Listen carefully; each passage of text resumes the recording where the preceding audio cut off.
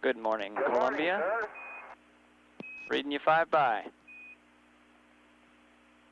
Our compliments to your taste in music. We're ready to go to work.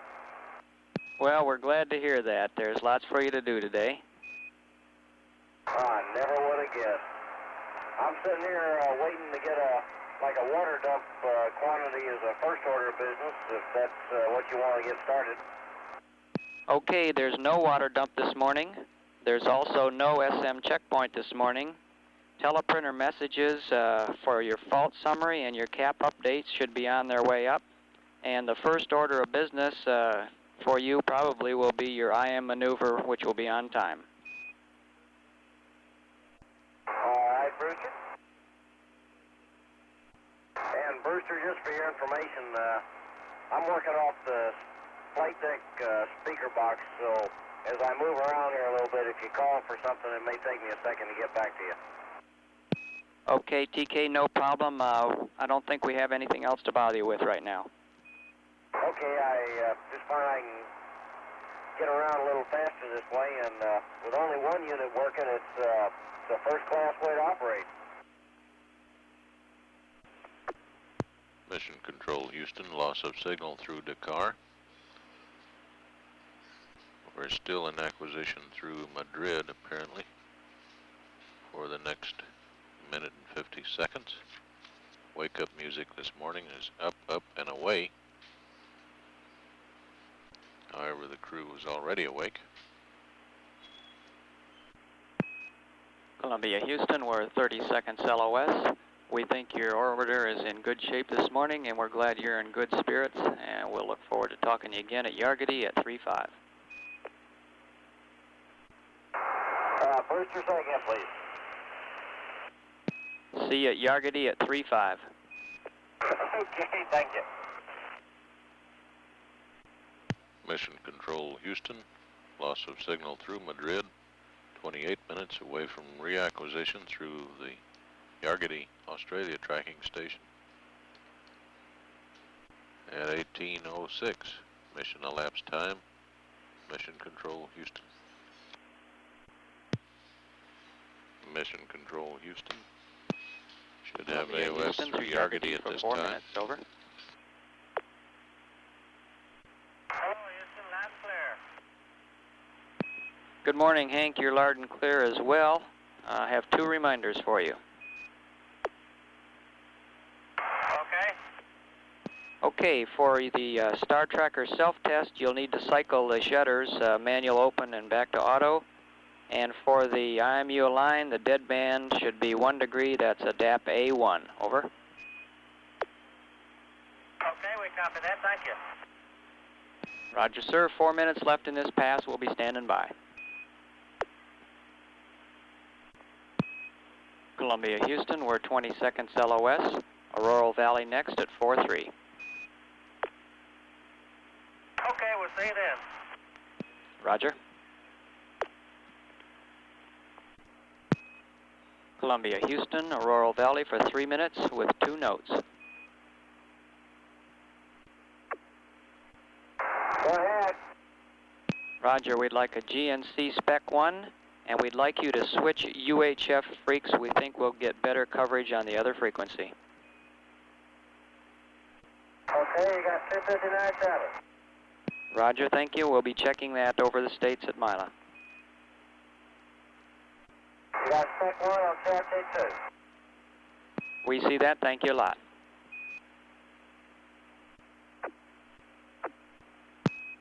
Columbia, Houston in the blind. Mila next at 1920. Mission Control Houston, LOS through Auroral Valley, next station in 32 minutes. Will be Mila, Merritt Island launch area in Florida. Crew rather quiet at this time, apparently getting ready to have breakfast. That's a combination of Bermuda and Mila. Back into Dakar again as the orbit precesses westward and back over the stateside stations for several orbits during the night there. It was Dakar, around again to Dakar again. At 1848, Mission Control, Houston.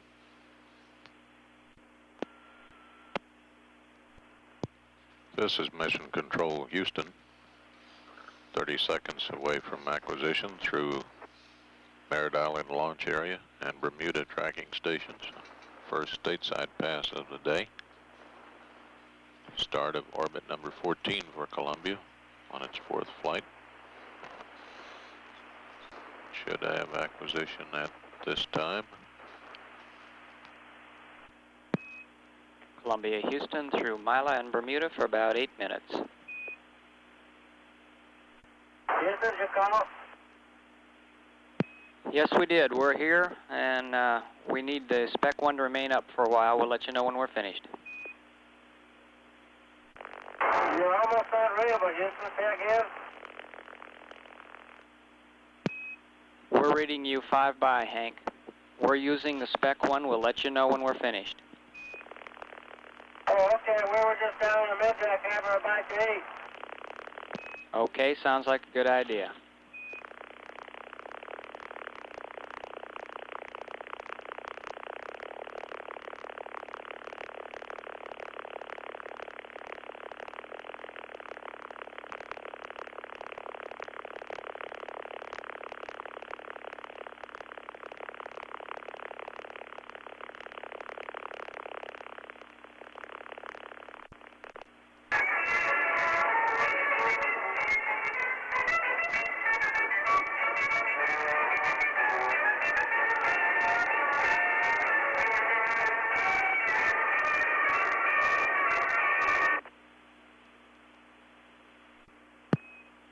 Columbia, Houston, the music was good but short. Little sauerkraut early in the morning. Okay, and Columbia, we see that you have not gone to track on the maneuver. You entered the maneuver okay, but didn't start to track. We'd like you to get going on that maneuver if you could. Okay, thank you. Thank you, Brewster. Did you guys want those IMU results, or you have them?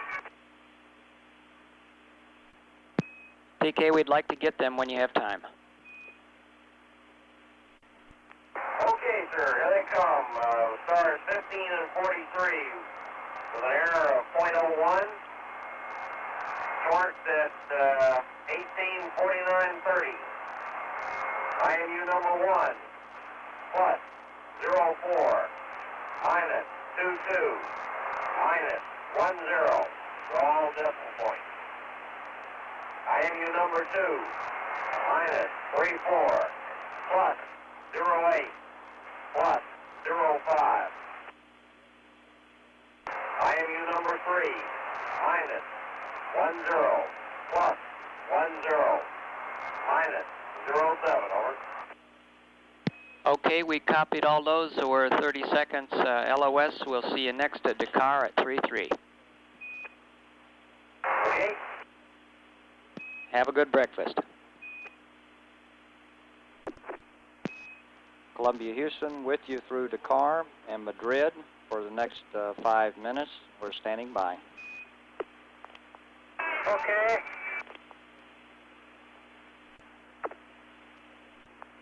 Houston, Columbia, you still there? Roger, Columbia. Just out of curiosity, did you guys get any of our summary last night? That's affirmative. Okay, I'm just curious if that technique worked. Sorry we were so late about it. And worked very well, and a lot of interest in your comments. Okay.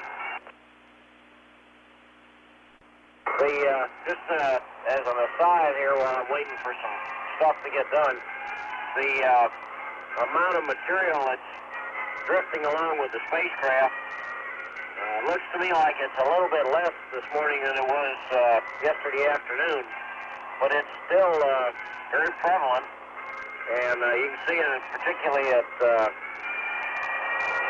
towards sunset when you go near the terminator, you can see the particles that are going along with you. And they go out for quite a distance, and some appear to be fairly stationary with respect to the orbiter. However, I've never seen anything close to the spacecraft that was larger than, I would estimate, maybe 2 inches. And Hank noticed that yesterday afternoon, after we got in orbit and looked over the payload bay, it looked like back where I think we can see the center engine, the main engine, and it looked like it had some fuzz on it. And this morning it looks clean, and if that's really what we're looking at, which is what it looks like, maybe you could say that we've gotten rid of a lot of ice that formed out there. We have seen nothing that looked like the outflow material that they showed up on 3. Roger, we copied TK, and we've gone LOS in the blind. We'll see you at IOS at 53. Mission Control Houston, loss of signal through Dakar. Indian Ocean Station in 10 minutes. Ken Mattingly then describing the debris trailing along with the spacecraft, visible out in the cargo bay, that it appears to be somewhat less today than yesterday. At 19:42 mission elapsed time. This is Mission Control Houston.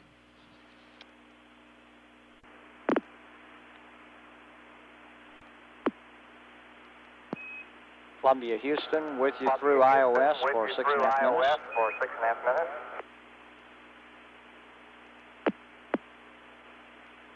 Okay, sir, we're still here. We hear you okay, TK, and we're standing by. Okay, I guess the thing that we can report to you this trip is that Hank gave a go at gas now, and we didn't have an awful lot of luck with that thing. They got the other battery, and it looked like it was dead. It didn't make any marks at all. And went back and did the whole procedure that takes everything to latent, and it never did cycle through the displays, and maybe I misunderstand how it's supposed to work, but we got down to the place where it gave us 99, and then it went to 0, 0, but it didn't cycle through the others, which I thought it would. We then went ahead and tried to work the procedure, and we did a 0, 2 and a 0, 0, both assuming that the relays have been placed to latent. So we did each of them once. However, there was no response on the display. Both of them gave us the same little hash sign that we saw before. And the time for that was at 1946. Roger, Columbia, we copied that, and we'll be looking into it. If we have anything else to offer, we'll get back. Columbia Houston, 30 seconds LOS. We'll see you at Yarga D at 09. Okay, sir. Thank you. Columbia Houston with you through Yarga D for 7 minutes.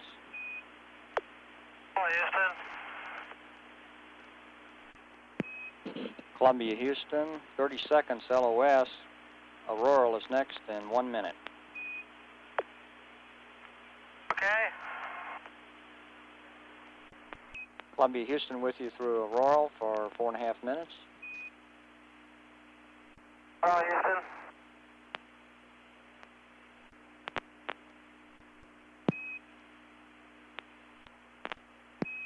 Columbia Houston, 30 seconds LOS. We'll see you at Milo at 53.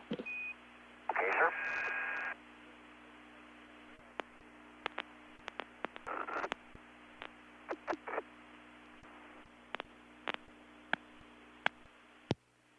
This is Mission Control Houston.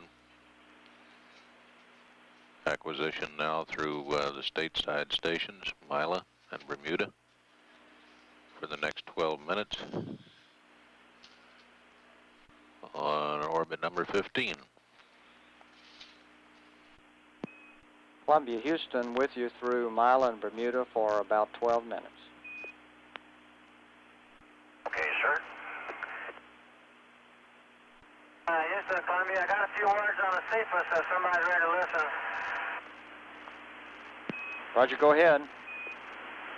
Hey, when I brought up the power on it this morning, as soon as the fans came on, I heard an awful clatter. It sounded like a screw was loose in there, bouncing around in the fan. I got an NMI restart message. I turned the power off, let it set a minute, and turned it back on and got a normal start up with no noise. Roger, copy. So I just did the status check. I had 2 out of limit parameters. I'll give those to you. Go ahead. They were flow 2. Its reading was 089. And diff P1 minus 10.6. Roger, copy. Also, would appreciate somebody tell me where the tray tools are. Roger, we'll get back to you just a moment. Okay, I just got another call. Diff P4 is now 13.8. Roger. Columbia, Houston. The Cephas tool should be in the sample pump door. Okay, let me look again. Also, Hank, we would like for you to take another reading on diff P1 and 4. Diff P1 is now minus 10.7. Copy? P4 is minus 3.4. Roger, copy, minus 3.4. They're all moving around. They're minus 3.8, and diff P1 has gone up to minus 11.5. Roger. Columbia, Houston, TK, we've noticed some Spec 76 fault messages, and we wondered if you had been using the VTR, and maybe that was the cause of them. I think that's probably the reason. I have been using the VTR. Roger, thank you. If you got a minute and there's a INCO or somebody can help me with that VTR, I got a problem with it. Roger, go ahead. Okay, I took some videotape yesterday, which I reviewed this morning, and the quality of the tape and the playback looks to me like it was quite reasonable. I just tried to get some of the Cephas stuff on top of it, or along with it, and I checked to see how it was coming, and when I played it back this time, the frames all drift like you know how it looks when the whole TV set in the horizontal hole doesn't go in. And I've tried both internal and external syncs, and nothing seems to help make it work any better. Is that going to come out all right, or is there something I can do, or should I switch to a new tape, or what? We copy the problem, and we'll work it and get back to you as soon as possible. Okay, not a big thing in life. Columbia, Houston, we're about 20 seconds LOS, and we'll see you at Dakar at 22. If you have time, we'd like for you to check out the window on the Elevon position and amend that time at Dakar will be 09. Okay, how would you like to have a left inboard? Looks like he's full up. Left outboard looks like he's probably down some. I can't tell where. Right inboard is up a little bit. Right outboard looks like he's in trail.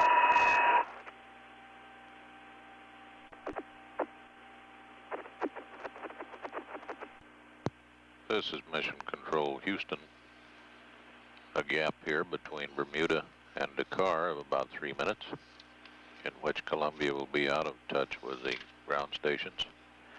Meanwhile, the flight control teams here in Mission Control are devising new procedures for maintaining gravity gradient attitude with the spacecraft. That is, the natural attitude that the spacecraft assumes whenever you put it, park it near that position, nose down toward the Earth. Apparently during the earlier attempt on the first day of the flight, there was a certain amount of drift during the night part of each orbit, an instability of the gravity gradient. Therefore, the gravity gradient period planned for today has been delayed until day 1 hour 25 minutes, and will last some 5 hours. Meanwhile, the spacecraft is in the Z-local vertical attitude. We're a minute and 50 seconds away from reacquisition through Dakar at 21:07. Columbia, Houston, through Dakar for 6 minutes, over. Okay. TK, the recommendations so far on the camera are to make sure you're in the internal sync, monitor 2 direct, and we assume you have all those. We suggest you might try looking at that tape that you took yesterday again to verify it's still good. If no joy, or if that looks good, then perhaps try a different cassette.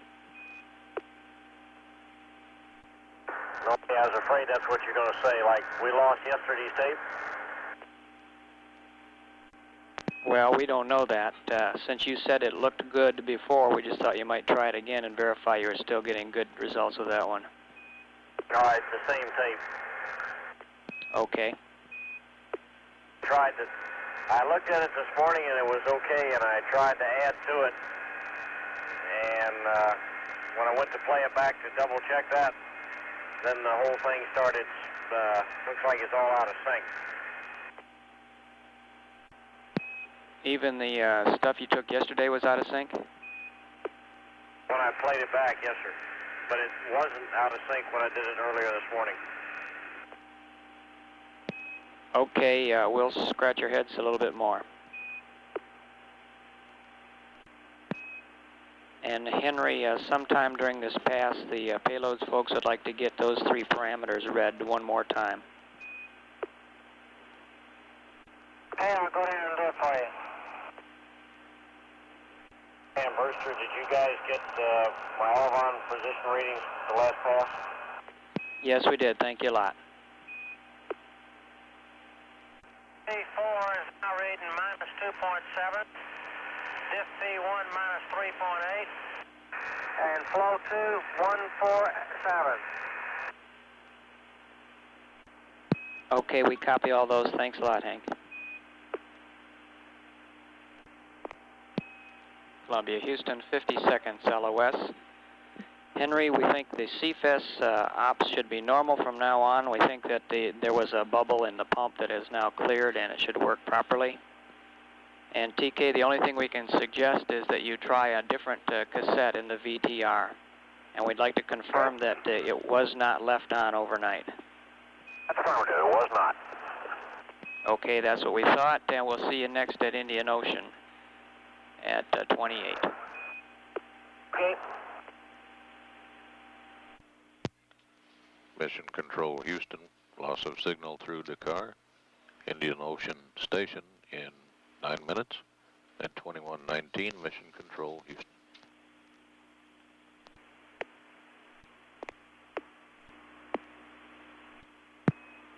Columbia, Houston through Indian Ocean for 8 minutes. Over. Houston. All right, few comments on the sequence if anybody's interested. Go ahead, Henry. Okay, I got some good photographs of the first sample flow. When it first came into the chamber, It gave quite a bit of blueness and mushrooming out, but then after, I guess 30 seconds, it steadied out to a very pretty flow. Okay, thank you, Henry. I'm sure they'll be glad to hear that.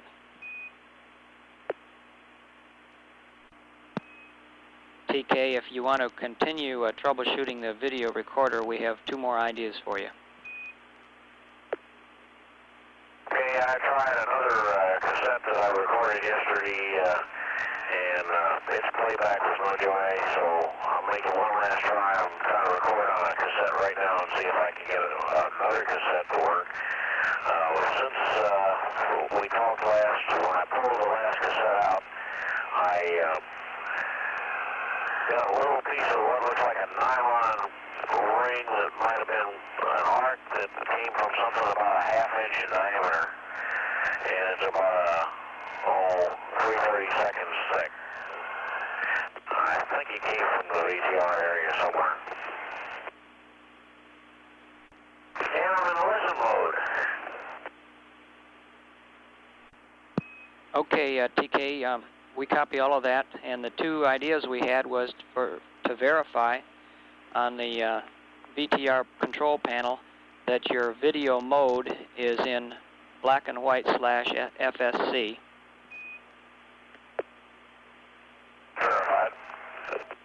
Okay, and the other idea is on panel A7, the video or the TV sync. If you try reverse instead of normal, it gives you another shot at it. Okay, there's one I haven't tried.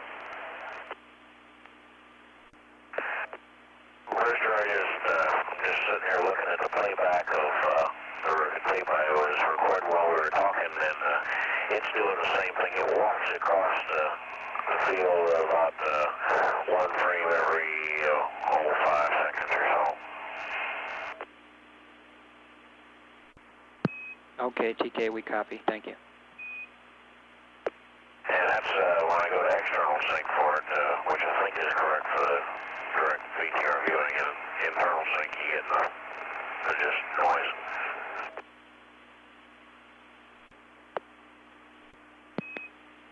TK, everything we can get our hands on says that the sync should be an internal rather than external. Okay, well, I would have sworn that I played it back that way successfully the other day, and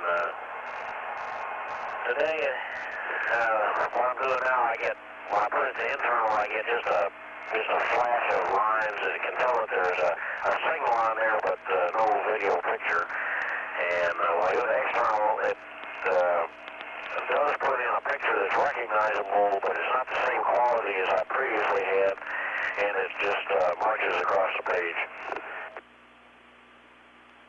Okay, TK, we copy that. We're 20 seconds LOS. Yarga D is next at 44. And we're just looking at the cue card and the checklist both, and they both call for it to be an internal for the recording and playback. Okay, well, I was trying anything that would get me a picture. For now, I'll talk to you later. Okay. Mission Control Houston, LOS through Indian Ocean Station, 6 minutes away from reacquisition through Yargady, Australia. Meanwhile, Hartsfield and Mattingly are troubleshooting the videotape recorder on board, trying to determine why they've been unable to record any of the onboard video. We'll be back in 6 minutes at Yargady. Mission Control at 2138. Columbia, Houston through Yargady for 8 minutes, over. Columbia, Houston, stand by for comm with Sunnyvale.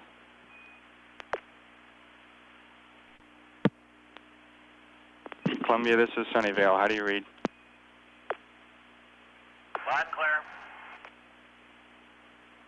Roger. At MET of day 0, 2315, and also at day 1, 0050, we would like you to go to panel L11 and watch the cover and its open LED.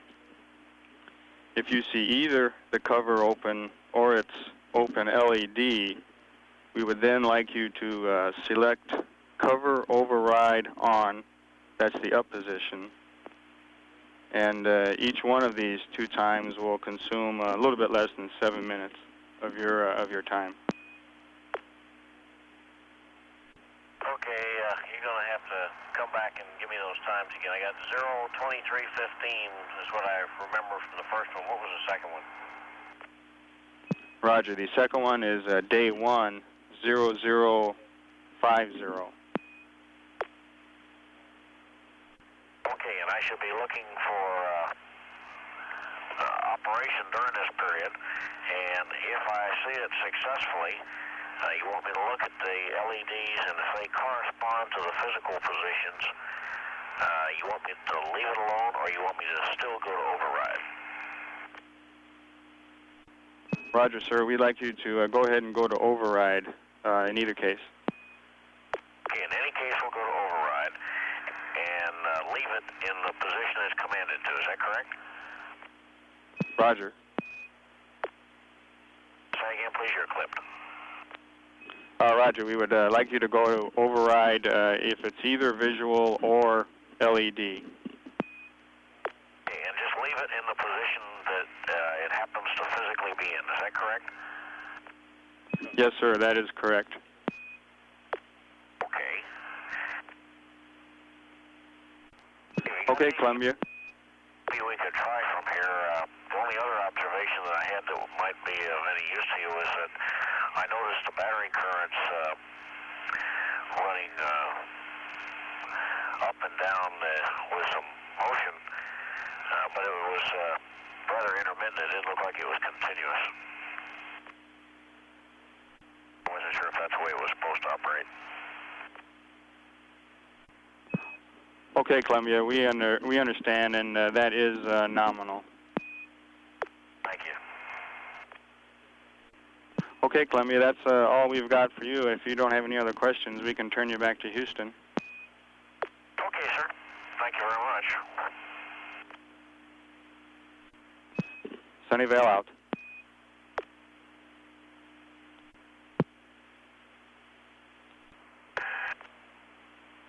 Houston, you there? That's affirmative. Go ahead. Yeah, I just got a CFIS alert. RPM 3 is 1791. We copy RPM 3 1701. Roger, 1791. Okay, 1791. 1791. Copy. Columbia, Houston, 15 seconds LOS. We'll see you at Auroral in a minute.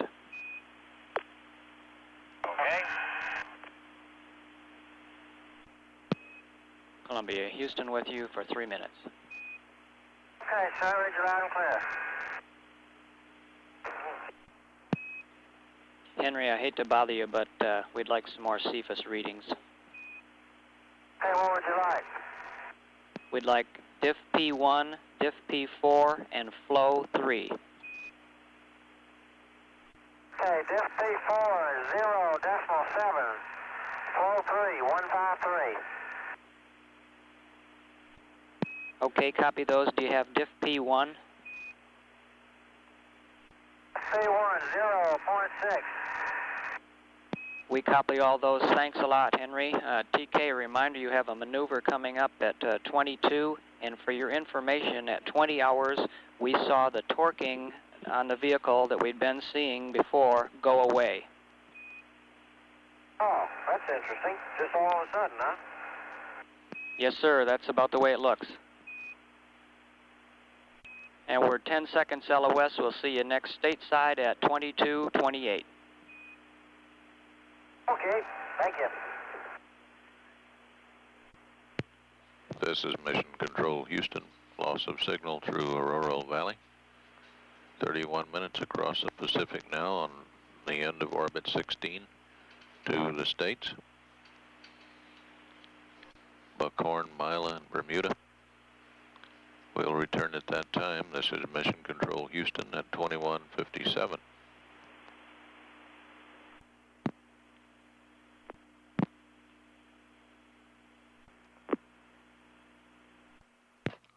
Mission Control Houston at 22:28. Should be acquiring signal now through Mila and Bermuda for the next 12.5 minutes. Columbia, Houston through the States for 12 minutes. Columbia, Houston, have a display request when you're ready. What you need? SM Spec 1, please. Thank you. You guys believe we can look straight down and see the SLF and the launch pad? Sure. And you can eyeball the VAB from here. I wonder if they can see you. You can see Patrick. It is a beautiful day at the Cape. Brewster, you guys think there's any hope of my getting anything on the VTR, even if I can't play it back? Or do you think the problem's in the VTR? TK, we're not really sure. One thing that we would like you to try at your convenience is to get out one of the IFM tapes that you carried up with you and go through the cue card, making sure you got the configuration all right, and play one of those tapes back and see if you can get anything on it. Okay, that's a good plan. We'll do that right away. Thank you. And TK, we'd like you to use the photo TV book, I guess, when you do that, page 1-35, rather than the cue card. Okay. And Houston, Columbia, are we going to do this air-to-ground check? We're standing by. Okay, Houston, let's go ahead. I'm going to 2, Hanks on 1. Roger. Columbia, Houston on air-to-ground 1. How do you read? Is it loud and clear? Houston, Columbia on air-to-ground 1. TK's having no joy on air-to-ground 2. Okay, we're told that we are handed over to Bermuda and they weren't configured yet. It'll be just a minute. We'll get back to you. Columbia, Houston on air-to-ground 1. How do you read? Over. Oh, Houston, PLT reads you loud and clear, air-to-ground 1. Okay, Hank, have you 5-5. Thank you a lot. That's affirmative. Hey, Houston, Columbia, radio check, I'm back on 1. Read your 5-by. And Columbia, Houston, have a switch on panel R1. Go ahead, I'm there. Roger. H2, tank 3, heaters A and B to off. Okay, you got H2, tank 3, heaters A and B off. Roger. TK, we were feeding a little faster out of tank 3 than tank 4. We're just going to even them up. Okay. And TK, for your information, since we've gone to the top sun attitude, we've seen the torquing pick up in the pitch axis.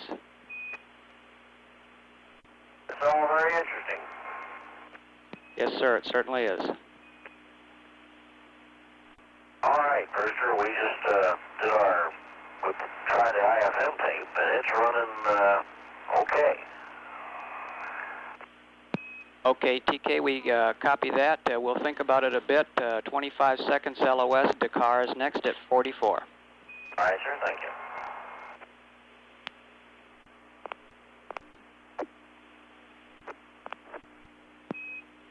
Columbia, Houston, with you through Dakar for about 8 minutes. Hello, Houston, loud and clear. Roger, we're standing by.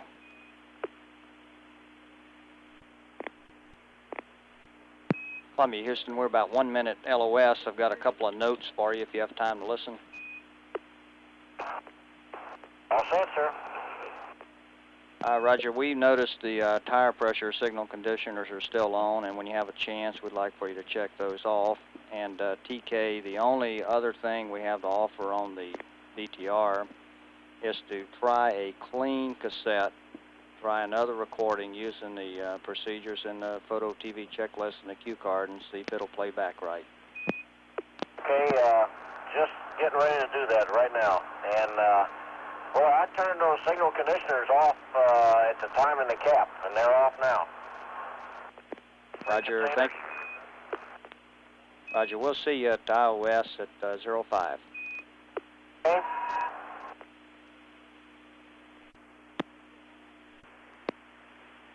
Columbia, Houston through Indian Ocean for 4 minutes. Yes, sir, I'm here. Columbia, Houston, we're about 30 seconds LOS, and we'll see you at Yargadee at 20. Would like to remind you of the panel L11 monitoring activity that's coming up at 2315.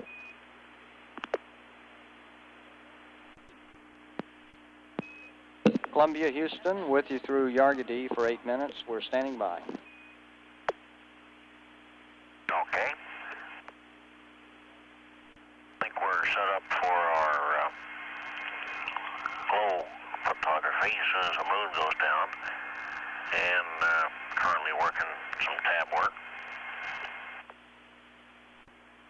Roger, we understand. According to my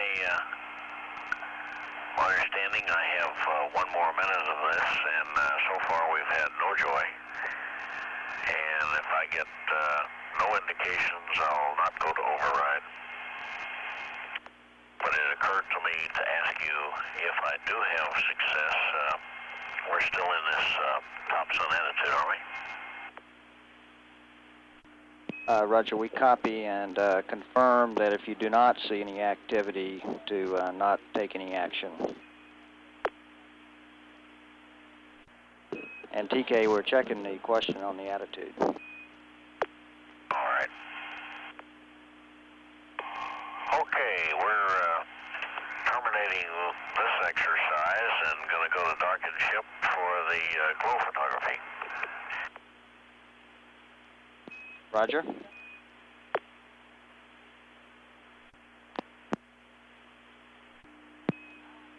Columbia, Houston, about 20 seconds LOS, and we'll be seeing you at Hawaii at 48.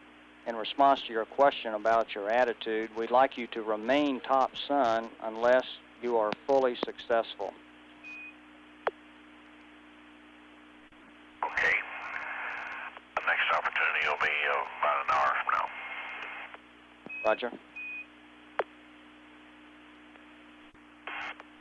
And this is the first time I ever was in a hurry for the moon to set.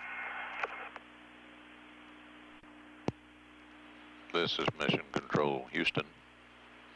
Loss of signal at Yargadee. Nearing the end of orbit number 16 for Columbia. 19 minutes across the Southwest Pacific to Hawaii for the next station contact, followed by almost continuous comm across the states with Buckhorn, Goldstone, Mila, Bermuda, followed by Dakar as the orbit precesses back into the network stations. We'll be back in 18 minutes at Hawaii. Mission Control at 2329.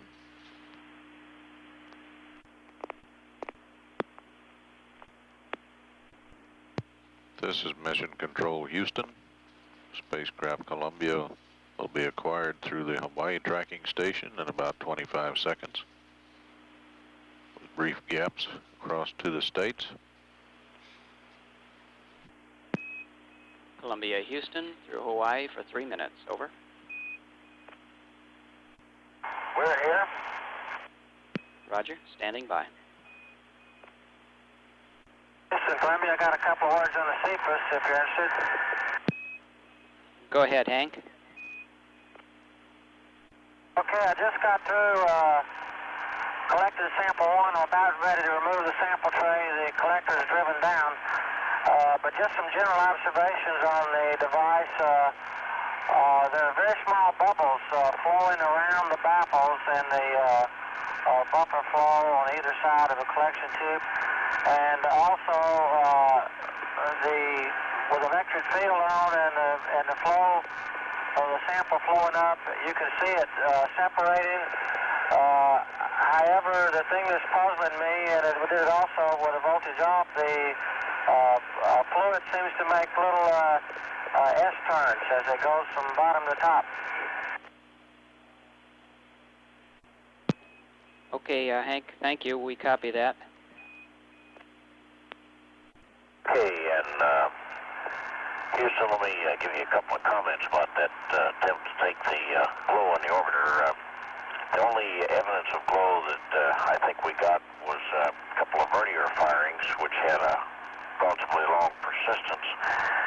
Those times were annotated. We seem to have some discrepancy in our times, too. It appeared to me that we got a lighted Earth limb in the last 2 exposures, which probably overexposed those 2. And came earlier than indicated on the cap. And if I want to do much more of this, maybe you give me some kind of a gouge about how to bias it. Maybe 2 minutes in one direction or something like that. I got caught with an exposure open and I wasn't sure what to do, so I finished it. Copy, TK. We'll work on it. Okay, and I'm just going to leave this gear available because I suspect we'll need to do this again. We copy. And Columbia, Houston, we'll see you over the States in about 3 minutes. Okay.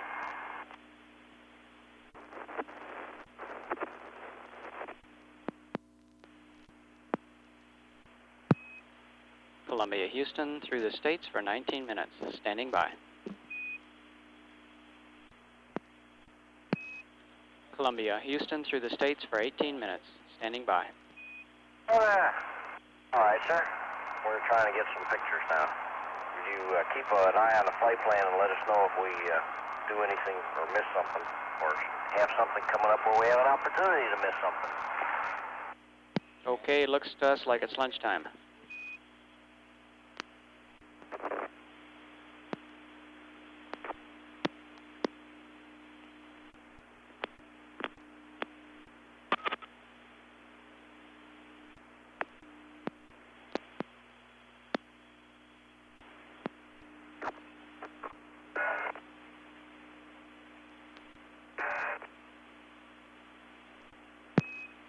Columbia, Houston, you should be getting an operator call from the CFIS shortly. Well, thank you. Hey, that's kind of impressive. On the Rev 16, when we went where we could see Houston, it was pretty clear, and there were little puffy clouds forming. Just an hour and a half later, when we came back by, you guys had disappeared underneath a layer of clouds, and there's a rather impressive sized buildup out in the Gulf just offshore. And that same pattern held true throughout the Gulf Coast and across Florida. It was a rather dramatic change in an hour and a half. Okay, TK, we can see that on the radar, but we haven't seen the light of day yet, so we'll have to take your word for it. I don't think you'll want to see it. Columbia, Houston, we're 20 seconds LOS. Dakar is next at 20 after. Okay, sir, thank you. Columbia, Houston, with you through Dakar and Ascension for 10 minutes. Okay, Brewster, thank you. And Houston, Columbia. Go ahead, sir. Okay, I'm kind of in a dilemma about what I see looking ahead that you got a TV pass set up, and I know you were planning on we had been talking about doing a VTR dump instead of a live, but I just looked at what we tried to capture last time, and it looks to me like we just don't have a functioning VTR. However, it might be the playback circuit rather than the record circuit. And if that was the case, I guess we could do something quite different with it. What I'd like to do is when we come up next time is start with a bit to dump to you from the VTR and see how that goes, and then plan to switch after about 30 seconds over to live, so at least we'll get something. We copy.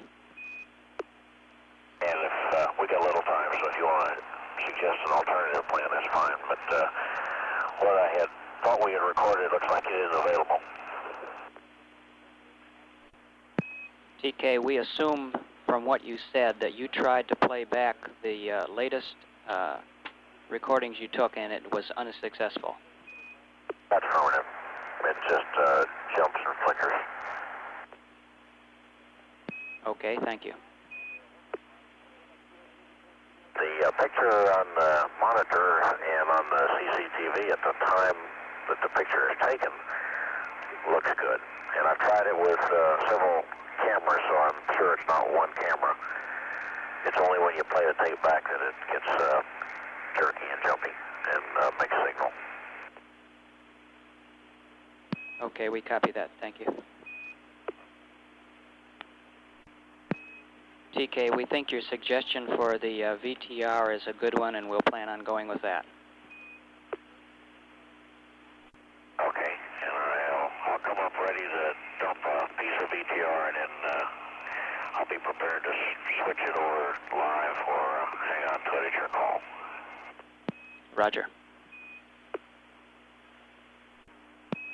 And TK, while we're talking about the VTR, a reminder that the time limit on having the VTR in the record mode is 4 hours, and after it's been in that mode for 4 hours, it needs a 30-minute cool-off period.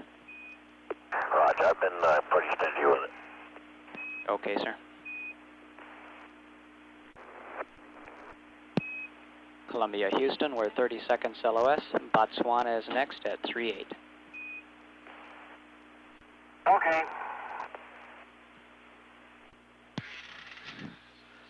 This is Shuttle Control at 1 day, 0 hours, 32 minutes mission elapsed time. Columbia is out of range at Ascension. Next station, Botswana, in 6 minutes.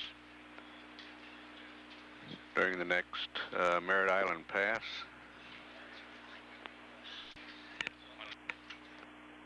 One day, 3 hours, 19 minutes. Here in the Mission Control Center, shift handover is about 25 minutes away. The team of flight controllers directed by Chuck Lewis preparing to take over from Flight Director Harold Drawn and his team. Capcom on this upcoming shift is Brewster Shaw. At 1 day. This Mission Control, correction on the Capcom. The present Capcom is Brewster Shaw. The oncoming Capcom will be George Nelson. We're about 3 minutes, 20 seconds away from Botswana. At 1 day, 35 minutes mission elapsed time. This is Shuttle Control, Houston. This is Shuttle Control at 1 day, 38 minutes mission elapsed time. Columbia is approaching acquisition through Botswana. Columbia, Houston through Botswana for 4 minutes, standing by. Okay, Brewster, I'm trying to update my page 425 of the cap. It's the last thing on the message you sent us this morning. And I'm not sure I've got a good copy of... How about giving me pitch, yaw, and Omicron verbally, please? Roger. pitch is +90, yaw +348, Omicron +270, over. Okay, that's 90, 48, and 270. Thank you. The yaw was 348, 348, over. Okay, 348. That's correct. Okay, and do you have an idea what our general plan is? Is it to do this ZLV tonight and then move into the tail sun tomorrow morning and then follow the normal sequence of maneuvers from that point on? That's the current plan, yes. Okay. I know it won't change. That's right. Columbia, Houston, we're 20 seconds LOS, Yaga D next at 5-5. What can I say then?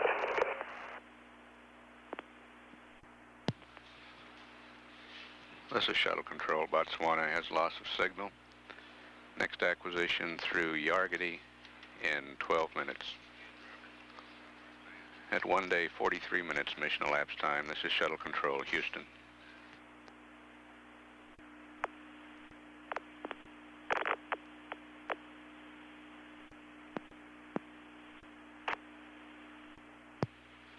This is Shuttle Control at 1 day, 55 minutes mission elapsed time.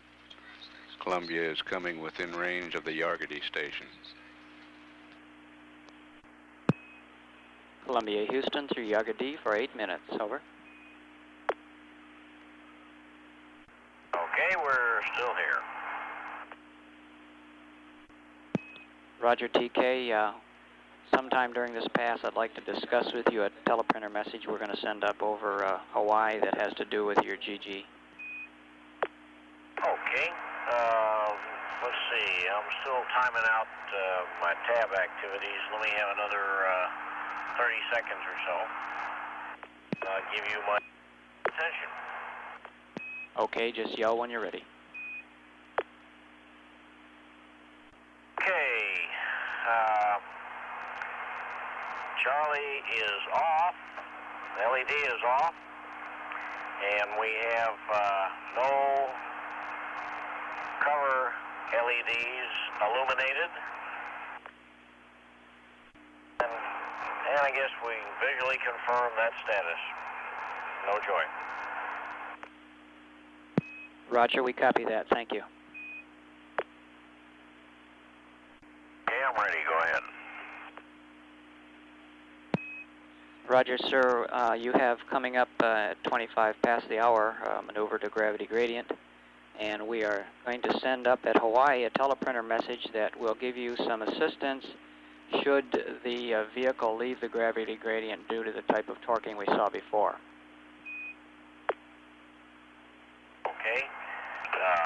You said it's coming up at 2.5. You mean the message is coming up at 2.5 or you'd like execution at 2.5? At 2.5 is the time to initiate the gravity gradient. Let's see here. What hour is that? It's not the next hour, you mean? Yes, sir, it is. At 5 minutes past the hour is the initiate for the maneuver, and then at 25 past the next hour is the initiate the gravity gradient itself. Sure. I'm waiting now. Okay, and you're going to send some data that might help in knowing what to do in case we have the same responses we had yesterday. That's affirmative. Okay, I'll be looking for that. And Brewster, when we come up on the next time we have TV here at this live pass, would the CFIS people want us to show a hand sketch of what Hank's seen, or do they pretty much understand what's going on? We'll ask them that, TK, and want to make sure that we're in sync here. The next TV we have is a dump over Mila at 3 hours 19 minutes on page 4-20. On that one. 4-21, my mistake. I just got flipped the wrong page in my hymnal here. And TK, the answer to your question is affirmative. We'd like to see whatever you can show us on the CFIS. Okay. And TK, a little bit of clarification on the teleprinter message we're going to send you. If it turns out that at sunrise the gravity gradient uncorks the way it has been, this procedure will just help you get it set up, and we'll reinitialize at sunset each time. The reinitialization is at sunset. Okay.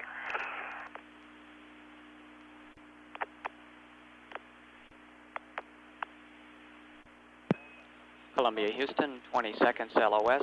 Hawaii is next at 21. All right, sir.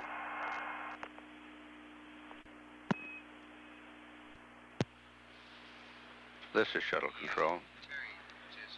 Columbia has passed out of range at Yargany.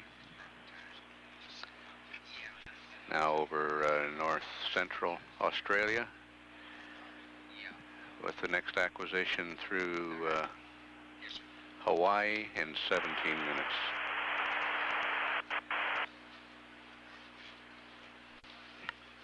Crew will attempt to reestablish Columbia in the gravity gradient attitude at 1 day, 1 hour, 25 minutes mission elapsed time. There's been a problem in Columbia maintaining that attitude whenever they've attempted it. Give it another try.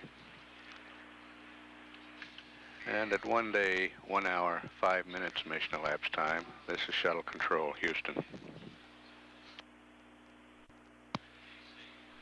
This is Shuttle Control. The change of shift briefing is estimated for 11:40 a.m. Central Daylight Time. That briefing with the off-going Flight Director, Harold Drawn. Estimated for 11:40 a.m. Central Daylight Time in room 135 at the JSC News Center. This is Shuttle Control.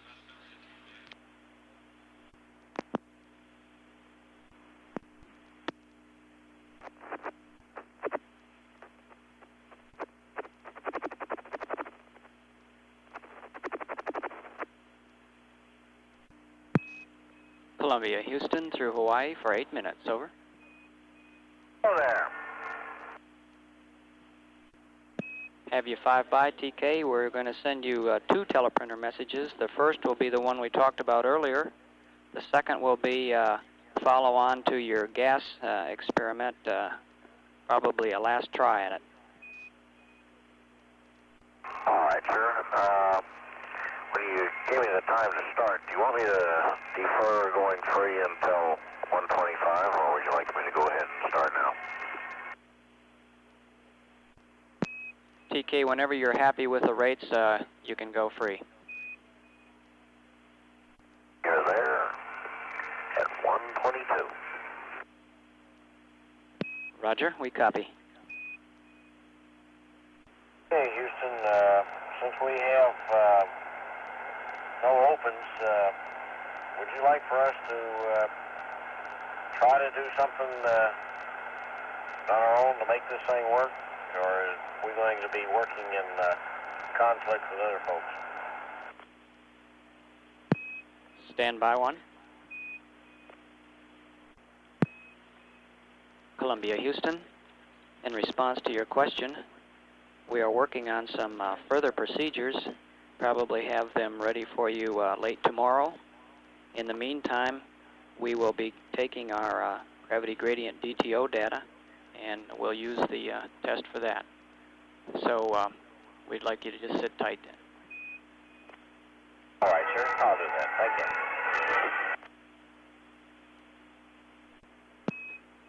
Columbia, Houston, we're 1 minute LOS.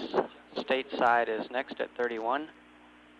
And the Crystal team is signing off. We sure enjoyed working with you today, and the Bronze team will pick you up over the States. Have a good day. Okay, thank you very much. You guys are a lot of fun to work with.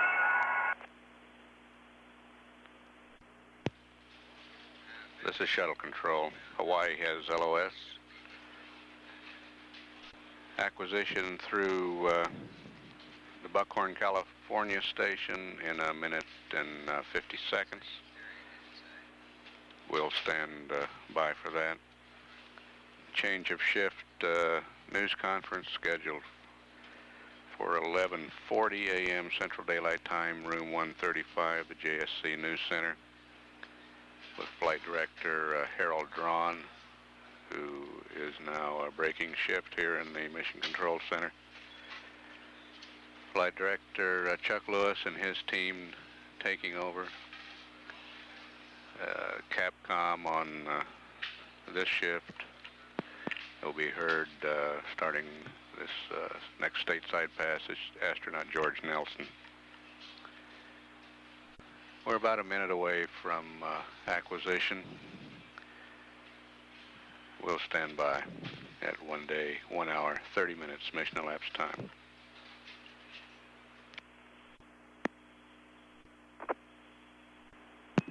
And Columbia, Houston, with you through the States for 16 minutes, and the Bronze team is wishing you a good day. All right, Houston, we're just trying to get a couple pictures here. Roger.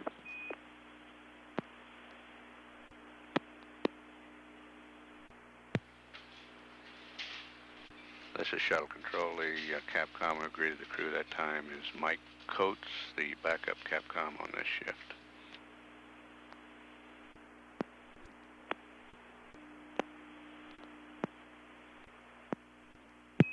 And Columbia, Houston, we've got a few notes we'd like to pass up at your convenience.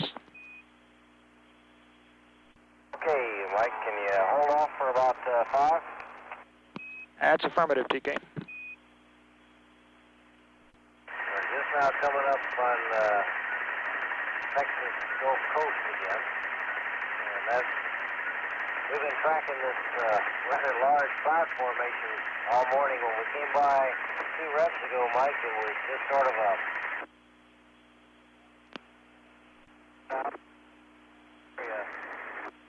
around Houston Bay.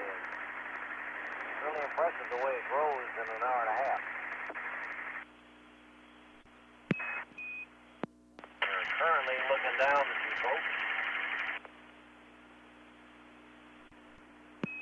Roger, we copy that, TK.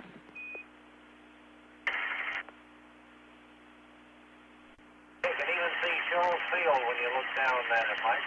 That's these little linear features stand out pretty neatly. Roger, we copy that, TK. That's really amazing.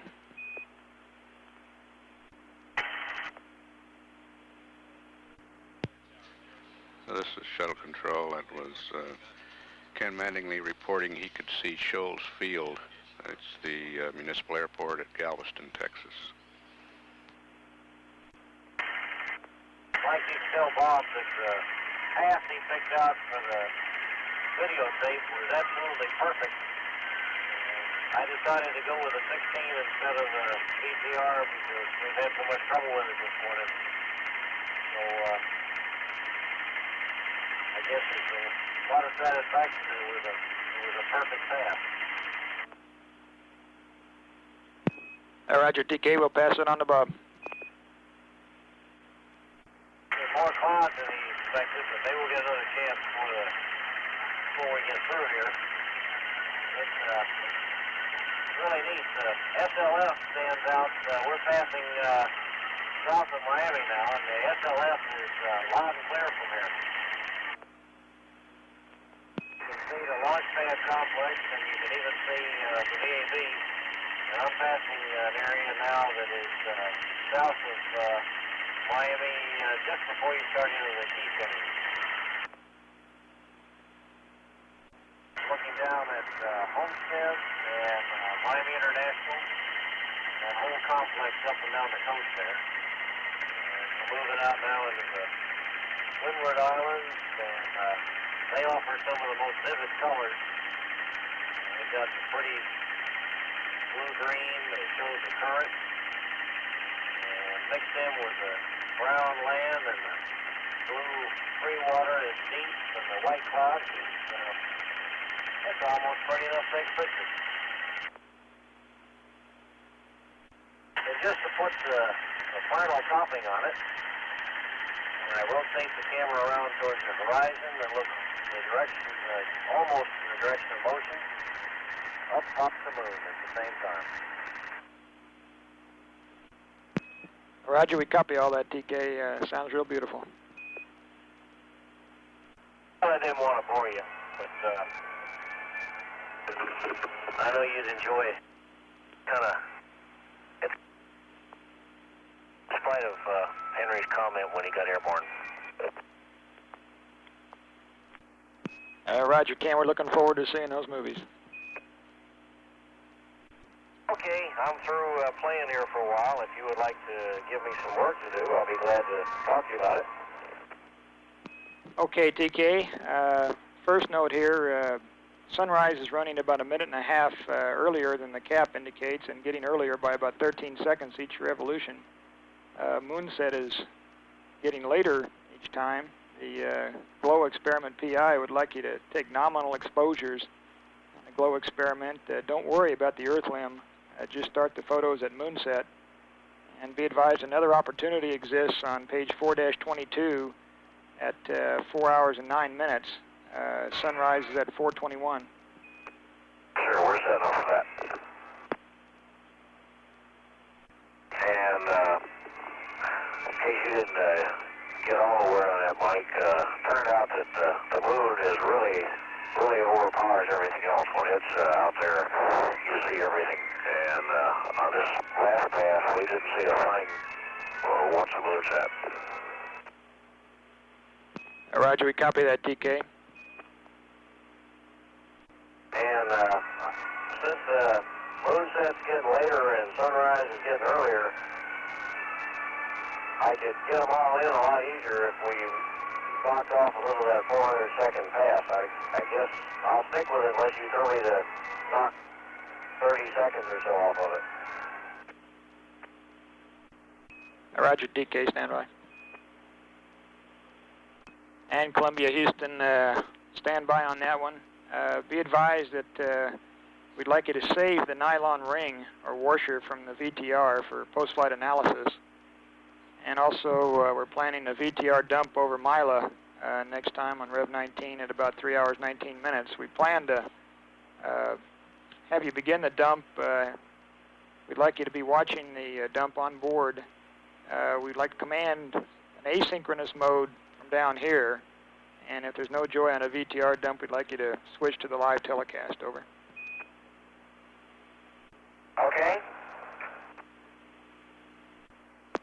You guys must have someone pretty smart figuring out those new angles. This thing seems to be holding pretty good today. Roger, we concur with that. And Columbia, Houston, we're going LOS in 30 seconds. We'll talk to you again at Ascension on the hour. You guys are sure sounding good today. All right, sir. We'll be there. Roger.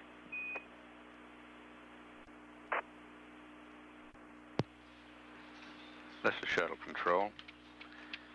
Columbia is out of range at Bermuda. Next station is Ascension in 8.5 minutes. During this pass over the Gulf Coast, we had a travel log by Columbia's commander, Ken Mattingly, reporting on the cloud formations along the Texas Gulf Coast. Said he could see Shoals Field in Galveston, and then good view of the Miami, Florida complex as Columbia went over Florida. He was taking 16mm movies during this pass. The data acquisition camera could be heard in the background during air ground there. Apparently a very good pass for photography in terms of weather and scenery. And he reports that so far the gravity gradient attitude is holding very well Columbia entered gravity gradient at 1 day, 1 hour, 22 minutes this morning, and no problems so far. There were some problems yesterday with the gravity gradient attitudes and torquing problems, but those have not cropped up yet today.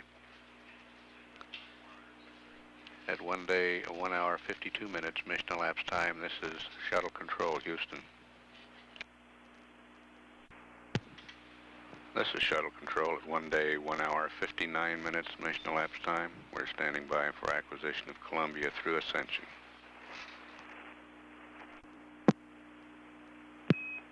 And Columbia Houston with you through ascension for 8 minutes, over.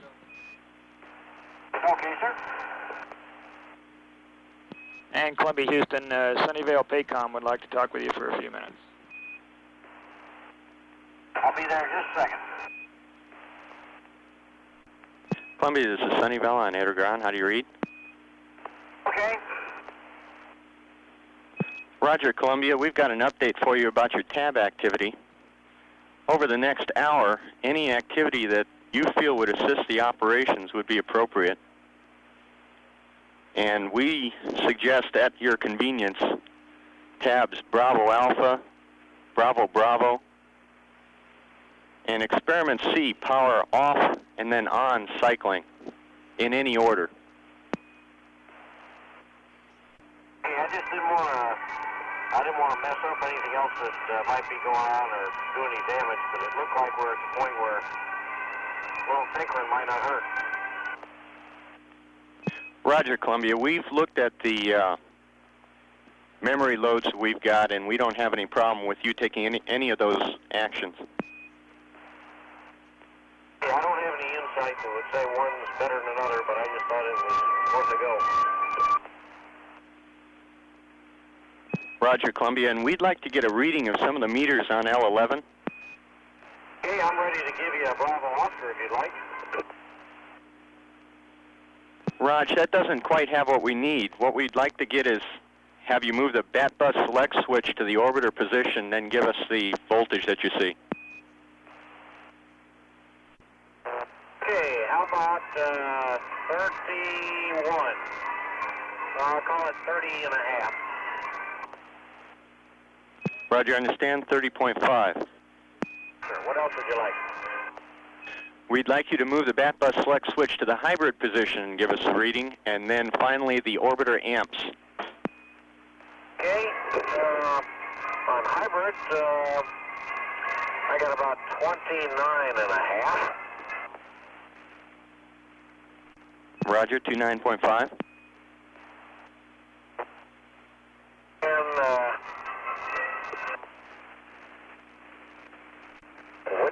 which amps did you say you wanted, sir? Columbia, that's the orbiter amps. That's the meter just to the right of the voltage meter. Okay, it's the one that's been fluctuating. It's normally parked around 22 or 3, and sometimes I recall it going up to about 40. Roger, understand. And Columbia, Sunnyvale, that's all we have for you now. We'll turn you back to Houston. Thank you. Okay, I'll talk to you later. And Columbia Houston, we've got about 4.5 more minutes through ascension. Okay, sir. Just a minute ago I said I thought I'd seen the volts or the amps go up to about 40. Now I'm sitting here watching it kick a little bit, and I guess maybe 30 is a better number. Don't want to mislead someone into thinking we have very high amps. Okay, we copy that, TK.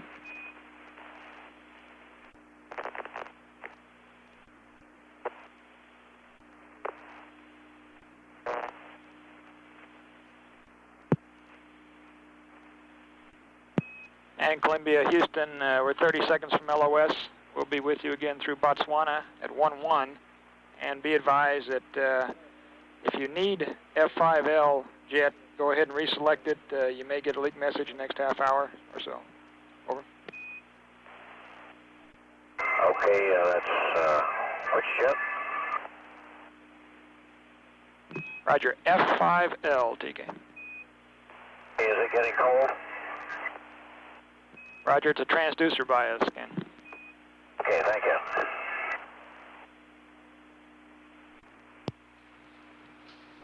This is Shuttle Control. Columbia is out of range at Ascension, but Botswana will have acquisition in 2.5 minutes. We'll stand by for Botswana. Mission elapsed time is 1 day, 2 hours, 8 minutes.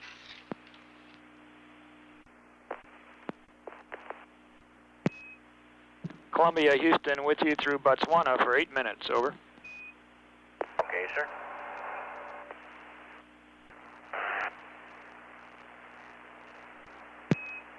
Columbia, Houston, 30 seconds to LOS. We'll talk to you again through Yargady at 3-2.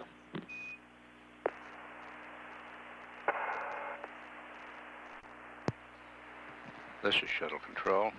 Columbia's had loss of signal with Botswana. Next station is Yargady in 12.5 minutes. At 1 day, 2 hours, 19 minutes, mission elapsed time. This is Shuttle Control, Houston. Columbia, Houston, with you through Yargady for 5.5 minutes, over.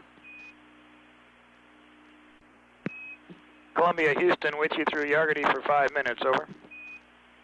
Raj, where are you? Roger, we copy you, and we got a couple notes concerning the GLOW experiment and GG when you're ready to copy. All right, just a second. Okay, I show it's time for me to go here in a couple of minutes on the GLOW, so you better give it to me first. Roger, TK. We just advise you to go ahead and use a 400-second exposure, and as soon as the moon sets, start using it. If you see any sun coming up, go ahead and close the aperture and stop it. Okay. And TK, concerning GG, it's looking real good to us right now. We almost hit the pitch limit, but it was diverging slowly. It's now reconverging. We'd like you to let us call the re-IC. However, if you see it outside limits during LOS, we'd appreciate a report on that. Okay. Yeah, I'm really impressed.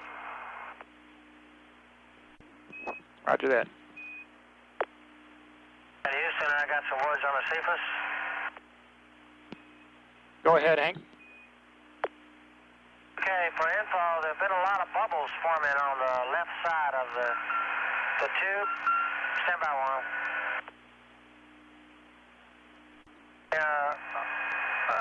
Some of them are rather large. I'd say most of them are on the order of 3/16 of an inch in diameter. There's one big one at the top just before the exit that's about 3/4 of an inch in diameter. There are several that are 3/8 of an inch or more, one almost a half an inch, but a whole lot of little bitty bubbles. They're all collected along the left-hand side. Roger, we copy that, Hank. And Columbia, Houston. Hank, can you verify that the bubbles are in the electrode baffles front and back? Stand by one. And Columbia, Houston, we're 30 seconds from LOS. We'll talk to you again through Guam at 4-4. This is Shuttle Control. Yargady has loss of signal. Next station, Guam, in 5 minutes, 50 seconds. Columbia still maintaining the gravity gradient attitude, looking good in that attitude. And during this pass, Hank Hartsfield reported a lot of bubbles on the left side of the continuous flow electrophoresis experiment. He gave estimates of varying sizes. We hope to be able to take a look at that experiment during the next pass over the Merritt Island, Florida tracking station. at about 1 day, 3 hours, 19 minutes mission elapsed time.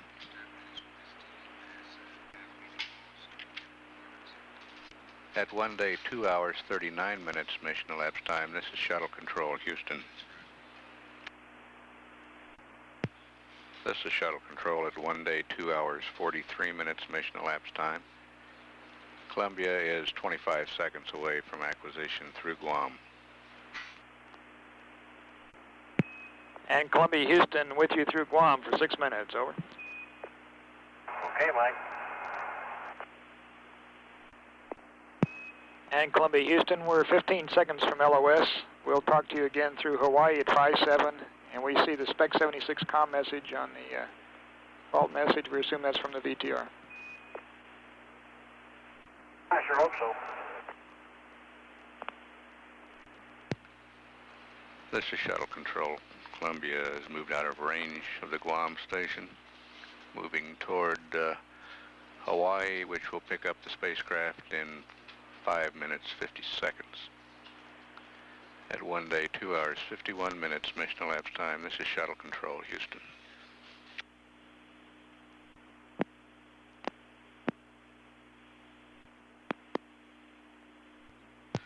This is Shuttle Control at 1 day, 2 hours, 56 minutes mission elapsed time. Columbia is approaching acquisition through Hawaii. And Columbia Houston with you through Hawaii for 8 minutes, over. All right. And Columbia, we've got a cryo note here we've got for you when you, at your convenience. Okay, stand by.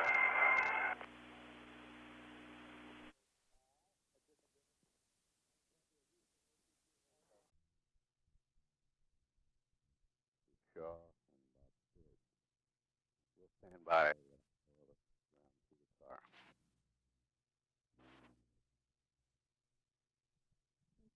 It's time to get up. When I saw the launch, and it was just beautiful. Everything went so smooth. They said it was a nominal liftoff, and you know what that means. Well, I know you're very busy and working very hard, but I know you're enjoying every minute of it. We all saw you and Ken before you entered the Columbia, and you both looked good and looked rested. Well, I can't talk too long because I'm getting ready to go back up to school, and I know you're busy, but I just want to let you know that everyone's thinking of you all. You're in all our thoughts and prayers, and we wish you the best. I'm looking forward to seeing you Sunday, and I'll be thinking about you, and you're in all my thoughts and prayers. And you take care of yourself, Daddy, and I love you very much. Bye-bye.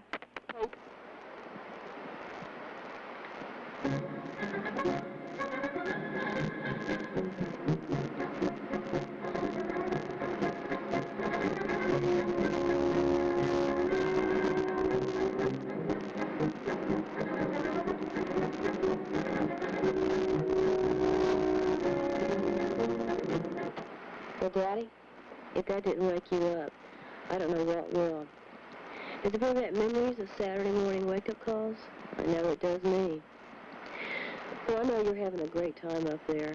I wish I could be with you. Maybe one of these days. I am very pleased at how smooth the launch and the flight are going. I knew y'all could do it. And of course you know everyone is thinking about you. We're all very proud. Well, y'all take care, and Godspeed you to a safe landing, and I'll see you on the 4th. Dad, I love you very much. Good morning. Happy anniversary. The liftoff was just spectacular. You look good. I saw some video yesterday. Everything's quiet on the home front. The only problems we've encountered is doing this wake-up tape. I would have let Fancy have barked a couple of barks, but she's busy eating her puppy chow. Take care, and we'll see you on Sunday. I love you.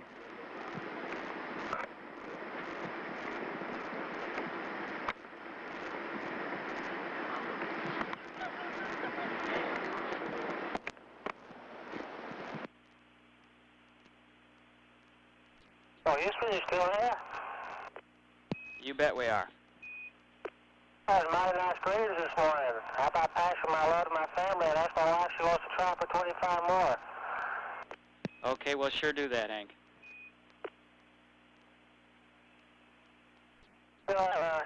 Just kind of starting around here and just trying to incorporate the messages in the cap while kids clean up a little bit and straighten up downstairs getting breakfast started.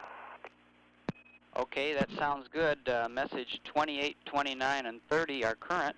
Message 28 is your cap update, as you see, and it's quite extensive. There are a couple of things that we're going to ask you to do fairly quickly this morning. An interconnect ohms to RCS and a maneuver for a gas release attitude, supply water dump, and a fuel cell purge. Those are coming right off the bat. Then you'll have a little bit of break to continue implementing your cap changes. And your fuel cell purge can be done auto versus manual as called out in the cap. Over. Okay, and I noticed that some of these things are called out time critical. I guess you want those done right at the time indicated. Is that correct? That's correct, Henry.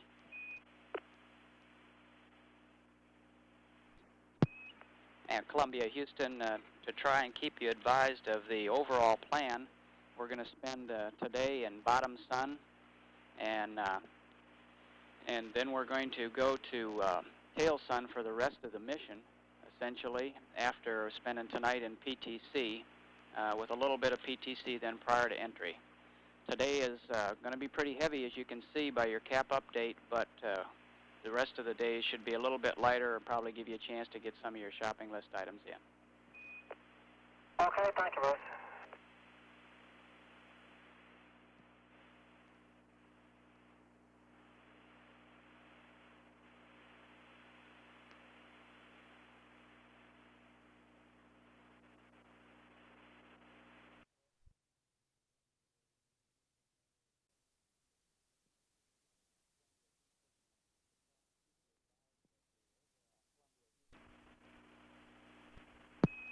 And Columbia, Houston, to try and keep you advised of the overall plan, we're going to spend today in bottom sun, and then we're going to go to tail sun for the rest of the mission, essentially, after spending tonight in PTC, with a little bit of PTC then prior to entry.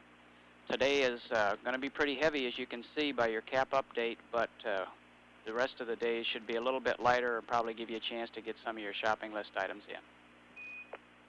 Okay, thank you, Bruce. This is Shuttle Control.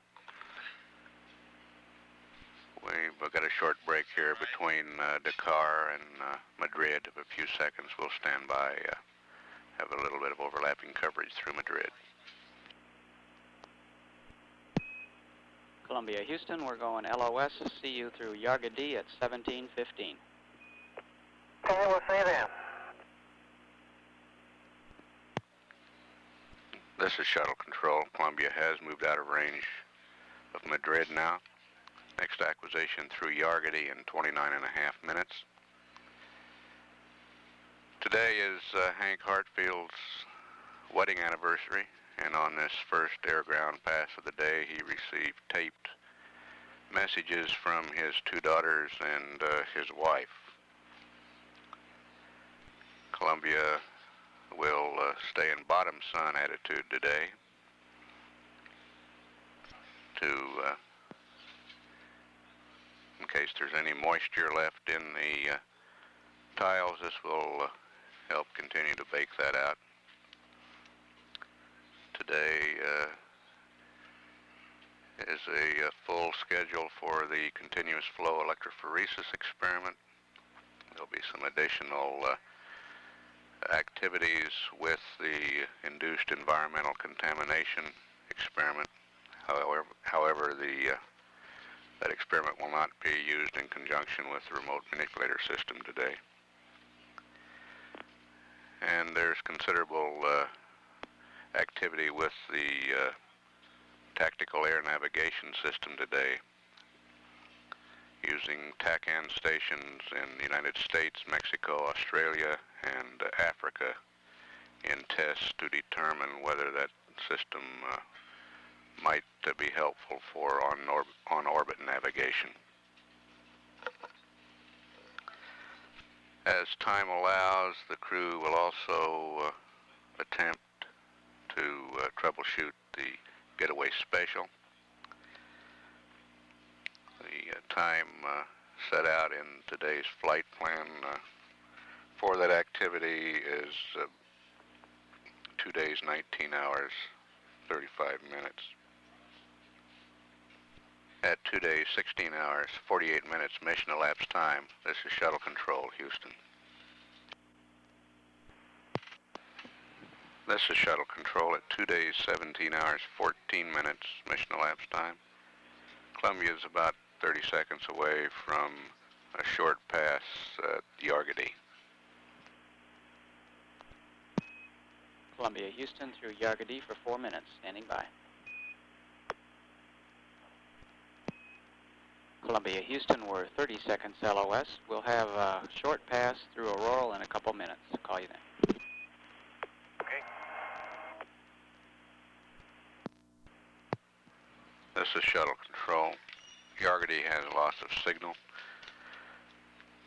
Columbia's track on this orbit just skirts the edge of the auroral acquisition range. We may or may not be able to get communications through that station. We'll stand by and see. At 2 days, 17 hours, 20 minutes mission elapsed time, this is Shuttle Control, Houston.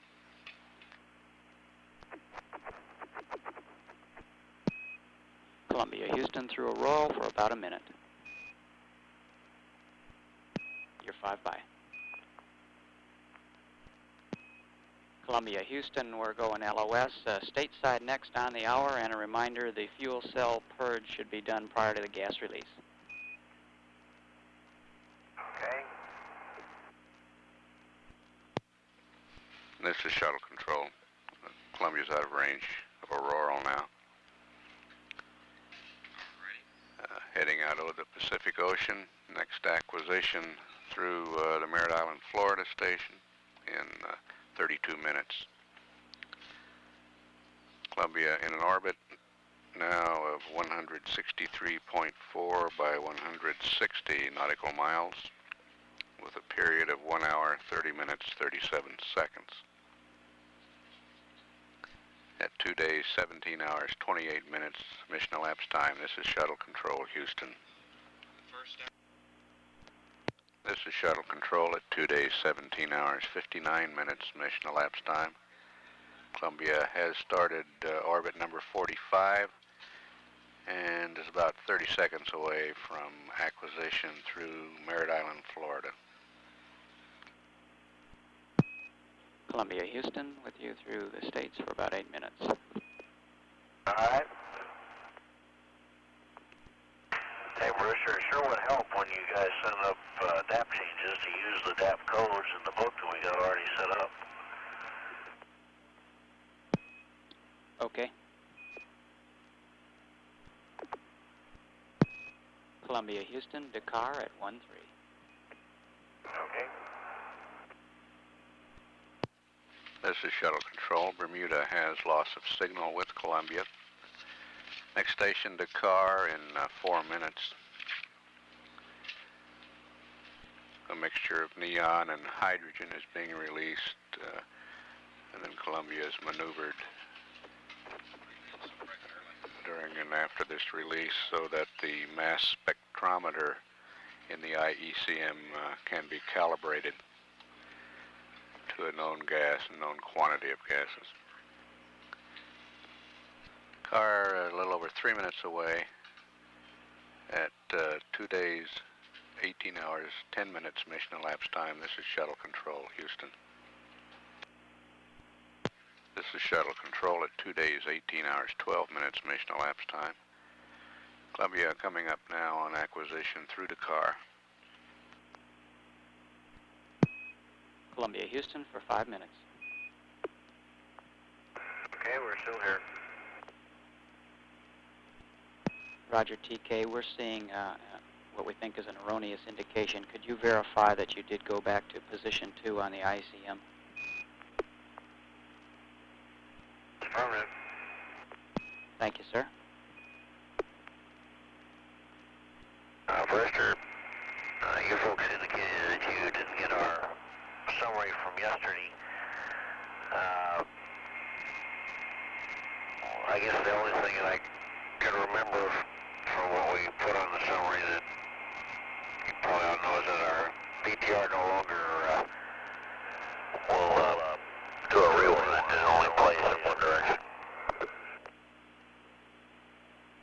I guess it's fortunate that the direction it chose to play in is forward. Okay, we copy that, TK. Columbia, Houston, Indian Ocean at 3-3. Okay. This is Shuttle Control. Madrid has lost its signal, or the car has lost its signal. We should get a little bit of coverage through Madrid, about a minute and a half or so. We'll stand by for that.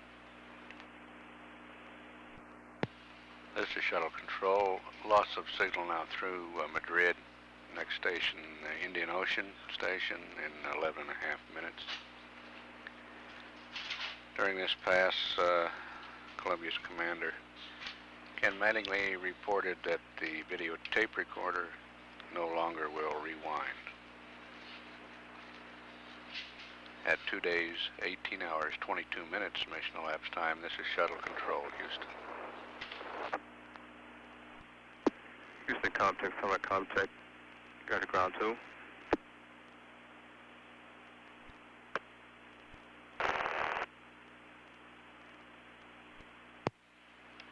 This is Shuttle Control at 2 days, 18 hours, 32 minutes mission elapsed time. The Indian Ocean Station should acquire Columbia in about 30 seconds.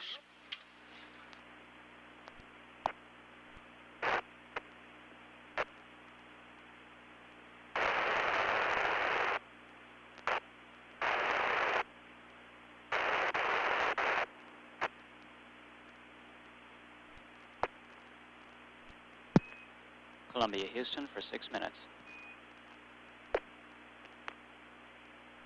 Oh, got you loud and clear. You too, Henry.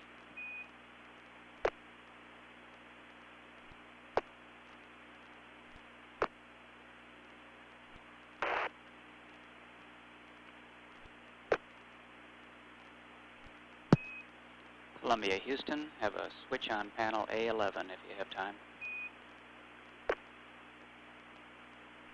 Okay, I'll go back there. Whenever it's convenient, Henry. Okay, go ahead. Roger, sir. Cryo O2 tank 4 heaters B to off, OFF. Okay, now I have no heaters on in the tanks, all balls, the tank set 4. Okay, we're trying to even up the quantity in the cryo tanks. And while you're there, Henry, could you verify that the recorder voice switches on panel A1 are in the proper configuration? They are OFF now, off. Okay, we'd like Audio Center voice record select channel 1 to air to ground 1 and channel 2 to ICOM A, please. Okay, you got it. Thank you, sir. That'll help us preclude losing any more of your voice recordings. We turned both of those things on to ICOM A last night when we put our stuff on. Okay, we copy that, and Yarga D is next at 49. Okay, see you then. Roger.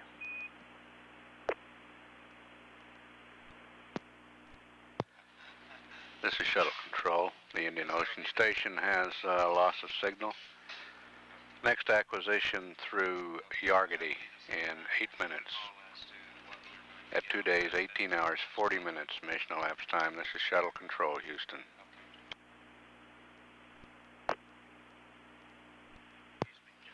This is Shuttle Control at 2 days, 18 hours, 48 minutes mission elapsed time. Columbia is approaching acquisition through Yargady. Columbia, Houston for 7 minutes. Clear, Houston. Completed the component checkout that's called out at 1905. Everything checked out okay. I'm standing by to stop the maneuver and go to the IMU line attitude. Okay, Henry, that sounds good. We're glad to see you're not getting too far behind.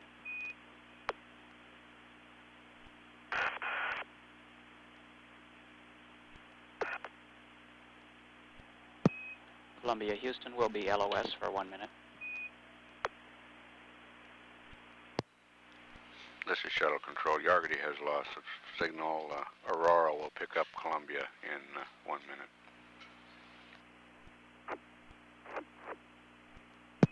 Columbia, Houston for 4 minutes. Okay, Houston, I'm clear. Roger. Columbia, Houston, 40 seconds LOS. States are next at 3-3, and if you could, we'd like you to switch cabin fans. Okay, we're running on fan A now. You want to go back to B? Is that what you want to do? Yes, sir, that's correct. Sir, is there a reason for not running on A? It's just per the redundant checkout on 5-8 in the orbit ops, TK. Yeah, that's what I thought. We switched to the opposite unit. Yeah, it also has you go back to the original configuration, and it's to keep the loads balanced. All you do is crank it up, you don't run on it. Is that what you're saying? Yes, sir, that's exactly correct. Okay, thank you.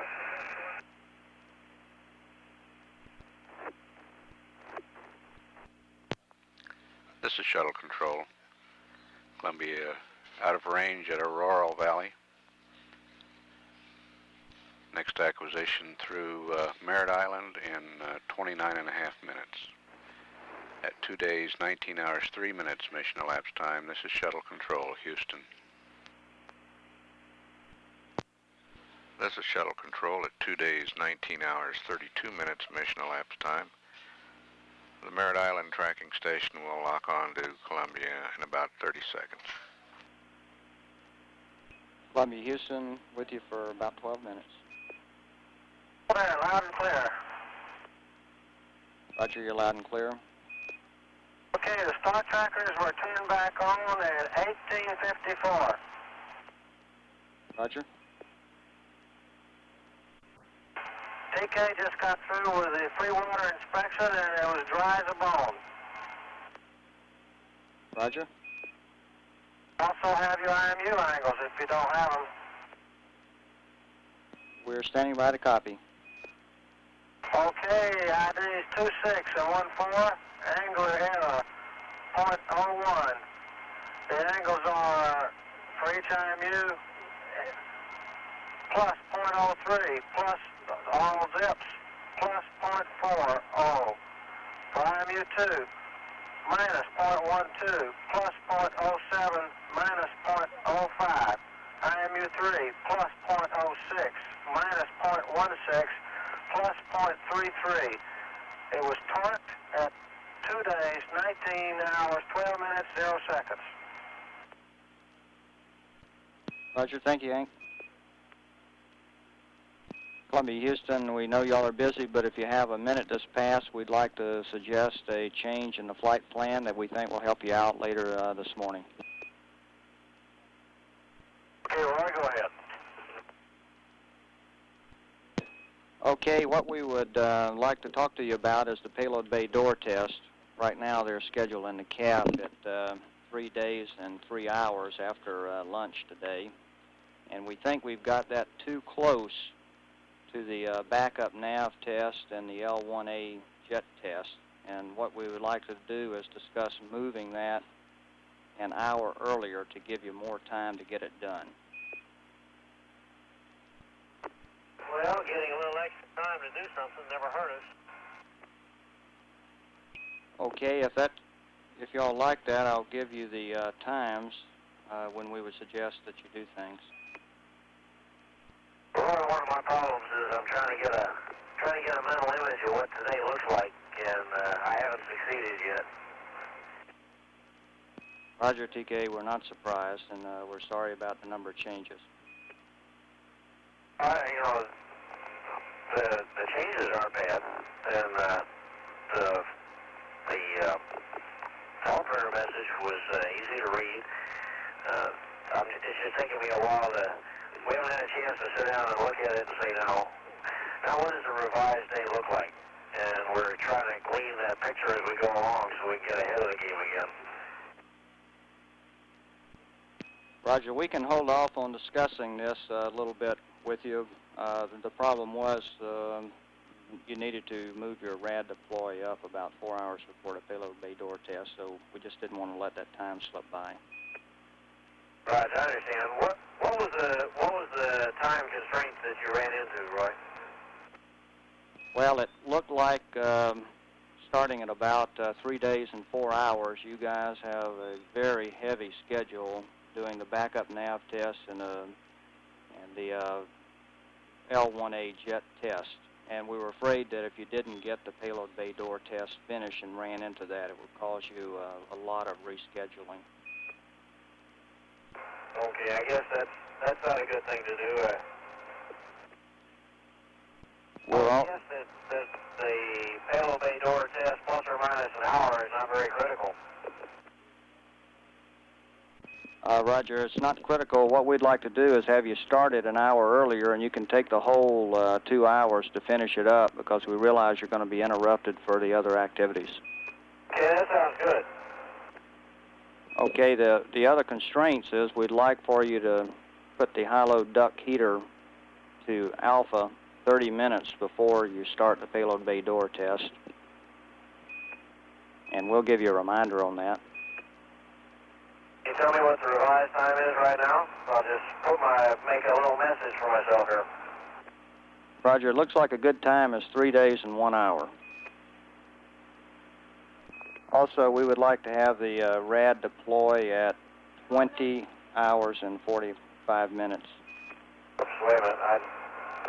Now you're faster than I am typing here. 3 days and 1 hour is when you want to put the high-load heater to A. Affirmative. What was the next thing you read me? Hang on just a second. We'll give you the rad deploy. Okay, TK, we think a reasonable time to do the rad deploy would be 2 days and 21 hours. Okay, on this rad deploy now, are we going to deploy it now and just leave it out, or are we going to start going back to what was in the original cap, or what do you have in mind? Okay, what we have in mind, TK, is we want them out for at least 4 hours before you do the payload bay door test. After you finish the payload bay door test, we will leave the radiator stowed.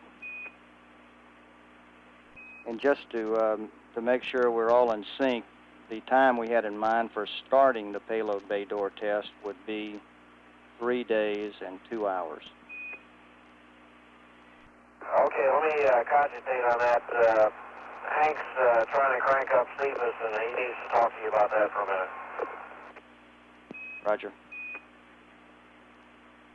Okay, I fired up the Cephas. I've got 4 out of limit parameters. RPM 3, 1452. RPM 2, 1435. RPM 1, 0858. Flow 3, 158. Okay, we copy, Hank. We'll get back to you on it. Columbia, Houston, see you at Dakar at 49. We'll try to have you something for the Cephas by then. This is Shuttle Control. Bermuda has loss of signal. Dakar is next in 3.5 minutes. The backup Capcom on this shift, astronaut Roy Bridges, has been communicating with the crew during this pass over the United States, discussing this afternoon's payload bay door test. That test will be moved up slightly. Pilot Hank Hartsfield is beginning the continuous flow electrophoresis work for the day. We're about 2 minutes 45 seconds away from Dakar. We'll stand by for that pass at 2 days, 19 hours, 46 minutes mission elapsed time. This is Shuttle Control, Houston.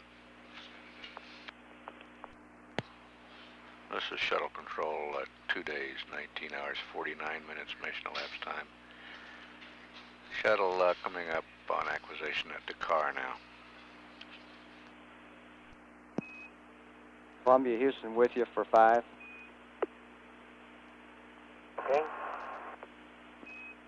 And Henry, have a couple of words for you on Cephas.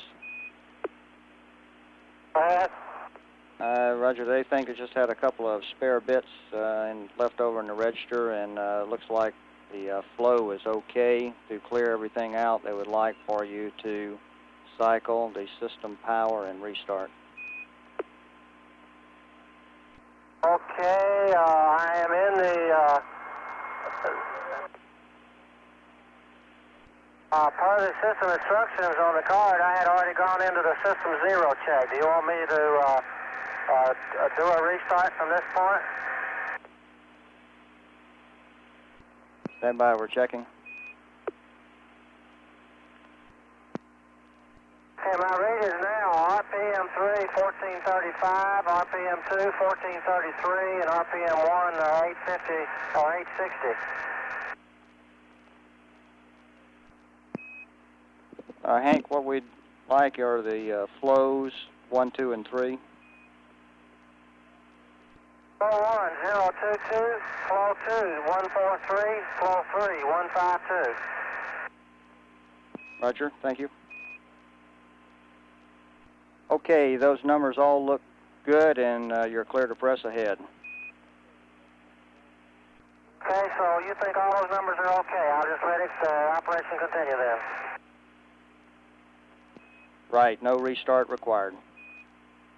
Okay, sir, it must have been just a transit on the startup that set those numbers. The same kind of thing happened on day 2. Roger.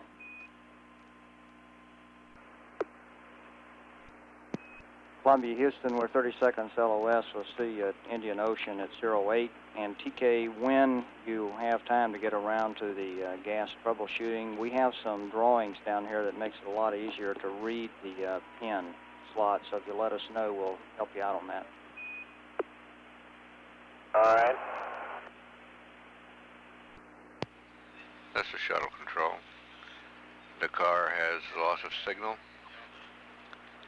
Columbia moving down across the continent of Africa. Next acquisition through the Indian Ocean Station in 11 minutes. At 2 days, 19 hours, 57 minutes mission elapsed time. This is Shuttle Control, Houston.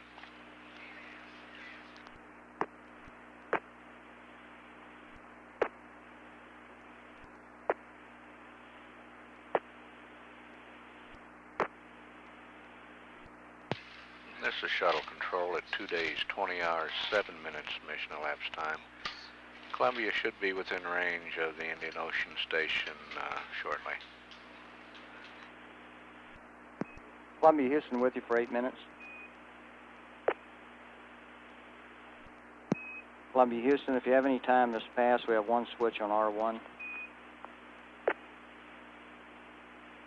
Okay, hang on, I'll be there. Go ahead. Roger, we'd like payload aft main B off. Off. Okay, in 3 minutes I'm going to ask you to turn it back on and we'll give you a reminder. The reason for the switch action, TK, is we had an anomaly on the IECM, and we're trying to cycle the power to get it back in a known operating mode. Right. This is Shuttle Control. The IECM has apparently been operating on internal battery power, and we're trying to get it back on the orbiter power. Well, I guess we forgot to tell you that yesterday, did we tell you that we got some of the ENG data, and I think it was around, I think it's between 6 and 6:30 MET. And I'd like to know whether we need to do that thing again or whether we can stop with it for now. That means someone will have to take a look at it and see if we set the gains up a little higher this time, and someone will have to take a look at it and see how it's coming out. Okay, we'll do that. Yes, sir. Columbia, Houston, TK, we've checked on that. The quality of the data was good and the gains were good, and we'd like to get some more of that when you have the time. Okay, but we've got the right configuration now. Okay, thank you. Roger. Columbia, Houston, we're ready to throw the payload aft main B back to on. Aft main B's on. Thank you. And Houston, don't think we told you, we took one of the two MLR power cables off to use for DC utility. We'll hook it back up for entry. And the one we took off was MO52J. Roger, copy, and we'll make a note to remind you. Thank you, sir. 25 seconds LOS. Yargady is next at 2-4. Okay. This is Shuttle Control. The Indian Ocean Station has lost signal with Columbia. Yargady will pick up the spacecraft in 7 minutes. 2 days, 20 hours, 17 minutes mission elapsed time. This is Shuttle Control, Houston.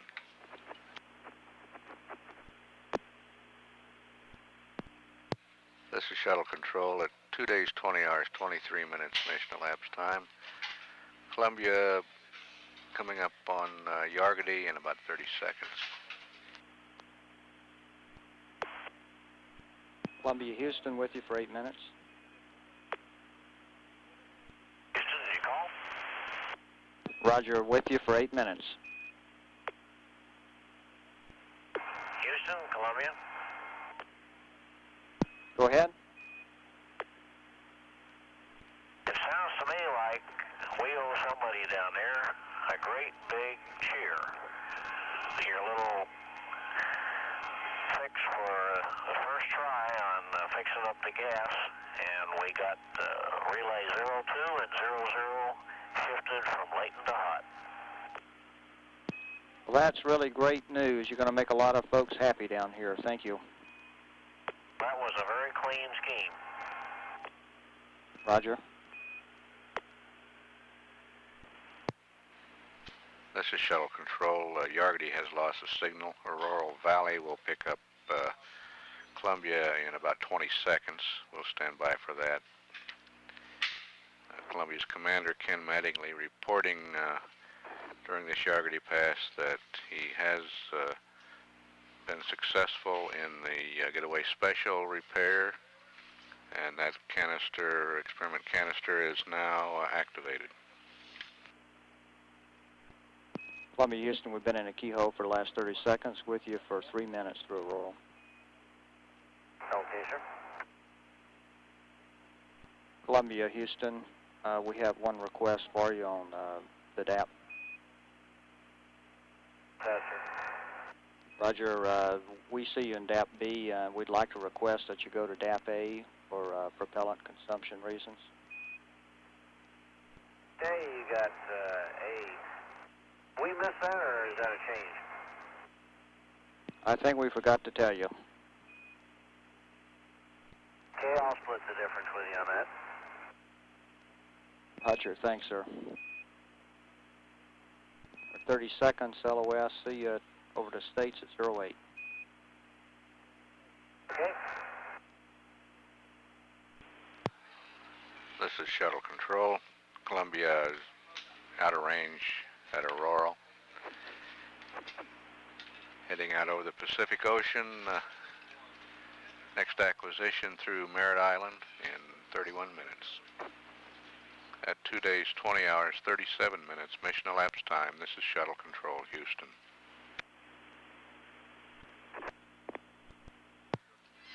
This is Shuttle Control at 2 days, 21 hours, 7 minutes mission elapsed time. Columbia is coming up on acquisition through Merritt Island. Columbia, Houston, through the States for 12 minutes. Okay, Reggie, loud and clear. You're 5 by as well, Hank. Columbia, Houston, we have 6 minutes left in this pass. Do you think you'd have a minute to talk? Okay, go ahead, Brewster. And we have a couple of requests from the PAO folks. On the next stateside pass, 1 rev from now, they were wondering if you could take a moment to configure one of the payload bay cameras for them and turn it on, and so we could get some live TV. The idea would be to take camera Delta and point it straight up out of the bay, zoom it out, and just turn it on so we could get some shots of the Earth as it goes by. The states go by underneath you. Over. I don't see a problem with that. Okay, that would be super, and we'll be sure to remind you in plenty of time to give you a chance to do that. And the other question was, later on today, on Rev 50, there's a TV downlink scheduled, and we were wondering if you had any cassettes that had already been rewound that you might use for those, and what the subject matter might be. Oh, we had some things we wanted to show you. We took some RCS jet fires from the nose at nighttime that I thought were going to be spectacular, and that unfortunately is not rewound. We're talking about now what we want to try to put together for you this evening. Okay, when you come up with your plan, maybe you could let us know so the folks would know what to expect. Okay. Thank you a lot.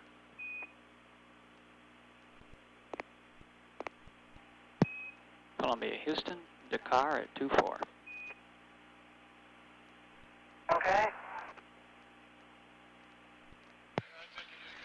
This is Shuttle Control. Columbia has lost a signal with Bermuda. Columbia now on its 47th orbit of the Earth. Next station is Dakar in 3 minutes. Columbia's pilot, Hank Hartsfield, responding to a question from the ground on this pass, says that he sees no problem in providing some Earth viewing television during orbit 48 over that'll be the next pass over the Merritt Island station, just under an hour and a half from now. And then on orbit number 50, the plan is to downlink television from the video tape recorder, and we expect a report later on prior to that orbit on what the videotape recorder contains.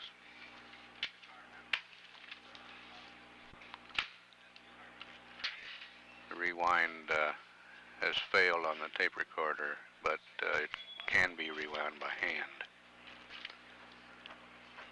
We're about a minute and a half away from acquisition through Dakar. We'll stand by at 2 days, 21 hours, 22 minutes mission elapsed time. Columbia, Houston for 8 minutes, standing by. Okay, loud and clear. Roger. This is Shuttle Control. Ken Mattingly is running a TACAN test at this time. Pilot Hank Hartsfield continuing to operate the continuous flow electrophoresis equipment.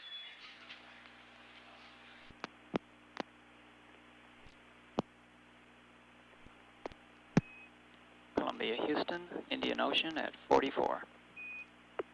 Okay, see you there. Yes, sir. This is Shuttle Control. Columbia's out of range of Dakar now. Next acquisition through the Indian Ocean Station in 11 and a half minutes. At 2 days, 21 hours, 33 minutes mission elapsed time. This is Shuttle Control, Houston.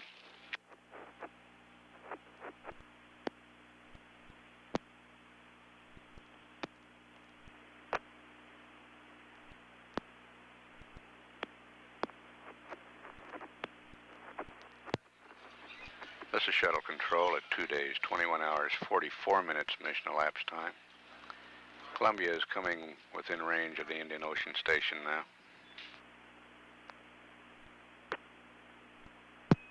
Columbia, Houston for 6 minutes. Hello there. Say, we hope that you fellas brought along some warm clothing. We're told the temperature right now at Edwards is 51 degrees. How much? That's going to bring that density altitude right down, TK. That's centigrade, I guess. We do, however, expect it to be a little bit warmer than that on Sunday. Okay. Okay, Brewster, when I got back, Hank said folks wanted to talk about some TV plans. It's a good idea. We want to get ourselves in sync. What did you guys have to propose?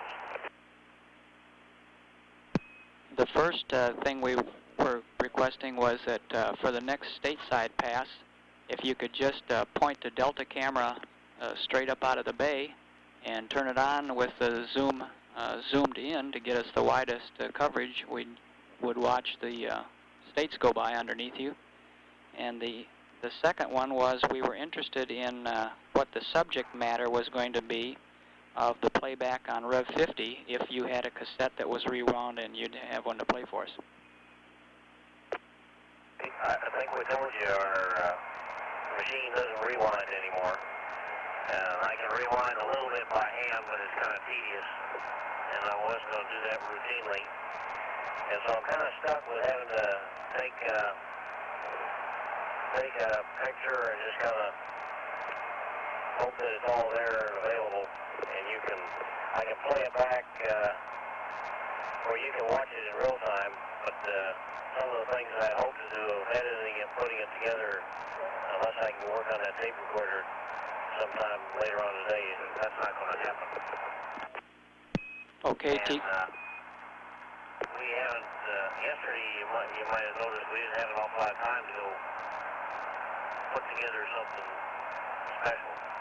And today I'm waiting to take some pictures of the Cephas flow. I wanted to put that together in one sequence, and that, rather than just sit there and run it in real time. You know what our attitude will be when we come across the states, in the LVLA sense.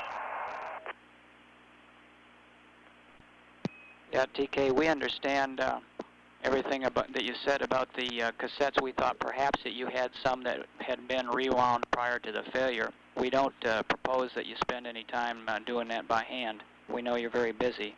And as far as the attitude coming across the states, we figured since you were in bottom sun, that we'd be able to get something as you swept across it.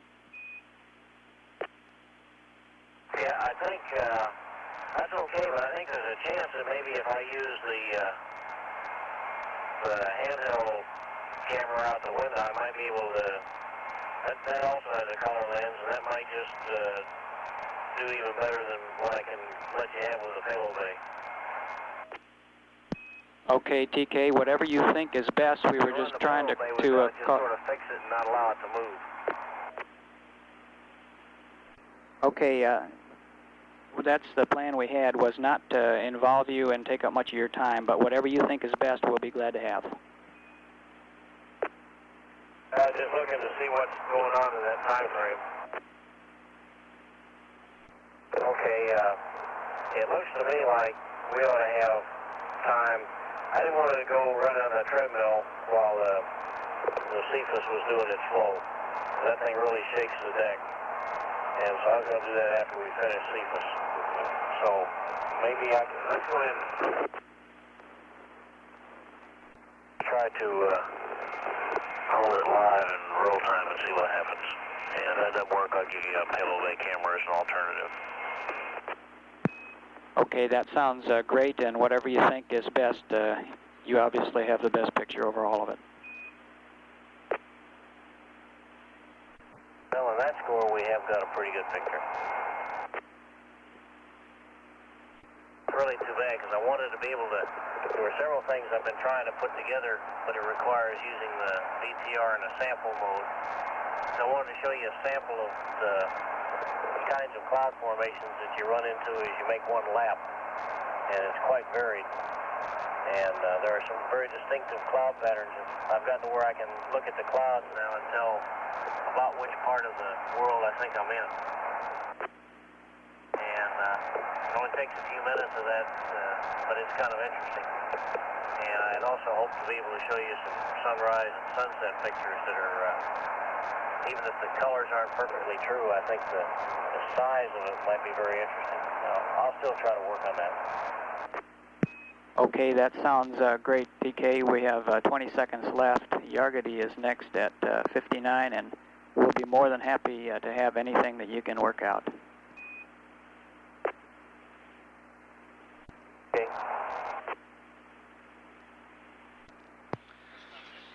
This is Shuttle Control. The Indian Ocean Station has loss of signal with Columbia. Next acquisition through Yargady, Australia, in about 8 minutes. During this pass, Ken Mattingly and Capcom Brewster Shaw discussed some of the television possibilities for the videotape recorder. We'll learn more later about what actually is on there. Mattingly has some ideas of what he would like to record. Whether he'll be able to do that because of the problem with the rewind is a question. At 2 days, 21 hours, 52 minutes, mission elapsed time. This is Shuttle Control, Houston. This is Shuttle Control at 2 days, 21 hours, 59 minutes, mission elapsed time. Yargady is about to acquire Columbia. Columbia, Houston for 8 minutes. Loud and clear. Roger. Columbia, Houston, 40 seconds LOS. We'll have about a minute through Auroral, and at Hawaii we'll send you a teleprinter message that will be a summary of the activities for the rest of the day, much like your deorbit prep and post-insertion cue card. If you like that, we'll continue each day with something like that. Okay, thank you very much, sir. That sounds like a good idea. Yeah, I think we should have thought of it before. It will help you see the flow through the day a lot better, I think. Okay, thank you, sir. This is Shuttle Control. Yargady has loss of signal. About a minute and a half before acquisition through Auroral. Short pass at Auroral, about a minute. Columbia, Houston, we're with you through Auroral Valley for 1 minute. Okay, loud and clear. Roger. Columbia, Houston, we'll see you at Hawaii at 28. Okay, see you there. This is Shuttle Control. Loss of signal through Aurora. Columbia now heading toward acquisition at the Hawaii tracking station in 17 minutes. At 2 days, 22 hours, 11 minutes mission elapsed time. This is Shuttle Control, Houston. This is Shuttle Control at 2 days, 22 hours, 27 minutes mission elapsed time. The Hawaii tracking station should lock on to Columbia shortly. Columbia, Houston through Hawaii for 2 minutes. Columbia, Houston through Hawaii for 1.5 minutes. Okay.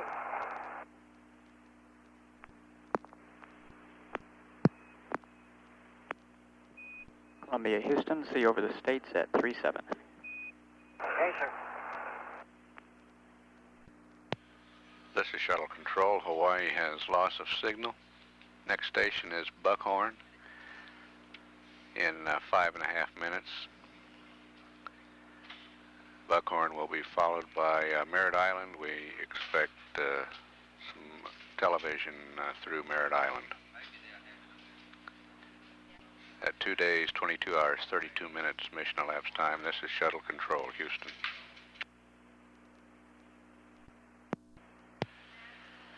This is Shuttle Control at 2 days, 22 hours, 36 minutes mission elapsed time. Buckhorn should acquire Columbia in about 20 minutes, 20 seconds. Columbia, Houston through the States for about 19 minutes.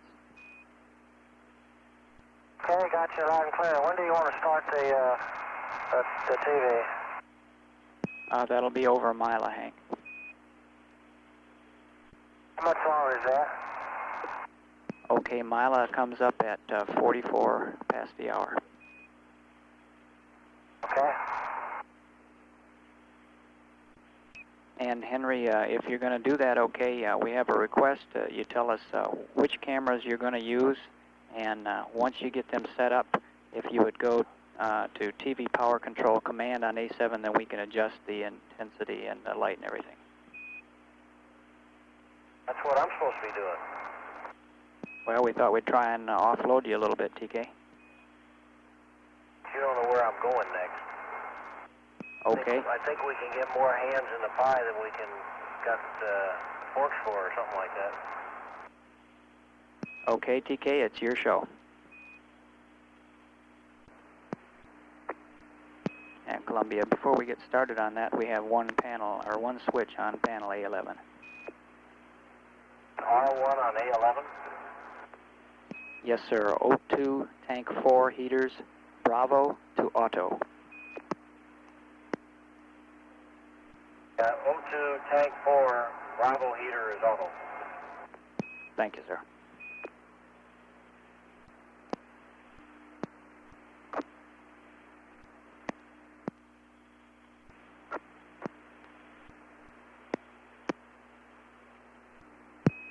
Columbia, Houston, Mila is locked up and we're ready anytime you are.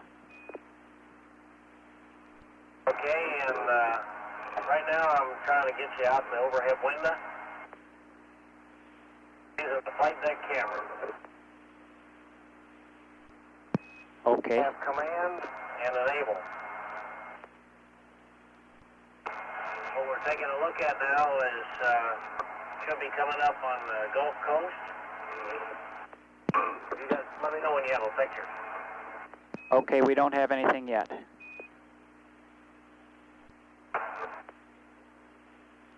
And TK, can you tell us which camera you're using? This is the flight deck camera.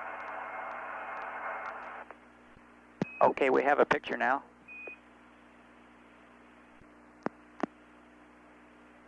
Okay, the picture I'm trying to show you now is looking back at the Gulf Coast.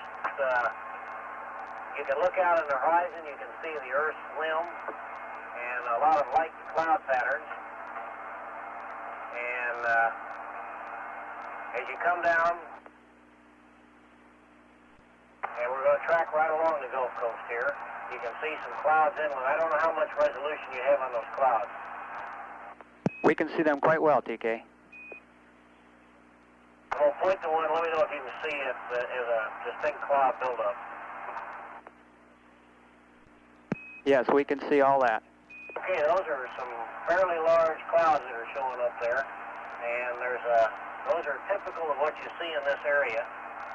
The Gulf Coast, I'm not sure there's enough color contrast for it to stand out. We're seeing mostly small clouds that are down along the water. They're low bulky Q. I imagine they're probably not too large. Unfortunately, this is a path going backwards, so I'm having to tell you where we've been. I'm looking down, and from the mud silt that I'm beginning to see in the bottom of the picture here. Right, we see those.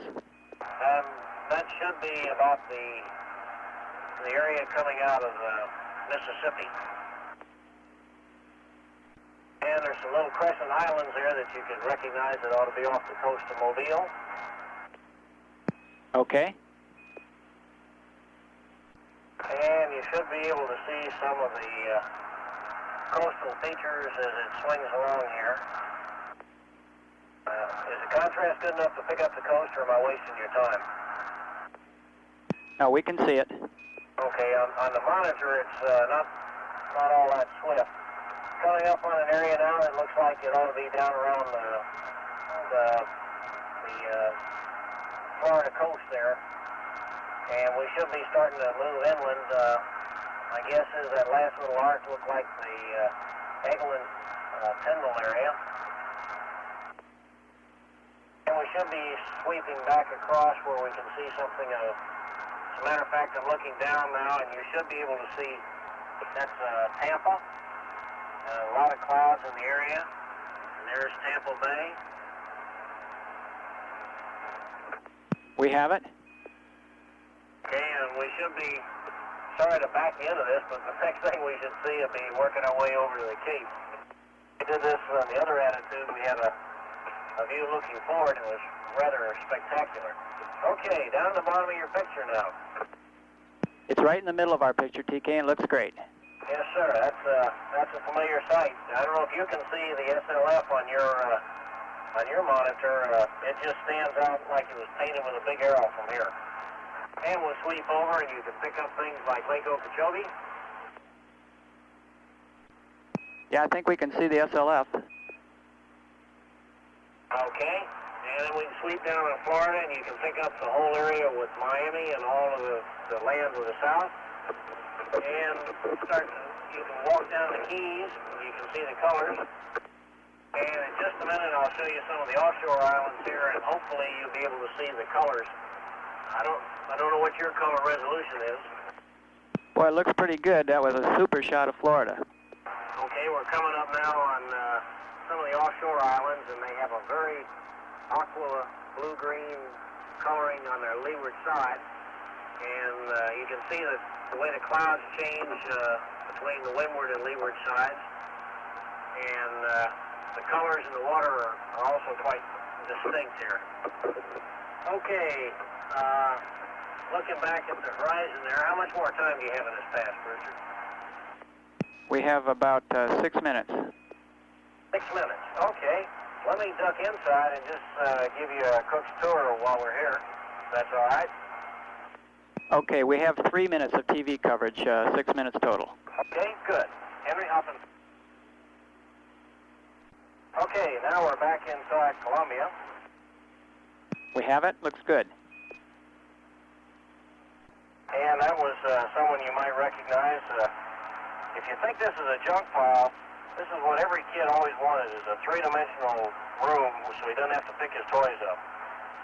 And they don't lay on the floor and they go everywhere. Looks like you've been keeping up with your housekeeping.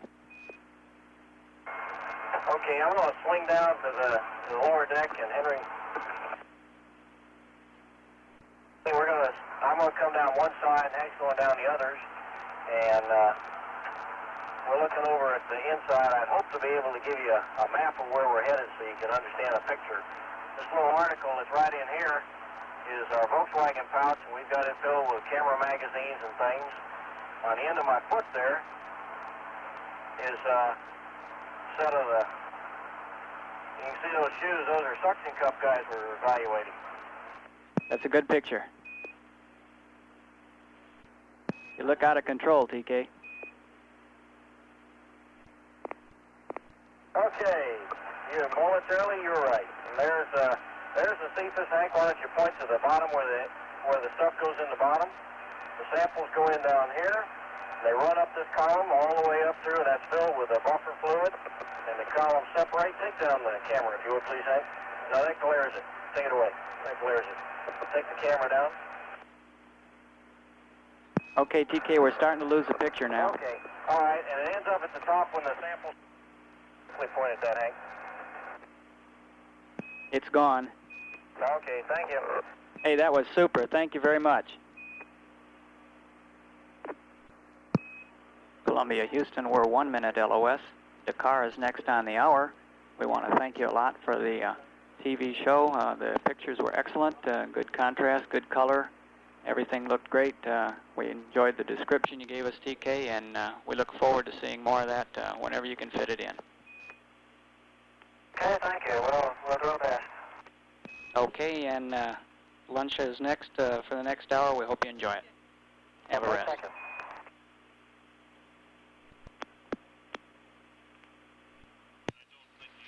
This is Shuttle Control.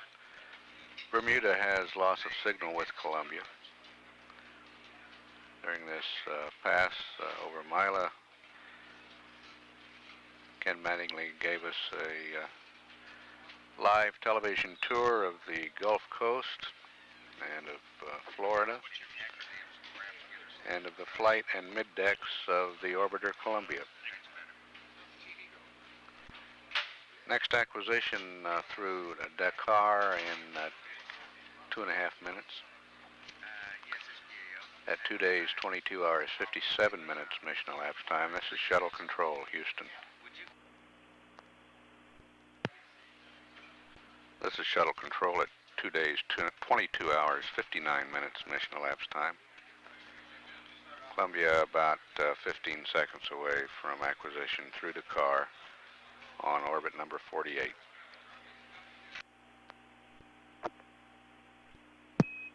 Columbia, Houston through Dakar for 10 minutes, standing by. Okay, sir. This is Shuttle Control. It's lunchtime aboard Columbia. Here in the Mission Control Center, the members of the bronze team of flight controllers are beginning to arrive. We'll have a handover here in an hour. Chuck Lewis, the flight director for that team. The off-going flight director, Harold Drawn, estimates 10:30 a.m. Central Daylight Time for the change of shift news conference in room 135 at the JSC News Center. We've got about 6 minutes remaining in this Dakar pass, including a short bit of overlapping coverage through Ascension. We'll stand by.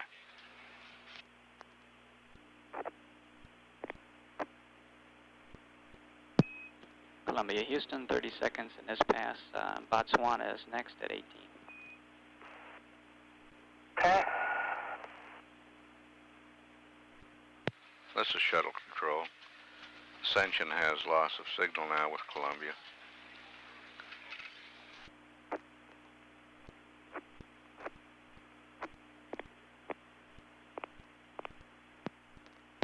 This is Shuttle Control at 2 days, 23 hours, 18 minutes mission elapsed time. Columbia is about 30 seconds away from acquisition through Botswana. Columbia, Houston with you for 4 minutes. Oh, Houston, loud and clear. Roger, you're 5 by. Columbia, Houston, 30 seconds LOS. See you at Yarga D at 35. Okay, see you then. This is Shuttle Control. Columbia has moved beyond the range of the Botswana station, heading out over the Indian Ocean toward Yargati in 12 and a half minutes. At 2 days, 23 hours, 23 minutes mission elapsed time. This is Shuttle Control, Houston.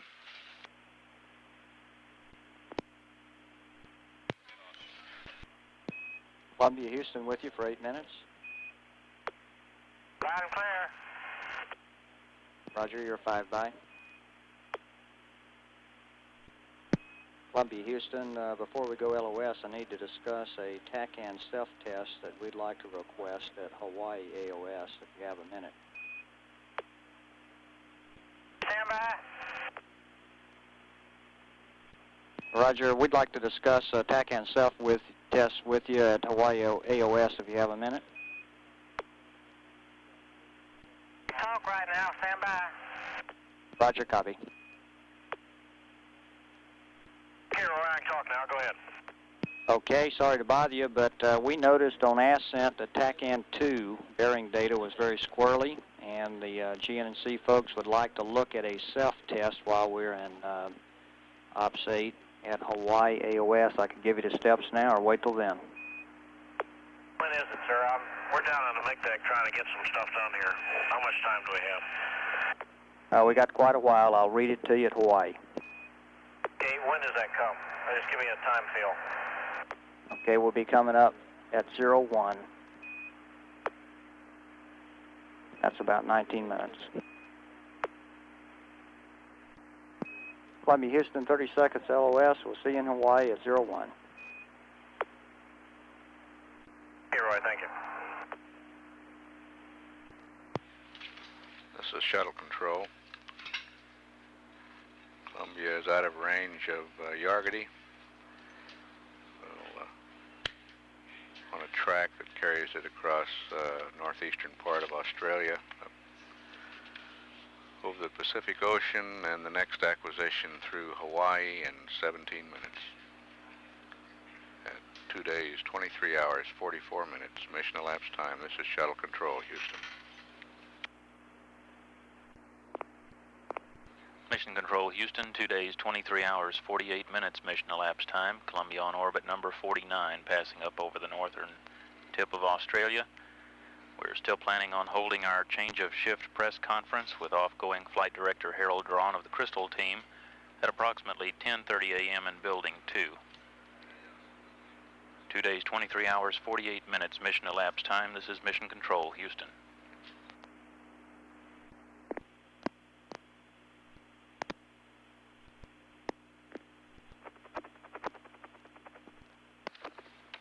Mission Control, Houston, 3 days, 0 hours, 1 minute mission elapsed time. Just completed 3 full days of flight on STS-4. We're about to pass within range of the Hawaii tracking station. Crew is currently in their scheduled meal period at this time. They'll be performing some TACAN activity, that is verifying the potential use of the TACAN, the Tactical Air Navigation System, as an on-orbit navigation aid. And the day is taken up with also some electrophoresis activity today as well. 3 days, 0 hours. Houston with you through Hawaii for 7.5 minutes. Here. And Columbia, Houston, we need this TACAN self-test now if you have time. Okay, I've got all 3 TACANs in GPC. Here comes item 13. Roger, thank you very much. Okay, it looks to me like the TACAN test is complete now. We ran that once before. Columbia, Houston, we've copied the TACAN self-test, and we thank you for your cooperation. Okay, we'll go back to your next data point. Columbia, Houston, for your info, the TACANs look good to us right now. We still can't explain the anomaly we had on Ascent. We're still thinking about it. Okay. Columbia, Houston, 1 minute LOS. This will be the last pass for the Crystal team. We've all been very cognizant of your very busy schedule this morning, and we have a lot of admiration for the enthusiastic way you approached it and for the great work you've done. Mission Control Houston, 3 days, 0 hours, 9 minutes mission elapsed time. On orbit number 49, Columbia has just passed out of range of the Hawaii tracking station. We have a brief loss of signal period of about 2 minutes here before we reacquire over the continental United States for a pass of several minutes. During that time, we have scheduled in the crew activity plan a private medical communication with a flight surgeon here in Mission Control where we have an opportunity for the crew to discuss anything they would like with the surgeon. Crew is currently scheduled to be finishing up their meal about this time. And as they noted in the pass over Hawaii, they were performing the checks of the TACAN system, and that apparently came through very well according to the flight controllers here in Mission Control. Be reacquiring communication in about 1 minute here over the United States. 3 days, 0 hours, 10 minutes mission elapsed time. This is Mission Control, Houston.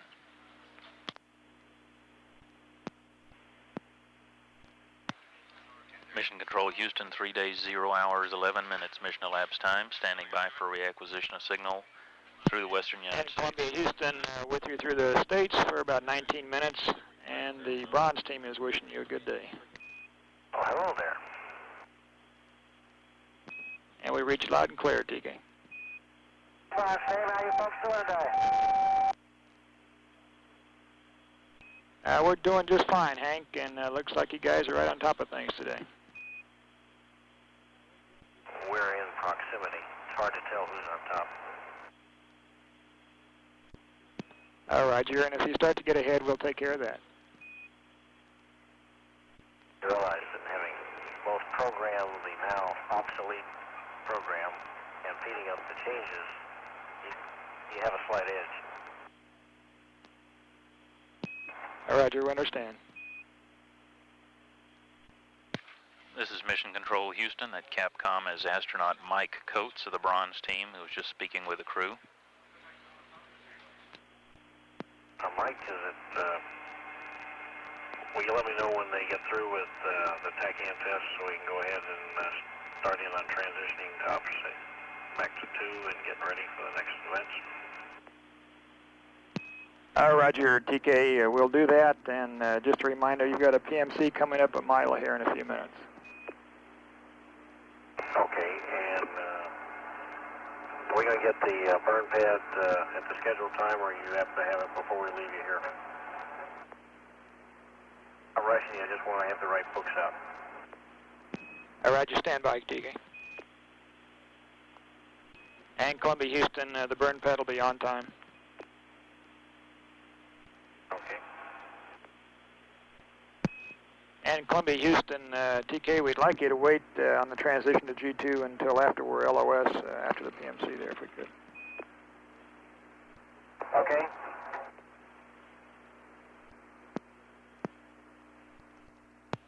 Mission Control, Houston. And Columbia, Houston, the Getaway Special investigators are here in the Control Center viewing room and would like to pass up their great appreciation for your outstanding in-flight maintenance task. Many thanks, and for their words here, it was one small switch for NASA and a giant turn-on for them. And we're getting ready to turn you over to the PMC here. Okay, whoever thought that fix-up, I thought was pretty clever. Somebody gets a gold star for that one. Roger, TK. Wayne Bonzik down here did that for us and did a fine job on it. This is Mission Control. Off-going Flight Director Harold Drawn has left Mission Control now for the press conference over in Building 2. Should be arriving shortly. And Columbia, Houston, we've got you for another 7.5 minutes over the States. Okay. And Columbia, Houston, we've got the RCS-2 burn pad. If you want it now, or we can wait till the car. Well, just a second, we'll be there. And Columbia, Houston, you don't need to get the burn pad out. We don't need a burn here, just a couple attitude maneuvers. Just have a burn pad. You don't want me to write anything in it, okay? That's affirmative. Do you have anything for me to write down? Roger, Hank. The RCS-2 Translation is not required. We'd like you to maneuver to the following attitude at 1 hour and 30 minutes, if you're ready to copy. Bad. Okay, roll 55.03, pitch 257.48, yaw 304.75. We'd like you to hold the attitude per the RCS-2 procedure until the end attitude time of 2 hours, 0 minutes, and then go back to the bottom sun attitude. And we've got that if you'd like to copy that too. Is the same as before, right? That's affirmative. Yeah, we got that. Roger. And Columbia, Houston, we're 30 seconds to LOS. We'll talk to you again through Dakar at 0+38. Okay, sir. I didn't know you guys had a telltale down there that let you know when Cephas was calling. Roger, we understand. It's uncanny. Mission Control Houston, 3 days, 0 hours, 31 minutes mission elapsed time. Columbia has just passed out of range of the tracking stations across the United States and will be reacquiring in about 6.5 minutes through the station at Dakar, Senegal. Columbia is on orbit number 49 right now. 3 days, 0 hours, 32 minutes mission elapsed time. This is Mission Control Houston. Mission Control Houston, standing by for acquisition of signal through Dakar. And Columbia, Houston, with you through Dakar for 10 minutes, over. Wait a minute. Roger, Columbia, we're here for about 9.5 minutes, over. And Columbia, Houston, if you're up there on the flight deck, and we think you are, could you get on panel L1 a high-load duct heater to B, please? There now. Okay, we'll keep it stowed afterwards. I had my list here showed I was supposed to turn that duct on at 1 hour. Did I miss something there? That's a negative, TK. You were correct. We'd like to go ahead and get it on now, though it really doesn't make a lot of difference. You just want to make sure I'm not working the wrong schedule. I show the door at 2 hours. That's correct, Ken. Okay. And Columbia, Houston, we're 20 seconds to LOS. One more reminder, you don't need to go to a dual G2 GPC since we're not doing a burn here. And we'll talk to you again through Yargity at 1+12. Okay, I was just getting ready to ask you about that, and the only reason I was thinking about it was when we go to do the door closing, if we have to stay there any length of time, is it all right to stay in the verniers? Roger, TK. We'll talk to you through Botswana here at 5-1. Get back to you on that one. Okay. Mission Control Houston, 3 days, 0 hours, 48 minutes mission elapsed time. We have about a 2.5 minute loss of signal period here between Ascension Island and Botswana. Columbia is on orbit number 49 and passing out over the southern Atlantic, just off to the east of Africa at this time. 3 days, 0 hours, 49 minutes mission elapsed time. This is Mission Control Houston. And Columbia, Houston, with you through Botswana for 8 minutes, and we gave you a bad call on the two GPCs. We do need two G2 GPCs since we're going to be using the FES and for the L1A test. Okay, sir. And Columbia, Houston, we're 40 seconds to LOS. We'll talk to you through Yargity at 1+12, and just a reminder, we'll be set up for TV at Hawaii through the States at 1+37. Oh, I'm glad you reminded me. I thought that last one took the place of that. Okay. Mission Control Houston, 3 days, 1 hour, 11 minutes mission elapsed time. We're about to reacquire communication with Columbia through Yargady for about a 6.5-minute pass. This is Mission Control Houston. And Columbia Houston with you through Yargady for 6 minutes, over. All right, sir. Houston, Columbia. Go ahead, TK. Okay, can you tell me how long is the video coverage on this next pass? All right, just stand by a second, TK. And Columbia Houston, what we've got is 7 minutes over Hawaii and then 12 more minutes over the States. We've got up to 19 minutes there. Henry says thanks a lot. Roger, we thought you'd appreciate that. Okay, we'll be ready. Roger, TK, we'd appreciate whatever you can give us. And Columbia Houston, we're 25 seconds to LOS. We'll talk to you through Guam at 1+25. Okay. Mission Control Houston, 3 days, 1 hour, 19 minutes mission elapsed time.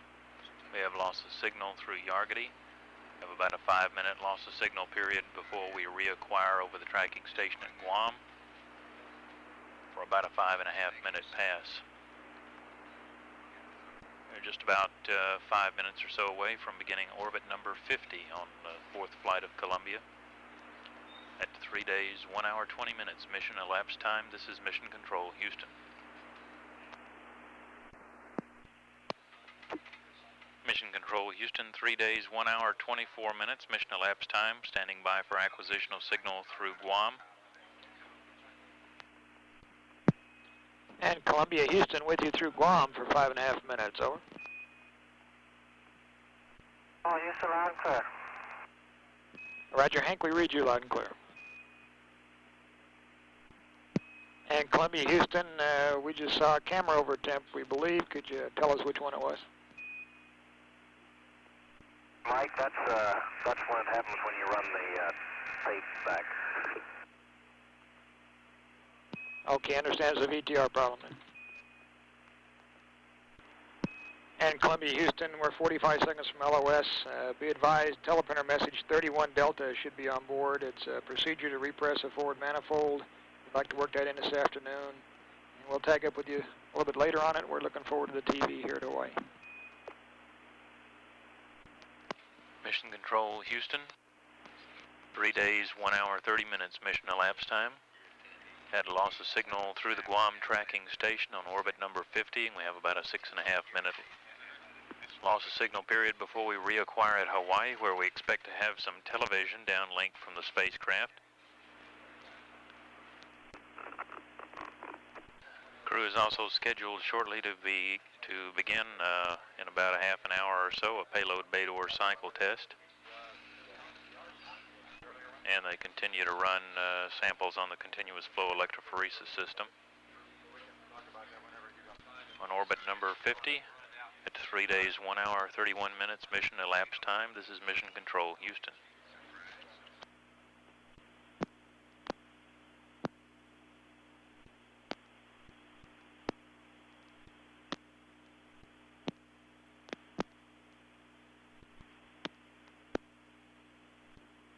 Mission Control Houston, 3 days, 1 hour, 37 minutes mission elapsed time. We're standing by for acquisition of signal with Columbia over Hawaii.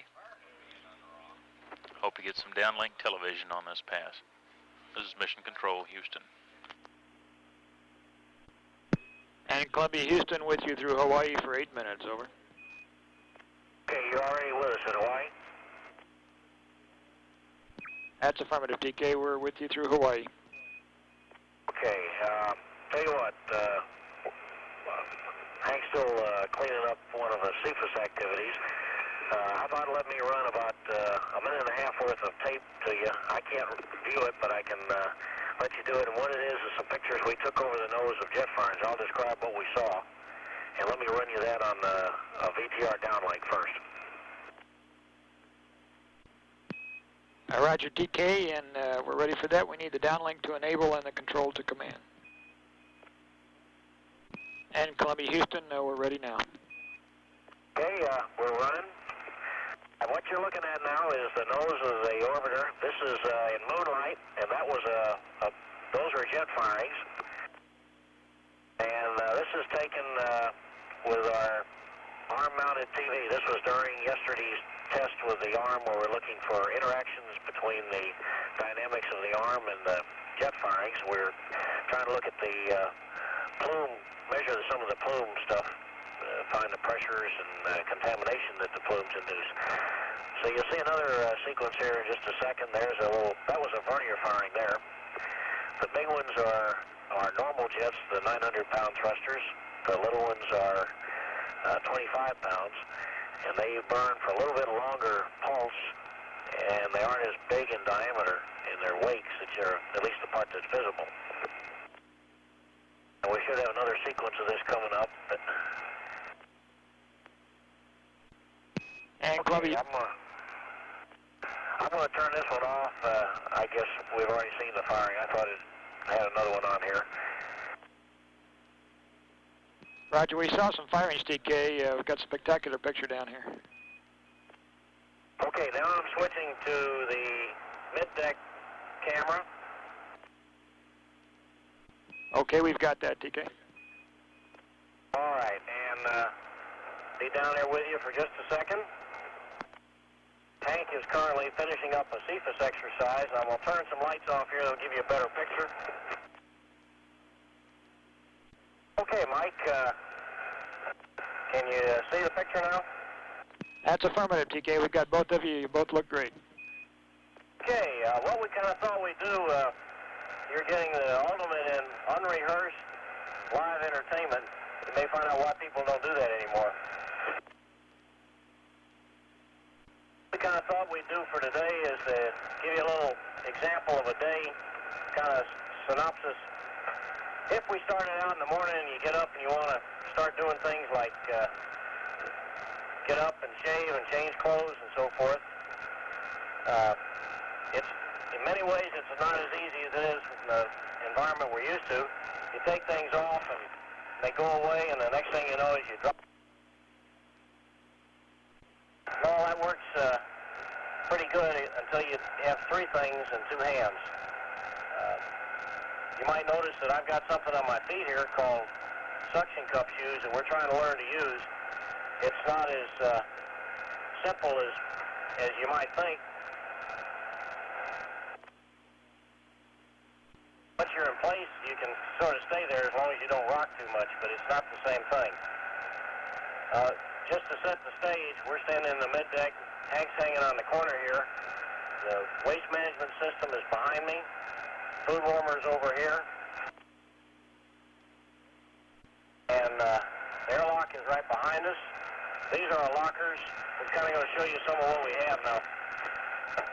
After you get up and get started in the morning, one of the first things you're going to be interested in doing is getting something to eat. So we put together a food package. And Hank, why don't you take that? And it's got two kinds of food in it. One that we're calling the operational food, and one that we're calling the normal food we've been using. And we'll try to show you the differences in the packaging and some of what's involved. Typically, we've laid out our utensils and things on the counters. A couple of things you always have to get out in advance for anything in zero-G is you want to be sure and get out something to scoop up fluids with. The water gun is right here behind me that we reconstitute our food with. We've got our alcohol wipes that you can use to clean up there. So we try to put everything in one place, and then you look for a way to stay here while you do your chores and use two hands. Today I've been trying to learn to use my shoes, and I haven't completely mastered it yet. Hank's been using his toes, and you may have noticed when he was working on his CFIS that sticking your toes underneath these lockers right down here, although it faces his back to the camera, is really the best way you can hold yourself in place. Once you start doing something, you can float free, but every time you reach for things and set them down, it gets in the way. He's going to turn around now, and we'll split up the food and kind of show you the food packages and why we do what we do. And Columbia, Houston, we're going to lose you in about a minute here. We'll be back with you through the States in about 2 minutes. Okay. Hear me now, Hank? Loud and clear. How me? Okay. We're both on Vox. The battery's coming. Okay. Will be as soon as I get hold of it here. Oh, I have one. You hear me? Hank? Mission Control Houston, 3 days, 1 hour, 46 minutes mission elapsed time. Have a brief gap in the coverage here while Columbia passes between the limits of the ranges at the Hawaii tracking station and those in the western United States. We should be picking up the television again in about 30 seconds or so. Oh. 1, 2, 3, 4, 5, 6, 7, 8, 9, 10, 11, 12. This is just my hearing of it, okay. And Columbia, Houston, we're copying you now. We're going through the States for about 8 minutes. Okay, you got the video back? Not yet. We should pick it up in about 30 seconds. All right.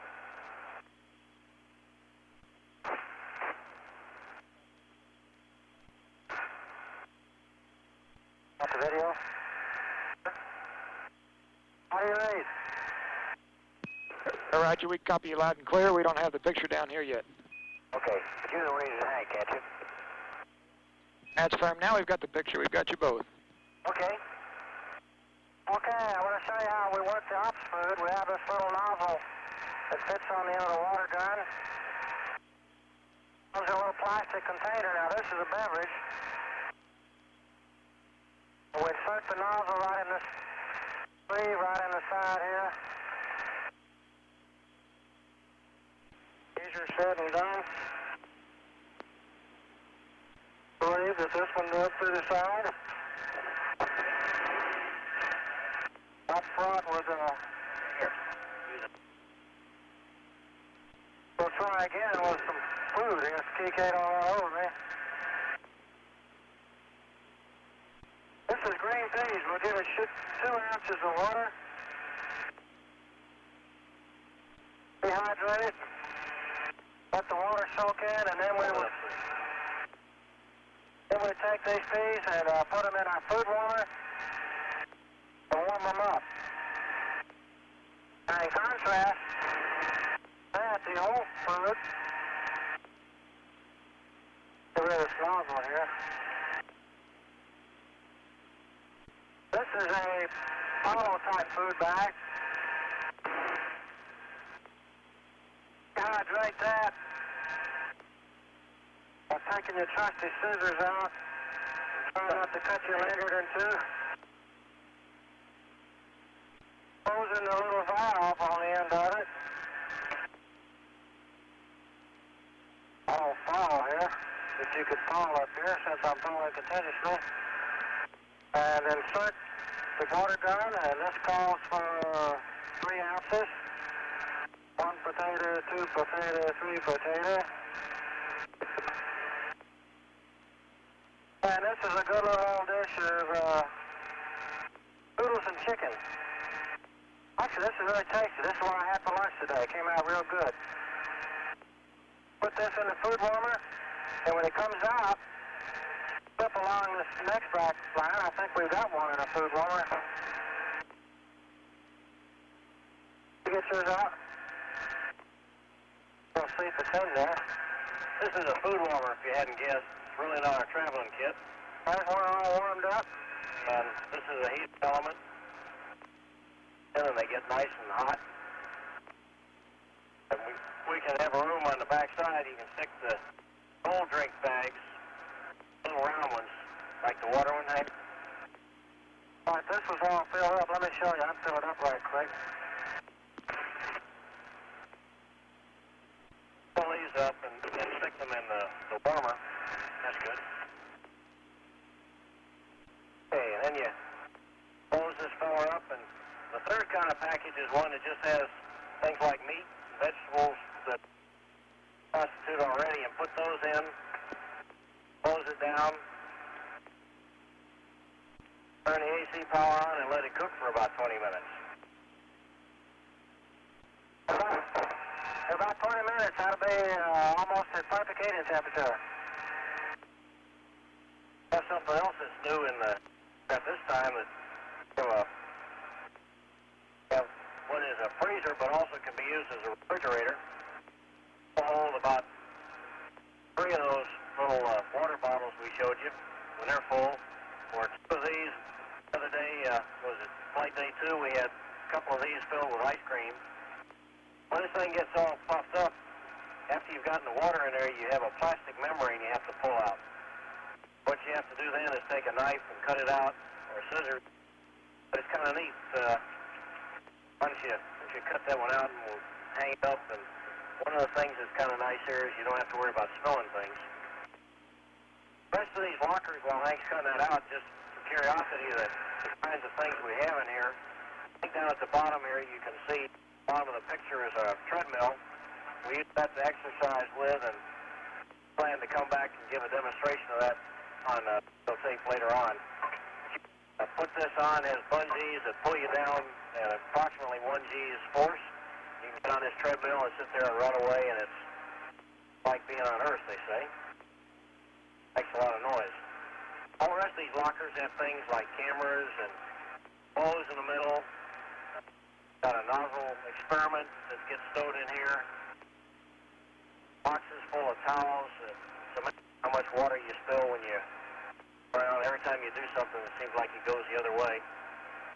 Got his package of peas up there. Don't put too much water in them. You can go ahead and eat them just like you were sitting at a table. Don't come out and float away. There's just enough water there that they all stick to each. Some of the other things that we have down here in the bottom, we have all of our EVA equipment. First, talk about the in-flight maintenance. That stuff all lives in this. Down here, we have a set of tools.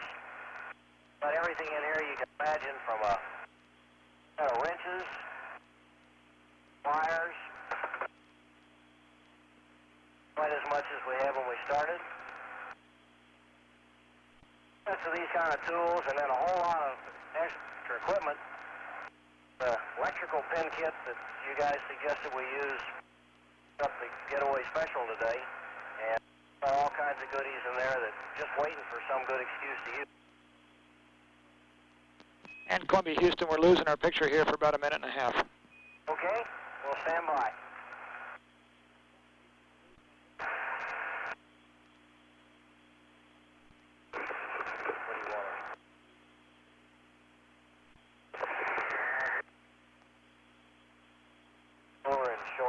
Take the camera down. We'll show where the teleprinter is and the free box links. There's a message there. I can take it off. Okay. Got some scissors. I use that cutter. Okay. Yeah. Why don't you just take the camera off and I'll hold it. Slide it out. That's it. Yeah. Okay.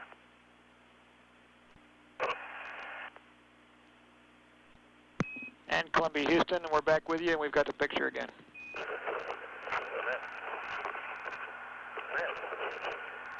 Okay, how do you raise? Roger, Hank, read you loud and clear, and we've got a good picture down here again. Okay, I'm over at the teleprinter now, and you see the little message receive lights on. You folks have been busy again. Show you what that little operation looks like. Open up the door, push the feed button. Turn off a little paper.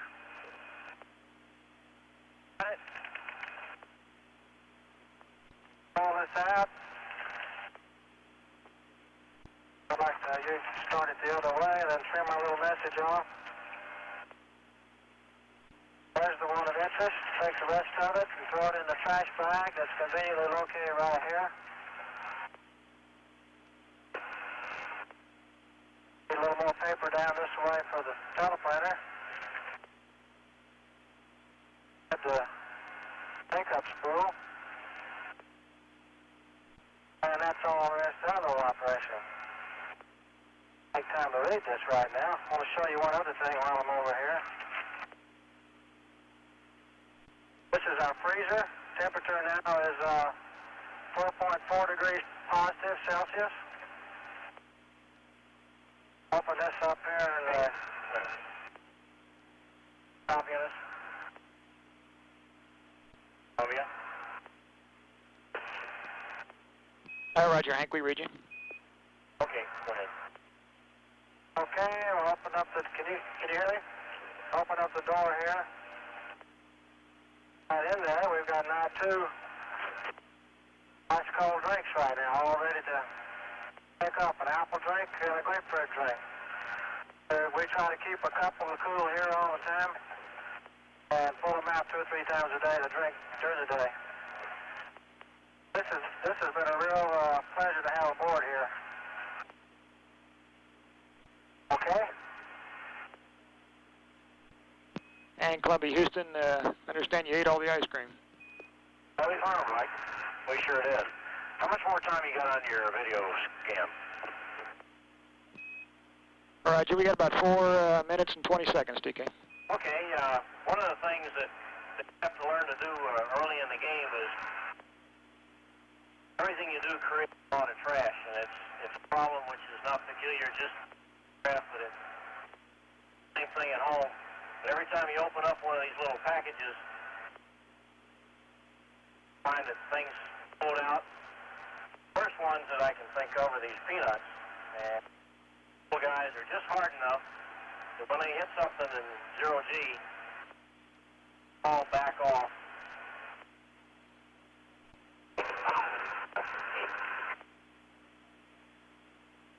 Oh, it's been a nice straight shot at them. One of the things I thought you might get a kick out of, you know that everything in 0G goes in a straight line, doesn't it? Well, package here. Roger, TK. Okay. Little plastic bag I'm holding in my hand. Roger. All right, I'm just going to let it go straight now. Idea what happened to it? Roger, could we see that again, TK? We lost that picture for a second. Stand by a second. And Columbia, Houston, we lost the video here for a minute. And Columbia, Houston, we've got our picture back now. All right. What happens, why we don't answer you all the time is I generally have something stuck in my mouth while I'm trying to hold on to things. All right. Roger. Okay, I'm going to let it go in a straight line now. Turn. Did you see it turn? That's affirmative. What do you suppose that is? Roger, we're assuming it's airflow in the cabin. Oh, you get an A. And the only reason I wanted to show you that is that those are really tiny forces. And the neat thing about this environment, after you get away from gravity, now you can use these very tiny forces to make it happen, and you can... That's what this experiment called electrophoresis is about.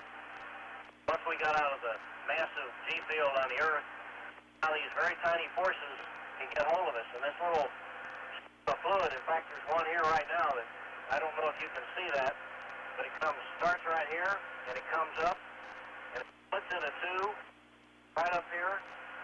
Now the 2 lines are rather distinctly separated, and one's here and one's over here. Separated by about 5/8 of an inch when they stop. The only reason that can take place is once we've gotten the gravity effects out of it, now these very small forces of thermal effects, electrical effects can take place. That's one of those things that's a bad thing. It's a lot of fun. A lot of fun on here. And Hank, I think we probably ought to go back to work. Up here with us, I tell you, this is a thing. This morning we showed you the view outside. Hope it got across to you the way we see it, because breathtaking thing. You imagine what a beautiful sight it is to see the whole world and see it pass by that fast. Colors of the clouds and all, really spectacular. Roger, Columbia, Houston. We're going LOS at this time. We'll talk to you again through Ascension at 2+16, and that was a fantastic show. We really appreciate that. Mission Control Houston, 3 days, 2 hours, 4 minutes mission elapsed time. We just completed that pass over the continental United States and had several minutes of downlink cabin TV, on-orbit tour of the middeck by the astronauts. We're going to be reacquiring communication with Columbia in about 12 minutes over Ascension Island. That'll be about a 7-minute pass. At 3 days, 2 hours, 4 minutes, mission elapsed time. This is Mission Control, Houston. Mission Control, Houston, 3 days, 2 hours, 16 minutes, mission elapsed time. We're about to reacquire communication with Columbia over the Ascension Island tracking station. It'll be about a 6 or 7 minute pass at that time.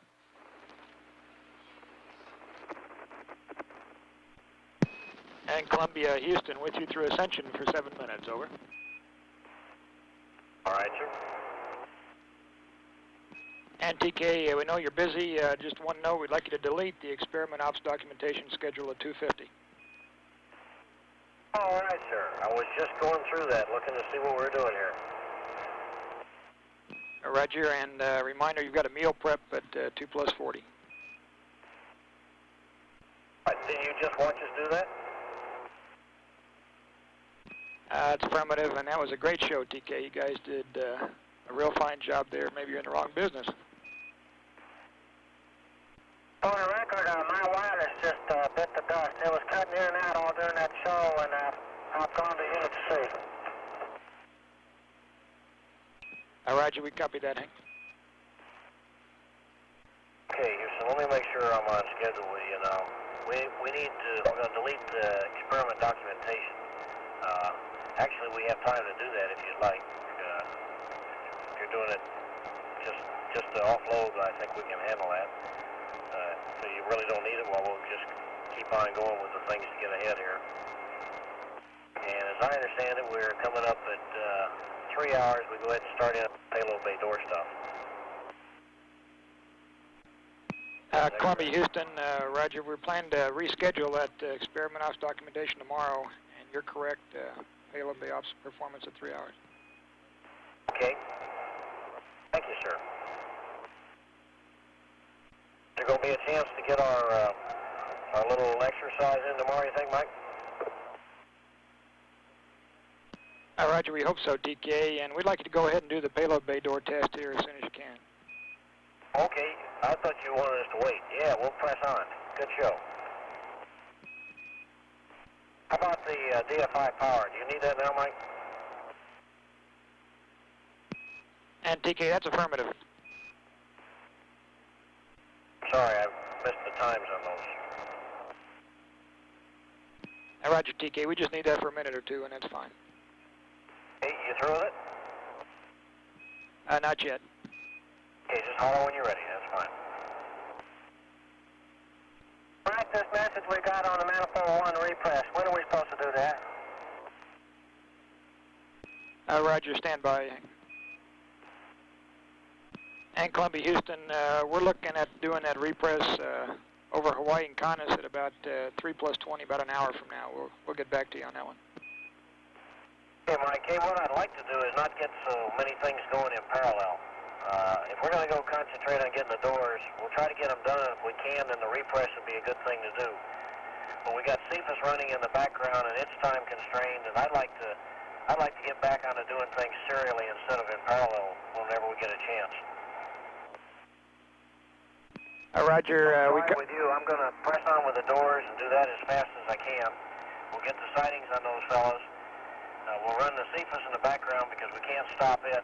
And we'll try to be ready for the repress activity over Hawaii next time. You might give us a tag up just before that and remind us so we don't let it slip by us. But if we're getting behind with the doors, then we'll go ahead and finish that chore. Roger, Columbia, we concur with that, and the repress is your call whenever you get around to it there. Okay, we'll make it today, and I think it needs to be one of the sites where you can watch us. And Columbia, Houston, we're about 15 seconds from LOS here. We'll talk you through Botswana again at 2+27. If you turn on the floodlights for this payload bay door test, we'd like to note the time if we could. And we'd like to remind you to use the thermal gradient pad for these tests. Okay, Mike.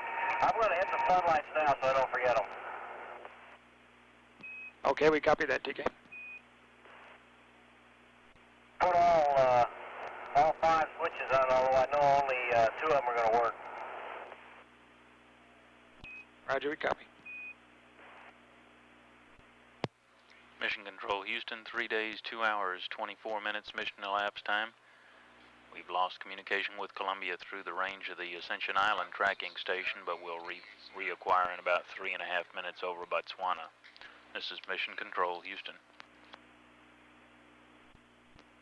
Mission Control Houston, 3 days, 2 hours, 27 minutes mission elapsed time, standing by for reacquisition through Botswana. And Columbia Houston with you through Botswana for 7 minutes, over. And Columbia Houston with you through Botswana for 6.5 minutes. Roger. Mike, Henry just reminded me that separation that we're getting on that sample he's running now is much cleaner and nicer than the wider separation and a cleaner separation than what we got on flight day 2. Roger, we copied that, TK. Thank you. And Columbia Houston, we're 20 seconds from LOS. We'll talk to you again through Guam at 2+59. Okay, Mike, and I've got the theodolite set up here, and as soon as I turned it on, instead of getting the usual train of dots, I got a B dot Charlie 1.8. Looks like C's and dots and so forth. I'm going to press on and see how it looks, but it doesn't look like my normally expected display. Roger, we copied that, TK. Mission Control Houston, 3 days, 2 hours, 35 minutes mission elapsed time. Just passed out of range of the tracking station at Botswana, and we have a 23.5 minute loss of signal period until we reacquire over Guam. Commander TK Mattingly reporting on that last pass that he was engaged in the payload bay door cycle test and the theodolite sightings involved in that test. During this operation, the crew cycles the payload bay doors while the vehicle is in the bottom sun attitude. The payload bay has been cold at that time, and they observe any resulting deformations in the orbiter structure that might result from the temperature gradient differentials there. 3 days, 2 hours, 36 minutes mission elapsed time. This is Mission Control Houston. Mission Control Houston, 3 days, 2 hours, 58 minutes mission elapsed time, standing by for acquisition through Guam.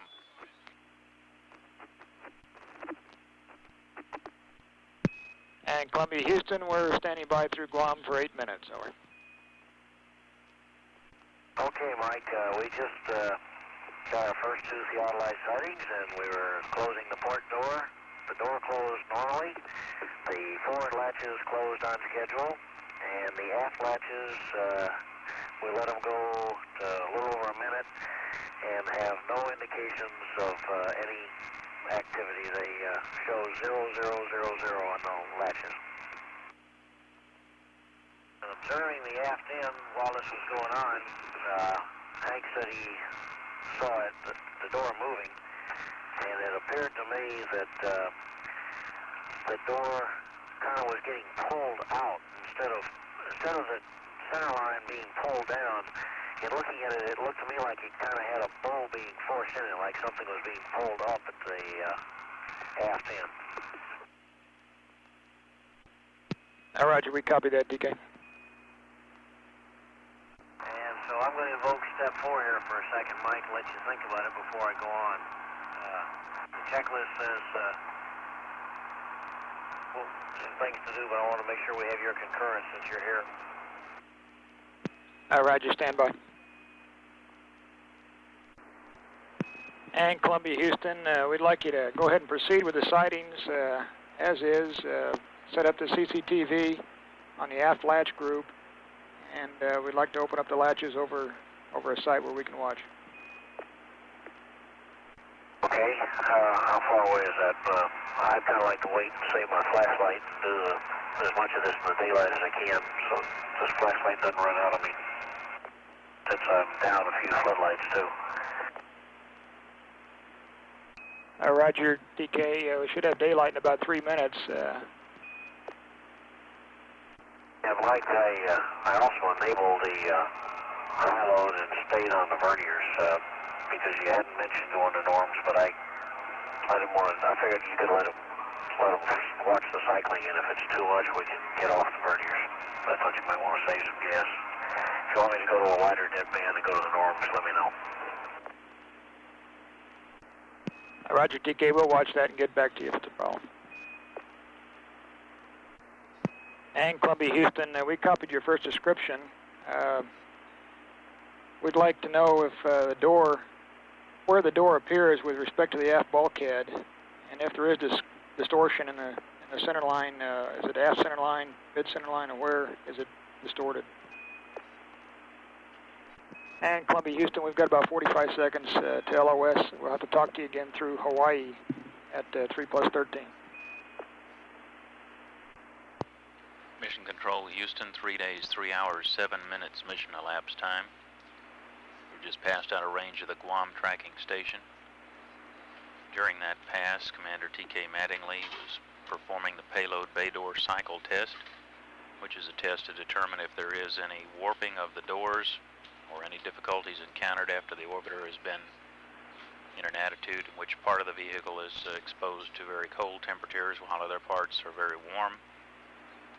Mattingly noted that there appeared to be some difficulty in latching the aft latches on the doors, the aft bulkhead latches, and the payload bay doors appeared to have some warping in them. Flight controllers here have asked for clarification as to where the warping appeared to have taken place. They'll be talking to the crew again in a few minutes as we pass over Hawaii. That'll be in about 5 minutes. At 3 days, 3 hours, 8 minutes mission elapsed time, this is Mission Control, Houston.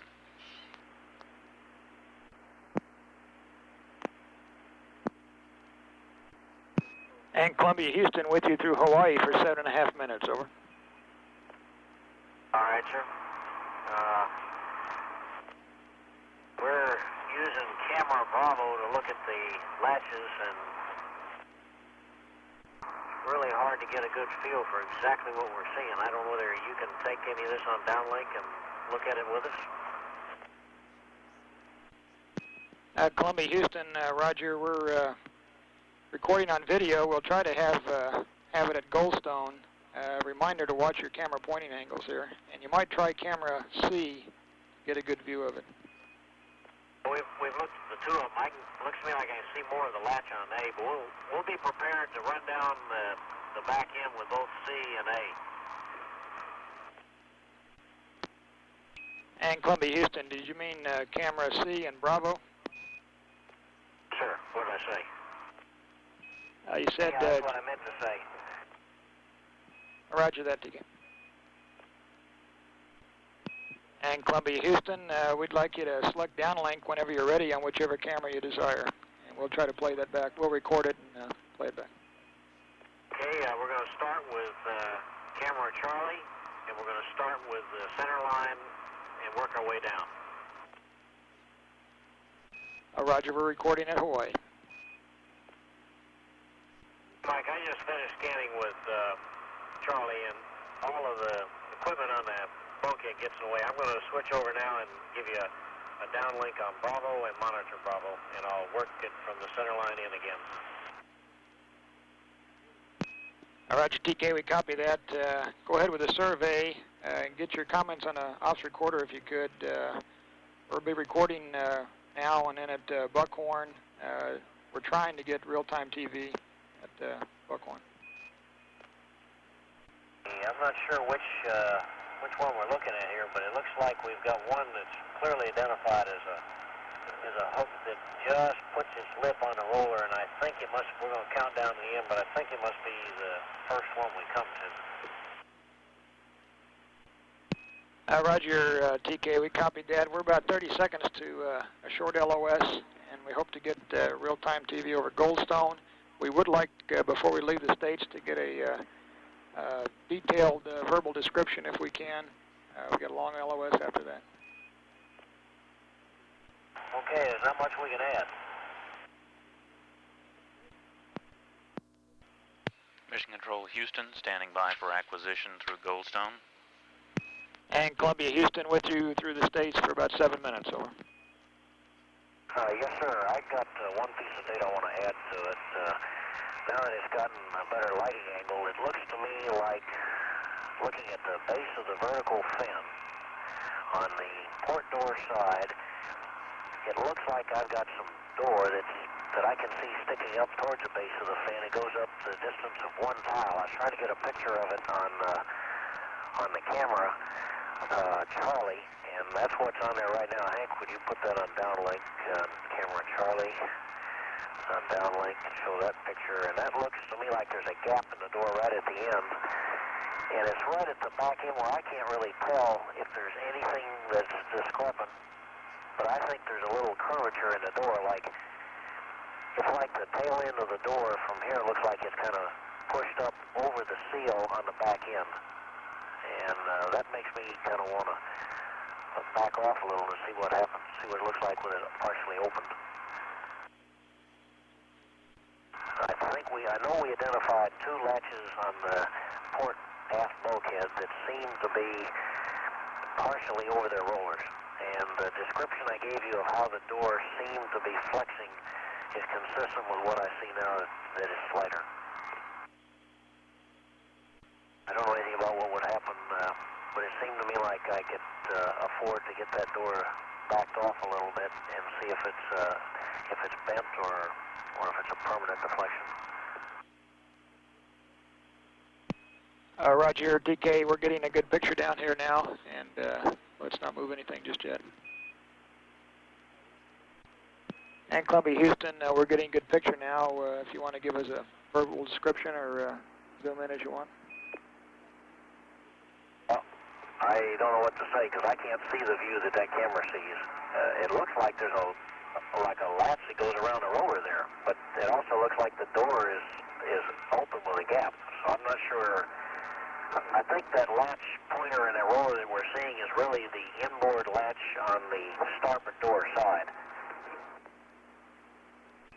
Roger, TK, we can see the gap there.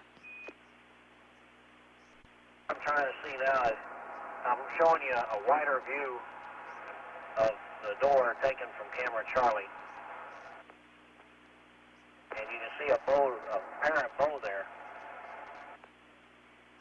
That's affirmative, TK. We can see the bow. I'm going to leave that there for a second. I'm going to work on another view on another camera before I downlink it. Roger, we copy. And Columbia Houston, we're going to run out of downlink here shortly. We'd like you to record anything on VTR that you think might help and take some still photos if you could.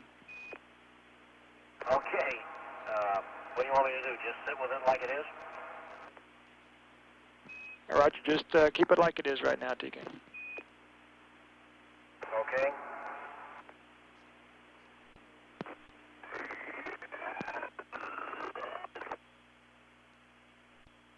And Columbia Houston, could you try camera Bravo on latch number 2? Okay, can you still see? We just now lost our downlink here, TK. Well, I took it away. I thought you said you were through. You've got Bravo on 2 now. Can you see it now, Mike? That's a negative, TK. We passed over Goldstone. We're going LOS here in about 30 seconds for a long LOS. What we'd like you to do is use your TV cameras. Use the aft TV cameras, zoom in, and take a picture, and then step it down, zoom out, zoom in again, step it down, and zoom out. And get a good recording that way if we could. Hey, where should I be prepared to downlink it? Because I'm going to have to manually rewind it for you. Roger, it'll probably be the next Hawaii pass, and we'll talk to you over Ascension at 3+54. All right, sir. Mission Control Houston, 3 days, 3 hours, 31 minutes mission elapsed time.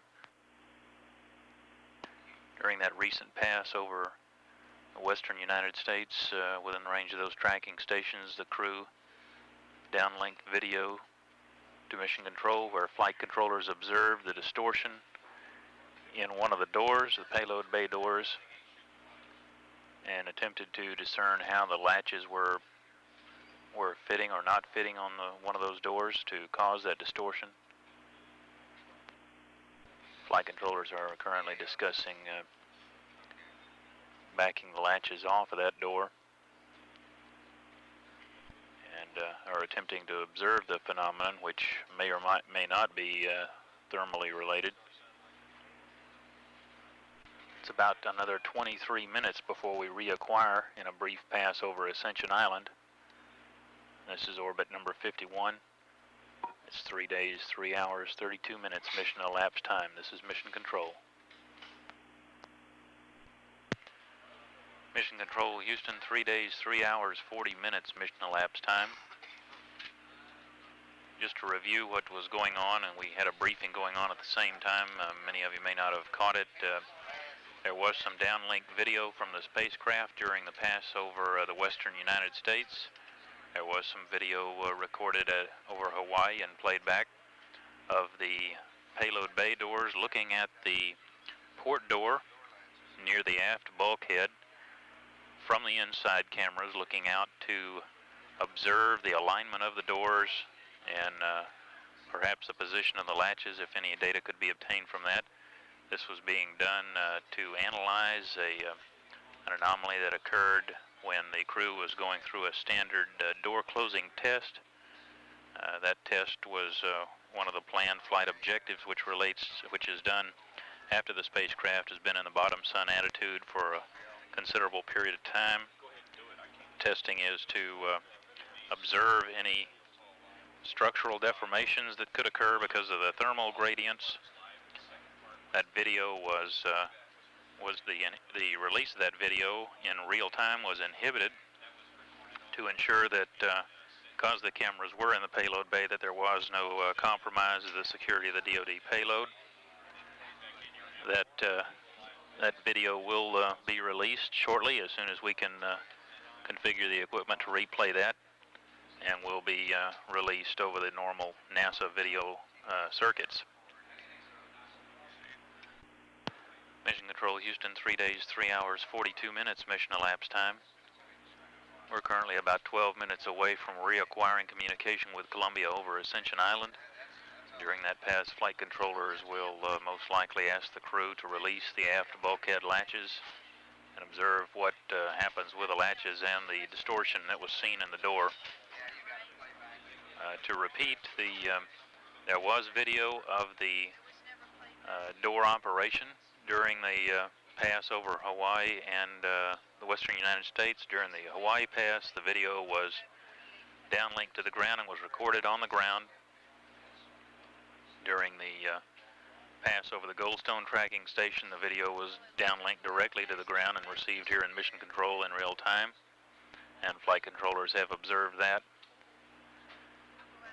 The release of that video in real time was inhibited to ensure that we do not compromise the security of the DoD payload, and apparently there was nothing within that video that would actually compromise the security, and there are plans to release that video shortly, just as soon as the equipment can be configured to release that video over the normal NASA channels. At 3 days, 3 hours, 44 minutes mission elapsed time, this is Mission Control, Houston. Mission Control, Houston, standing by for acquisition through Ascension. And in Columbia, Houston, with you through Ascension. Over. Okay, Mike, we've had a chance to look some more. It's starting, looks like we're starting to run out of daylight here, but I use the theodolite to look along the center line, and all the latches seem to go kind of in uniform steps. And just at the back end of the payload bay, there's one of these rollers that takes fore and aft loads. And as I recall, it's associated with that little short panel segment on the aft end. And it looks like that's about the right dimension. And it appears to be, it looks like that's at the point of where there's a discontinuity in the arrangement of the payload bay door. When I run down the little seal, this little black seal that goes along the door here, and I can trace it, and it makes, with the theodolite, it makes a nice little bend that runs right up on in front of the vertical fin. And it looks like I can see a little bit of monkey fur that's bent up.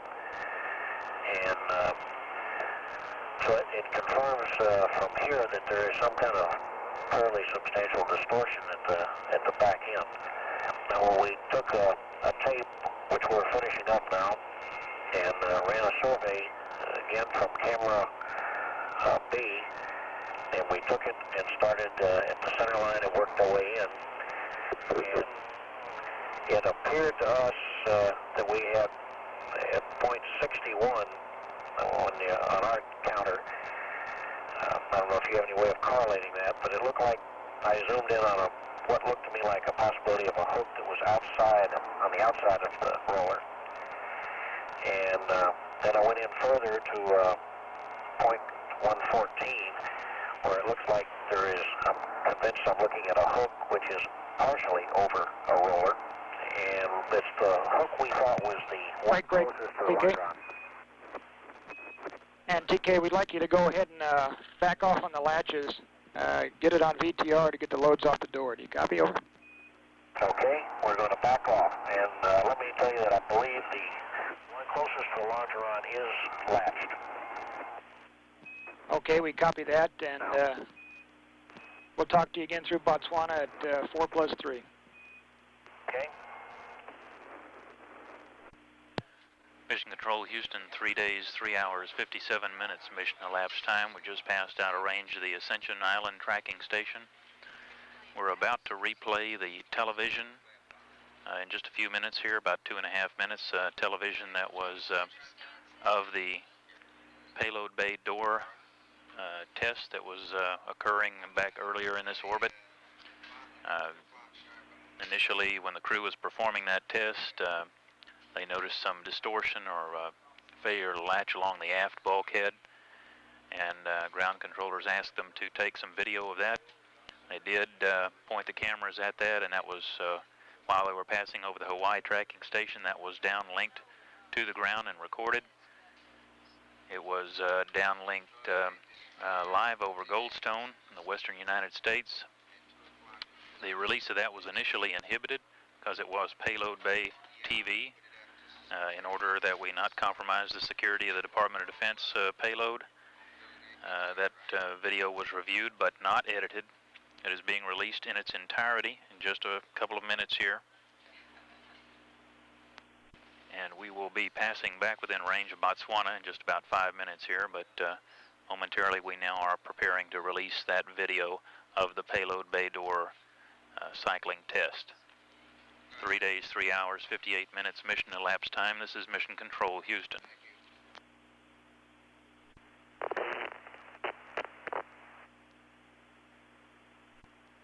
Mission Control Houston, 3 days, 4 hours, 3 minutes mission elapsed time. Had a slight delay in the replay of that video. We'll be bringing up shortly as soon as the Building 8 television is ready with the tape. About to acquire communication with Columbia here in just about 20 seconds over Botswana in southern Africa. Orbit number 51. This is Mission Control, Houston. Columbia, Houston, with you through Botswana for 7 minutes, over. All right, sir. And we opened the latches, and they both opened. Forward latches opened in about 28 seconds, and the aft about 31. And Henry's gotten the TV working now on looking at it. We've found out that the one we know is closed is now open. And we're still trying to find the other latches to identify them. Visually through the theodolite, although it's dark with the flashlight, it looks to me like the bow is out of the aft part of the payload bay now. Roger, we copy that, TK. And Columbia, Houston, we'd like you to go ahead and open up the port door and get to it. And if you get a chance, we'd like to request the MET when you first started to close the bulkhead latches. That'd help us in our data retrieval. Oh boy, Mike, I don't know how to give you that. I mean, look, that's not the kind of thing I normally write down. Okay, never mind on that one, TK. We'll get that. Let me think about it. I tell you, it was just prior to our AOS. Yeah. We had just looked at each other and said, uh-oh, at the time that you came up and called us, because I said I wanted to wait for some daylight, and you said we'd have sunrise in about 2 minutes. So you can pin it down. That's as close as I can get it in a time history. Okay, TK, we got that. Thank you. Okay, but let me confirm. You do want me to open the door? That's affirmative. Okay, I'm going to open it now. And Columbia, Houston, go ahead and clean up from the door test here, and you can pick up in a cap wherever is comfortable for you. If you can do the backup nav test, fine. If not, go ahead and skip that. Okay, hey Mike, we're just sitting here trying to figure out what would be useful data. What would you think of our waiting until we get some sunlight and opening the door about, say, 90 degrees and stop it and run a scan from a couple of TVs to look at the back end? Or do you think you have enough data that you don't need all that? Roger, stand by 1, TK. And Columbia, Houston, we'd like you to take the RF switch on panel L11 to the umbilical position. Okay, that's done. Okay, and now you can do whatever you'd like to with the door, TK. I'd kind of like to see what the back end looks like. Do I take it from that Mark's next with you guys? That's affirmative, TK. Go ahead and do what you'd like to get some data for us there. Makes no difference to us. Okay, well, if there's nothing adverse about it, remember I'm still in verniers. My present intention is to stay in verniers. I'll wait for daylight, open the door, take a TV of it. We'll put it all in the same tape. We'll then open the door, get the high load off, pick up the cap, and in the meantime we will hand rewind the cassette and try to have it available for you, plugged in, ready for a downlink. Roger, we copy that, TK. Sounds like a good plan. Hawaii's our only station left here for video, and we're going LOS here in about 20 seconds. We'll talk to you briefly through iOS at 4+15. Okay, what time is that Hawaii pass? I'll try to be ready. That's at 4+50. Okay, I think we can meet that. Roger, thank you.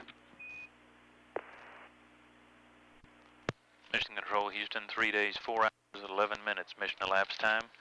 Just passed out of range at Botswana. We'll have about a 48-second pass over the Indian Ocean Station in about 4 minutes. Mission Control, Houston, 3 days, 4 hours, 13 minutes mission elapsed time. We're preparing at this time in about a minute and a half to get the playback of that video from the spacecraft recorded earlier of the payload bay door cycling test, in which there was some distortion in the doors, and flight controllers here had asked for some information on that so they could analyze the distortion in the door. Initially, the video was recorded while the spacecraft was passing over Hawaii on orbit number 51. That recorded video was recorded on the ground as the spacecraft passed over, and then over Goldstone in the western U.S. that video was linked to the ground. The release of that video was inhibited to ensure that there would be no compromise of the security of the DoD payload. Video was reviewed and is now being released in its entirety. Through iOS for about a minute. We further expect some additional TV to be recorded on the ground as we pass on orbits number 52 and 53 Again, that will be reviewed to determine that there is no compromise of the security of the payload, and we would expect then to release that in its entirety then if there were no compromising video in that downlink. 3 days, 4 hours, 14 minutes mission elapsed time. This is Mission Control, Houston. Columbia, Houston, with you through iOS, over. Okay, we're here. Roger, TK, and two things for you. We'd like you to stay in the bottom sun attitude, and we'd also like you to do the water dump on time here. We'd like you to dump tank B, Bravo, to 20%, 20%, and it should dump for about 1 hour, over. Okay, you'd like to have tank B to 20% at the scheduled time, and you want us to stay bottom sun. Does that mean delete the IMU stuff? Roger, we'll get back to you on the IMU alignment, TK. We'd like you to stay bottom sun for tonight, though. Okay. And Columbia, Houston, if you can go ahead and get the IMU alignment, that'd be great. Otherwise, we'd like you to stay in bottom sun. Okay, we'll get you an IMU alignment. How about that? You guys are doing good work, TK. That's all that overtime.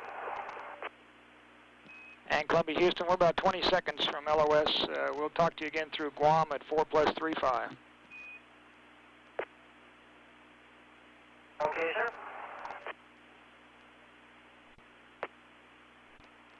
Mission Control, Houston, 3 days, 4 hours, 21 minutes mission elapsed time.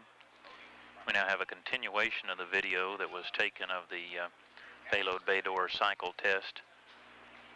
That there was a gap in that video there as we had passed through a keyhole in the Hawaii tracking station area when that was originally recorded. The video has not been edited and is being released in its entirety. What the cameras have been looking at here is the port door at the aft bulkhead, where the latches were cycled, and there then was some distortion in the rear portion of that port door, which you've been able to see on the video playback. This was part of a regular payload bay door cycle test, which was one of the normal flight test objectives, which is normally scheduled to occur after the vehicle has been in the bottom sun attitude for a considerable period of time, as we have been for during the night and for several hours during the day. Just during one of the recent passes, the crew noted that they released the latches and that the door appeared to resume its proper shape, and that the distortion had disappeared. So apparently it's back in the configuration as it was, the condition as it was before they attempted that latching, and the door has been opened, and Mission Control flight controllers here will continue to review the data that was taken during that test to determine perhaps the causes and the effects of that latching and the payload bay door cycle test. We do expect again to have some television downlinked on orbits number 52 and 53 relating to the payload bay door situation and observations. That video will be inhibited as it is sent down and reviewed to determine that it does not indeed compromise the security of the Department of Defense payload, since those cameras are in the payload bay. And once that determination has been made, then we expect that that video will be released in its entirety, assuming that there is no problem in the camera pointing angles in that video. At 3 days, 4 hours, 23 minutes mission elapsed time, Columbia is about to start on orbit number 52. This is Mission Control, Houston. Mission Control, Houston, 3 days, 4 hours, 35 minutes, standing by for acquisition through Guam. And Columbia, Houston, with you through Guam for 7 minutes, over. Okay, sir, we have the VTR tape rewound, and we're just waiting for sunrise to move the door. The tape will be ready to dump. I've got more than you can dump in a 7-minute pass. You dump it in real time, or can you? There's no other way you can do it. I can't run it. I can't dump it in fast forward, can I? Roger, we have real time only on that, TK. Okay, in that case, I'm going to start you and start about a third of the way. I'll start you about halfway through and then get you the last half of that tape. Roger, TK. We've got another Hawaii pass, a rev later, that we can dump the rest of it. If you can do that, why don't we do it? Why don't I give you what you can get the first time, and give you the rest of it on the second pass? Roger, that's a good idea. Okay, and we are prepared to do your L1A test. I think that won't conflict with your dump if you want us to wait and do that in Hawaii when you can watch it, is what I understood you to say. Roger, stand by, TK. And Columbia, Houston, you can go ahead and do the L1A test whenever you're ready. Okay. And TK, just like to clarify, we're deleting the PTC tonight. We're going to stay in bottom sun. And right now the rough plan is to stay in bottom sun until tomorrow and then try PTC for 10 hours and then back to tail sun. Okay, sir. I understand you want to go bottom sun, and that's the attitude we are in right now. Roger, we concur. And Columbia, Houston, we'd like you to repress the left ohms tank before you do the L1A test. I'm sorry you're late on that one. Roger. Oh, wait a minute. We are... Just a second. Mike, I'm sorry. We're getting our signals crossed. I've got my tongue tied. I said L1A. What we're doing is this forward manifold thing. Roger, we see that, DK, and that's fine. I'm sorry, sir. Okay, we're showing 90 oxidizer, 130 fuel. Maybe, do you have all the data here? You can follow us through? That's affirmative, DK. We have the data. Okay. And Columbia, Houston, we'd like you to do the stage to repress. Yeah, that's in work here. And Columbia, Houston, we're 20 seconds from LOS. We'll talk to you through Hawaii at 4+50. I see you. And Columbia, Houston, we'd like you to close manifold 1 and leave it closed. Copy? Okay, manifold 1's closed and staying closed. Roger, we copy. Thank you. Mission Control, Houston. 3 days, 4 hours, 44 minutes mission elapsed time. Just passed out of range of the tracking station at Guam, and we're going to reacquire over Hawaii in about 4.5 minutes. Commander Mattingly reporting that he was working on the repressurization of the L1L, the manifold in the reaction control system jet, in which flight controllers saw a leak early in the mission. It had appeared that that leak also stopped after a period of time, and this was a test to determine whether or not the manifold will indeed retain the pressure. And flight controllers are looking at the data from that test as conducted over Guam. Columbia is currently on orbit number 52. We're about 4 minutes away from reacquiring communication over Hawaii. 3 days, 4 hours, 45 minutes mission elapsed time. This is Mission Control, Houston. Mission Control, Houston, 3 days, 4 hours, 49 minutes mission elapsed time. Standing by for acquisition through Hawaii in about 20 seconds. And Columbia, Houston, with you through Hawaii for 7.5 minutes. Over. Okay. And we've got the downlink. Thank you. Stand by. Mike, when we just opened this door, We opened it up about 30 degrees here. As soon as the door started to move, the back end of it really gave a big jump, like it had been laying up on top of the back sill or something. The door was really warped and it popped loose when the door started up. Roger, we copy that, Hank. And Columbia, Houston, is the VTR rolling? We're not getting it down here right now. Yes, sir. Roger, just keep it rolling. And Columbia, we've got the downlink. We should have it now. Yeah, we had it and then have it.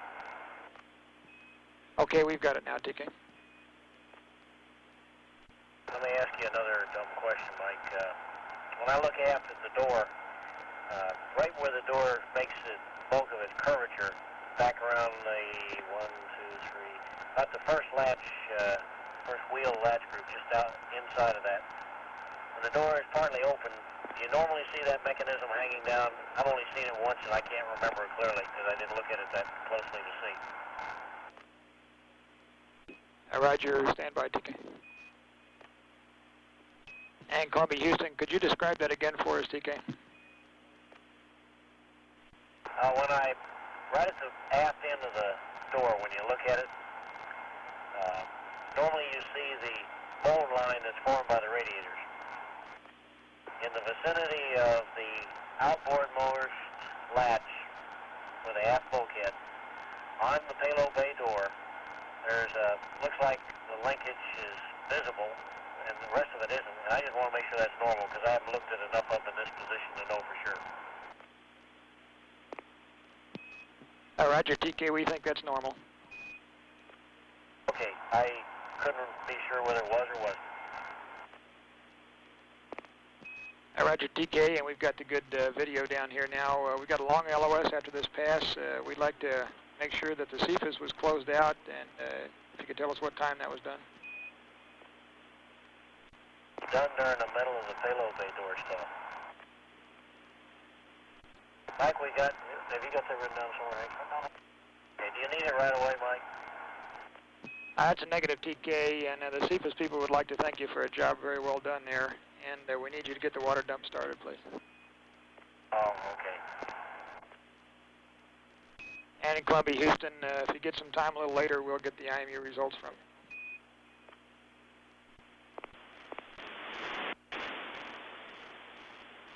And in Columbia, Houston, we'd like you to delete the L1A test for today. Good show. Mike, I can give you one other piece of data. The door closed to the ready to latch position without hitting a thing. It works perfect. There's no visible distortion in the door at all. Okay, we copied that, TK. We got about 35 seconds to a very long LOS here. We know you've got some work to complete here on the doors. I'd like to remind you that you've got a meal period coming up here. We'd like you to get something good to eat. And reminder to leave the radiator stowed, please. Okay, thank you for that. I've got the doors open now. I'm getting out of 202, and we'll leave the radiator stowed. We've got the temps coming up on the water, and I think we're going to power down here a little bit and be very deliberate. Roger that, and we'll pick up the VTR again at Hawaii on the next rev. Okay, turn the... And Columbia, Houston, we'd like you to get the RF switch back on panel L11 to the antenna position.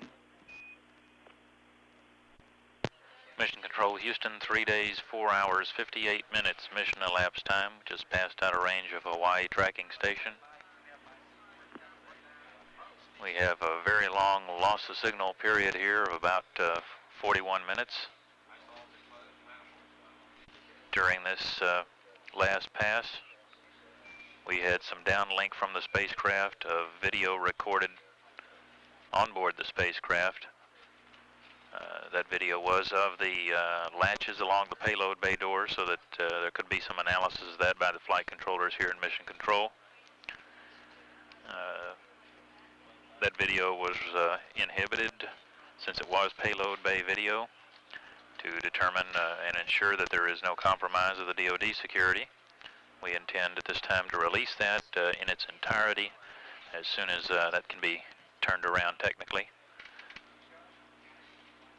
At 3 days, 4 hours, 59 minutes mission elapsed time, this is Mission Control Houston. Mission Control Houston, 3 days, 5 hours, 1 minute mission elapsed time. We're currently planning on releasing that downlink of the payload bay door television at 3:05 in just about 3.5 minutes here. This is Mission Control Houston. Mission Control Houston, 3 days, 5 hours, 13 minutes mission elapsed time. We've completed the playback of the video downlink from the spacecraft. During that playback, there was a part where the video went black. That was the condition of the video as we received it from the spacecraft. That was the video was not edited and was played back in its entirety as received from the spacecraft. Columbia is currently on orbit number 52 and just off to the west of South America. And we'll be out of communication with the crew for about another 25 minutes until we pass within range of the tracking station at Botswana. At 3 days, 5 hours, 14 minutes mission elapsed time, this is Mission Control Houston. Mission Control Houston, 3 days, 5 hours, 35 minutes mission elapsed time. Columbia is currently out over the South Atlantic in orbit number 52. We're about 3 minutes away from acquiring communication through the Botswana tracking station. Just to summarize the activities that have occurred lately relating to the payload bay door tests. The crew was performing a payload bay door cycle test, which is one of the stated flight test objectives as listed in the flight requirements document, to be accomplished after the vehicle has been in the bottom sun attitude for a long period of time. As you know, we were in bottom sun previously to dry out the tiles on the underside of the vehicle to get rid of the water that had accumulated during the heavy rainstorms before launch. It was determined that since we had been in that attitude for a considerable period of time, that it would be wise to go ahead and get the thermal test data that was planned for that attitude. The bottom sun attitude was a standard attitude planned for this mission. So the crew was proceeding with the flight test objective of closing the payload bay doors to observe any distortion that could occur, structural misalignments that might occur when the doors were attempted to close because of the thermal differences from one point in the vehicle to the other. We observed that the crew reported a misalignment. They brought the doors down, and there was no problem getting the ready to latch signal on the doors, and as they closed the aft bulkhead latches, there appeared to be a distortion or a misalignment of the doors, and the latches did not properly close. There was some misalignment there. That was on the port door.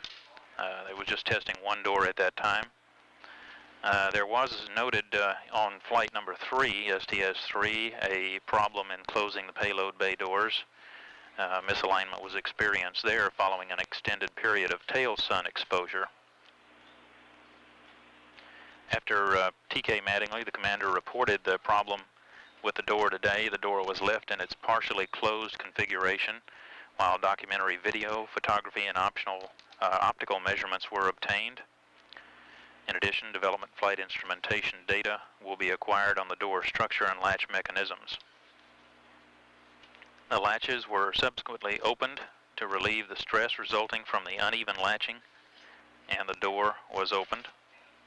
Crew recorded the opening with the onboard video recorder and replayed a portion of that video to the ground during a recent pass over Hawaii on orbit number 52.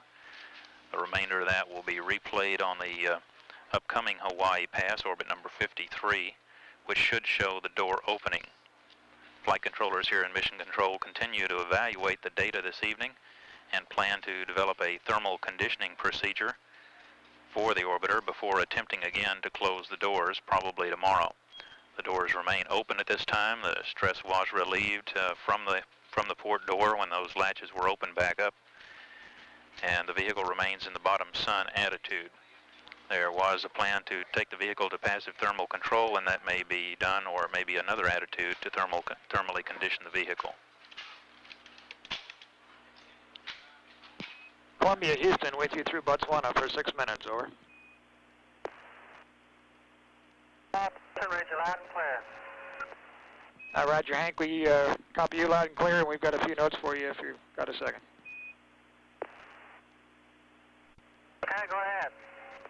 Okay, we hope you're getting something to eat. We hope we're not interrupting it here.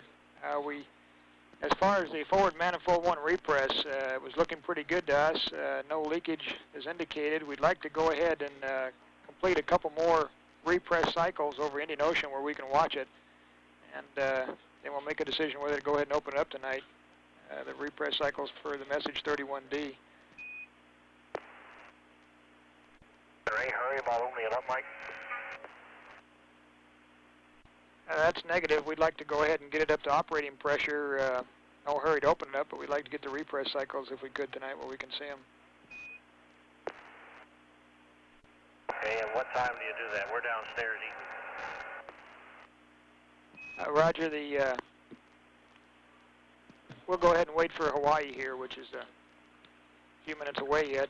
One thing we do need to check, if you didn't copy last time, was that RF switch on panel L11 to antenna.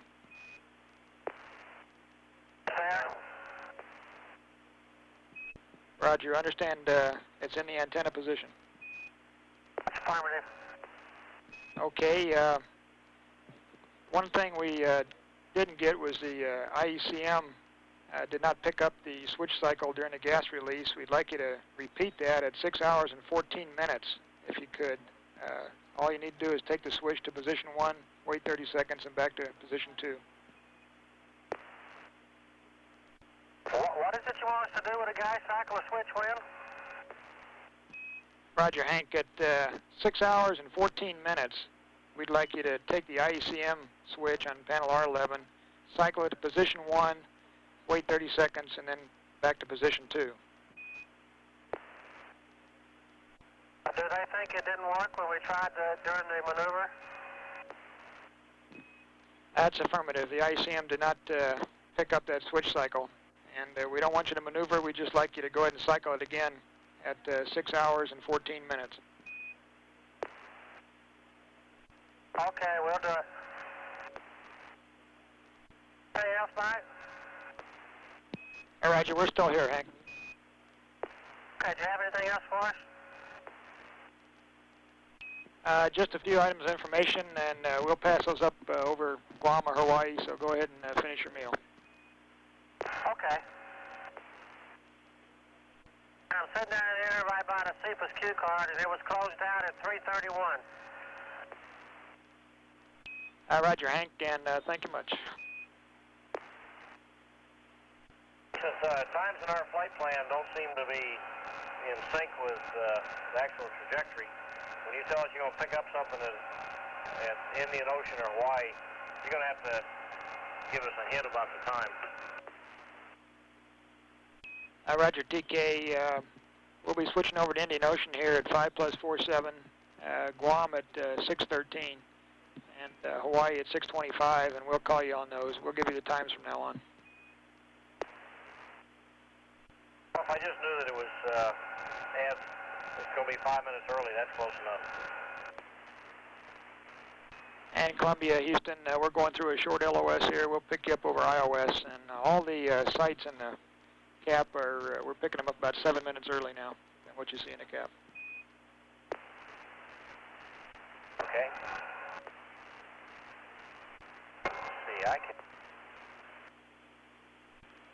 And Columbia, Houston, we're with you through Indian Ocean here for about 8 minutes. Okay, loud and clear. I have behind you angles if you want. Roger, we're standing by to copy. Roger, Columbia, we'd like to pass up a note here first about going to PTC tonight. Because of the door problem, we're going to have to set up and go to PTC, and we've got some data to pass up for you if you're ready to copy. Okay, Mike, before I copy that, did you get my comment about verifying that the doors close physically and that without any problem, that it looked like it was the latch mechanism that caused our problem? Roger, we copied that comment, TK. Okay, I'm ready to copy now. And you want, in parallel, would you like for Hank to go ahead and do the press? Roger, TK, that's affirmative. If Hank can go ahead and do the repress, I'll pass up the pad for the PTC attitude. Okay, I'm ready to copy, and Hank's getting ready to start. Okay, for the auto maneuver to the PTC attitude, the maneuver option is roll 138.0, pitch 230.1, yaw 56.9. We'd like you to initiate the maneuver in DAP A, that's alpha, auto, normal. Once you're in the attitude, we'd like you to change DAP A, rotation discrete rate vernier to decimal 4, 0.4. That's a negative 0.4.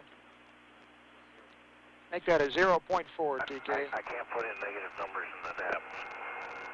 Roger, we're sorry. That's a 0.4. My mistake. Body vector of +4. We'd like you to initiate the rotation at 6 hours and 15 minutes. Okay, now I understand you want to do PTC and normal rather than vernier jets? Roger, TK, we'd like to do the PTC and verniers, a rotation discrete rate vernier of 0.4. And I thought you read normal, excuse me. I misread you. Okay, and can you give me a DAP number instead of just a... it's typically a 0.4 rate for PTC. Roger, stand by, TK. And Columbia, Houston, we'd like DAP A2 for that 0.4 rotation rate. And why don't you go ahead and cancel that gas release, if you would. That conflicts with the attitude requirements here. Okay, you just don't want me to do it, or I can work it in properly if you want it, but I'll stop if you don't. Roger, TK, it conflicts with our attitude requirements here. We need to go PTC at 6:15, so go ahead and cancel the gas release. Okay. And F1 is replaced, Jet F1L is reselected, and normal configuration. Is that what you want now? Roger, Hank, why don't you leave it right there, and we'll watch it for a while and get back to you. Okay, I have completed the message. Is that what you intended, Houston? Roger, Hank, we're in good shape right now. Let's just watch that for a while. Okay.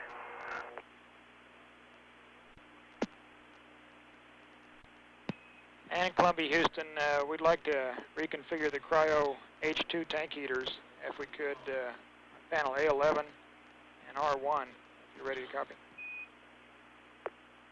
Oh. Roger, on panel A11, we'd like the H2 tank 4 heater B to off. And on panel R1, we'd like the H2 tank 3 heaters A and B to auto. Okay, which tank's on R1? Roger, H2 tank 3 heaters A and B to auto.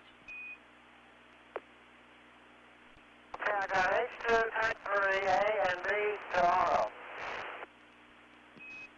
Roger, we see that, Hank, and we're going LOS, and we'll talk to you through Guam at 6+13. Good work, guys. All right. Mission Control, Houston, 3 days, 5 hours, 56 minutes, mission elapsed time. We passed out of range of the tracking station at Indian Ocean. Columbia is just about to start orbit number 53 as it crosses the equator in just a moment. We have about almost a 17-minute loss of signal period here before we reacquire over Guam. During that pass, Henry Hartsfield, the pilot, was proceeding with a manifold repressurization of the forward reaction control system jet, in which there was a leak seen earlier in the flight. That they have repressurized the manifold, which is shared by that jet and 3 others, and have reselected that jet. Everything is in the normal configuration, and flight controllers here will be observing it for a while to see how it performs, to perhaps observe whether or not that system bleeds back down or remains pressurized, and determine whether that is fully functional again. Flight controllers also read up to the crew the time to begin to initiate the passive thermal control mode. That is scheduled to begin in about 17 minutes from now. So apparently we will not be in the bottom sun attitude tonight. The spacecraft will go in the slow rolling mode, which evens out the temperatures throughout the structure. And that will be done at about 6 hours, 3 days, 6 hours, 15 minutes mission elapsed time.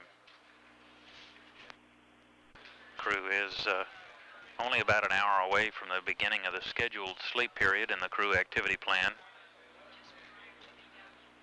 They're still taking care of a number of details here that are trying to get squared away before the beginning of that period. On orbit number 53, about 14 and a half minutes away from communication again with the spacecraft at 3 days, 5 hours, 59 minutes mission elapsed time. This is Mission Control, Houston. Mission Control, Houston, 3 days, 6 hours, 12 minutes mission elapsed time. On orbit number 53, we're about a minute and a half away from reacquiring communication with the spacecraft over the Guam tracking station. Just about 2.5 minutes, the crew will initiate the roll, which will put the spacecraft in the passive thermal control mode, sometimes referred to as the barbecue mode, which will equalize the temperatures throughout the spacecraft, equally exposing all portions of it to the sun for the same period of time.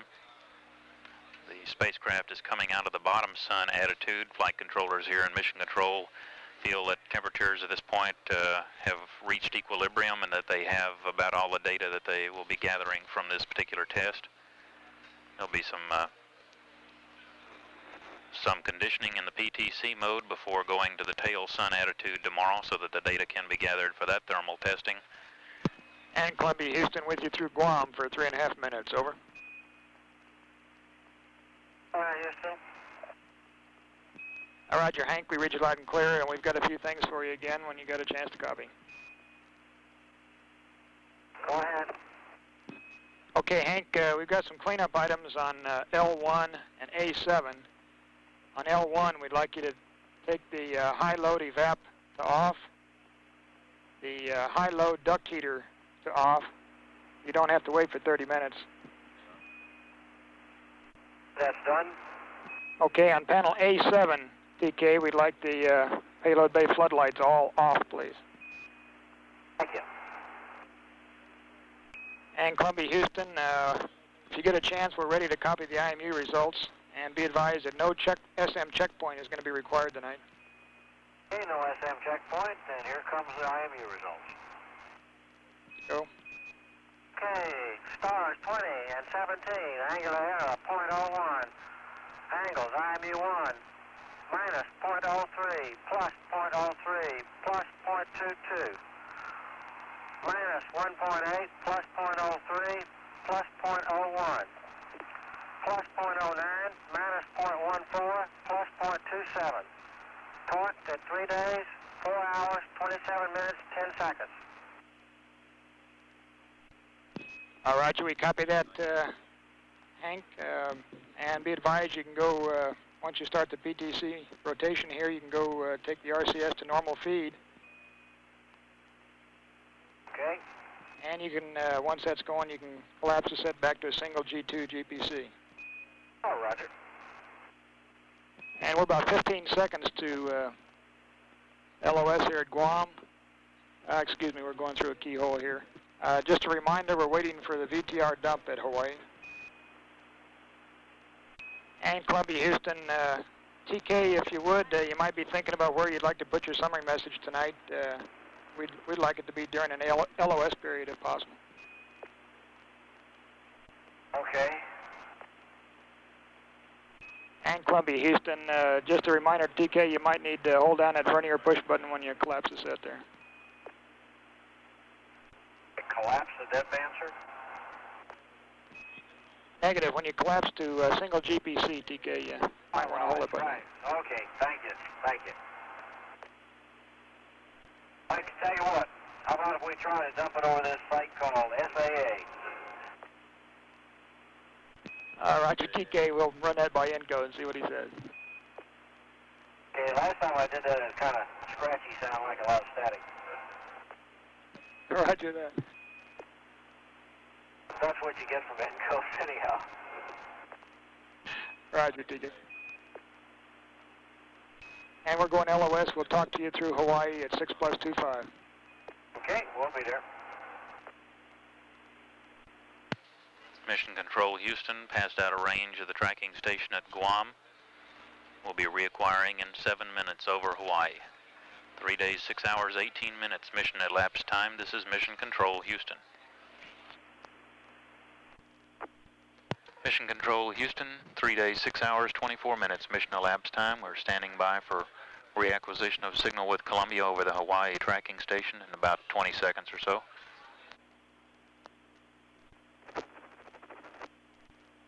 And in Columbia, Houston, we're with you through Hawaii for 8 minutes. Over. And if you let us know when you're ready, we'll give you a go for the VTR downlink. Are you ready on the tape? Roger, stand by, TK. And Columbia, Houston, you have a go. Hey, tape's rolling. Roger, and we see it down here, TK. Thank you. And Columbia, Houston, just be advised, TK, that manifold 1, forward manifold 1 is looking good to us, and your go for leaving it open for sleep tonight. Hey, thank you. So we're clear from item 48. Roger, stand by. Roger, Columbia, your go for item 48.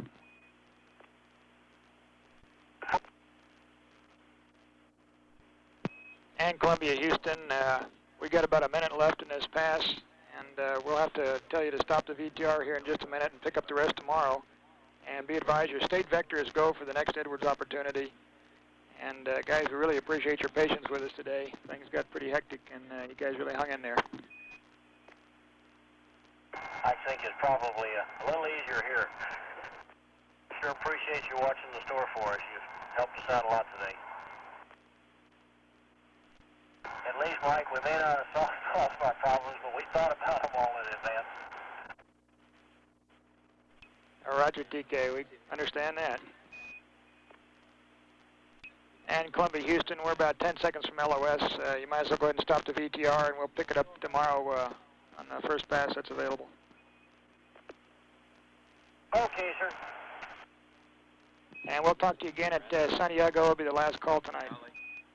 6+5. And I would guess you got about half of the tape dump. Roger that. We'll talk to you at Santiago at 6+53. Okay, and just as a byproduct, we did find out how to rewind tapes manually almost as fast as the tape recorder does it. Roger that, TK. Mission Control Houston, 3 days, 6 hours, 34 minutes mission elapsed time. We've passed out of range of the Hawaii tracking station. We have about a 20-minute loss of signal period before we reacquire over Santiago. During that pass, the crew completed relaying down, or continued to relay down, the video that they recorded earlier of the payload bay door latches. That video has been cleared as not compromising the security of the DoD mission, and we will be releasing that shortly as quickly as we can get it turned around. That will be unedited and issued in its entirety, and we will be informing you as to the time we will begin replaying that tape. On orbit number 53, at 3 days, 6 hours, 35 minutes mission elapsed time, this is Mission Control, Houston.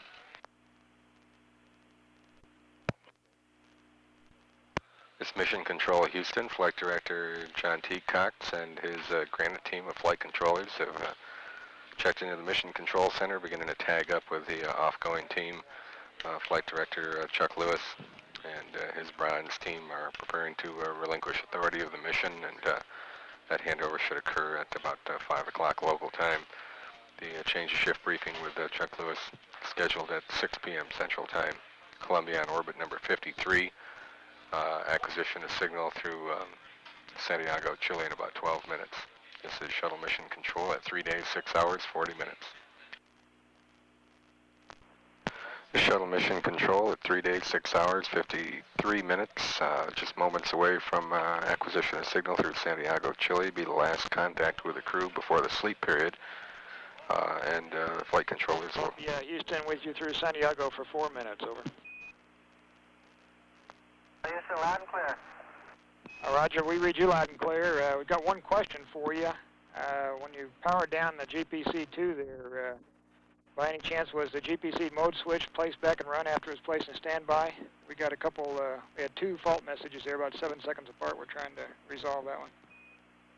Okay, Mike, we got 2 fault messages, and I think that switch in the standby position is kind of a soft detent, and I think I may have bounced it between standby and back to run without realizing it.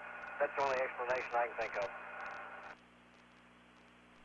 We're about to finish dinner, so that's our next order of business. Roger, we copy that.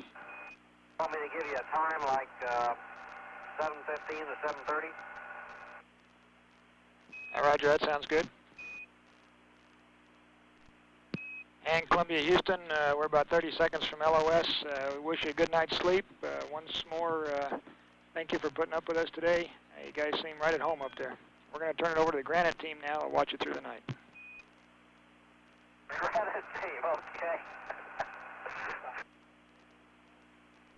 Before they can talk to us, they got to explain where they got their name. Roger, that's John Cox's nickname there, TK. The Shuttle Mission Control loss of signal has precluded any further discussion on the flight control team's nicknames. We're at 3 days, 6 hours, 58 minutes. Handover to the Granite team has been accomplished in the Mission Control Center. Crew sleep period now beginning.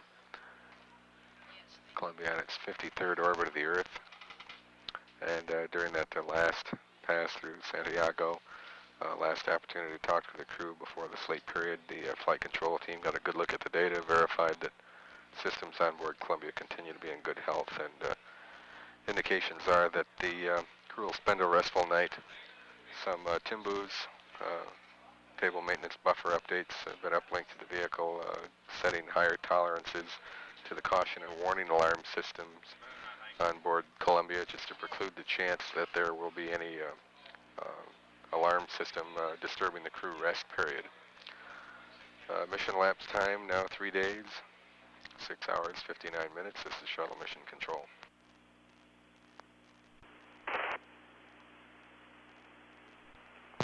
This Mission Control Houston, Columbia on orbit 54, just acquired signal at Guam, and Mission Control Center's processing data, and all's quiet on board the vehicle. Flight Director Chuck Lewis will be available for the change of shift briefing with the media, and we expect that to occur on time at 6 o'clock Central Time. Mission lapse time 3 days, 7 hours, 51 minutes. This is Mission Control Houston. Shuttle Mission Control, 3 days, 7 hours, 57 minutes. All continues to be quiet on board Columbia on orbit 54. The change of shift briefing with Charles R. Lewis, Flight Director from the Bronze team, will begin momentarily in Building 2, Room 135. This is Mission Control Houston.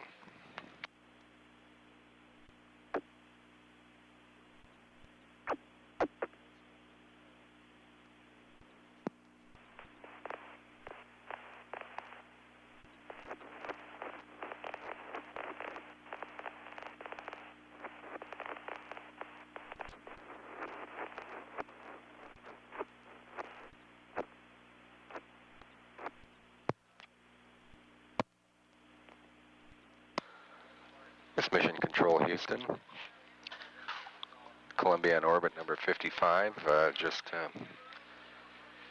past ground station at Ascension Island. Data indicates that affirms that Columbia is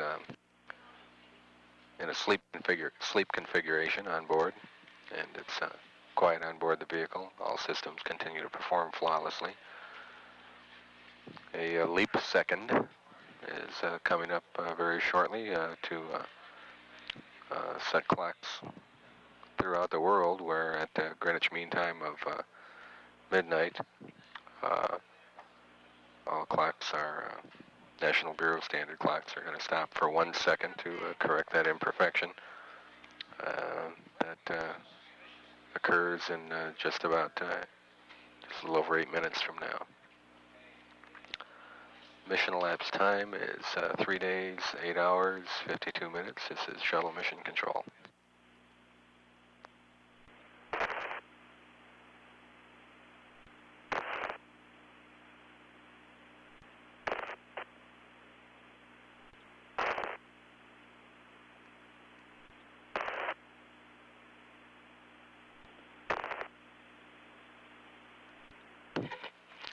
This Mission Control Houston at 3 days, 9 hours, 26 minutes.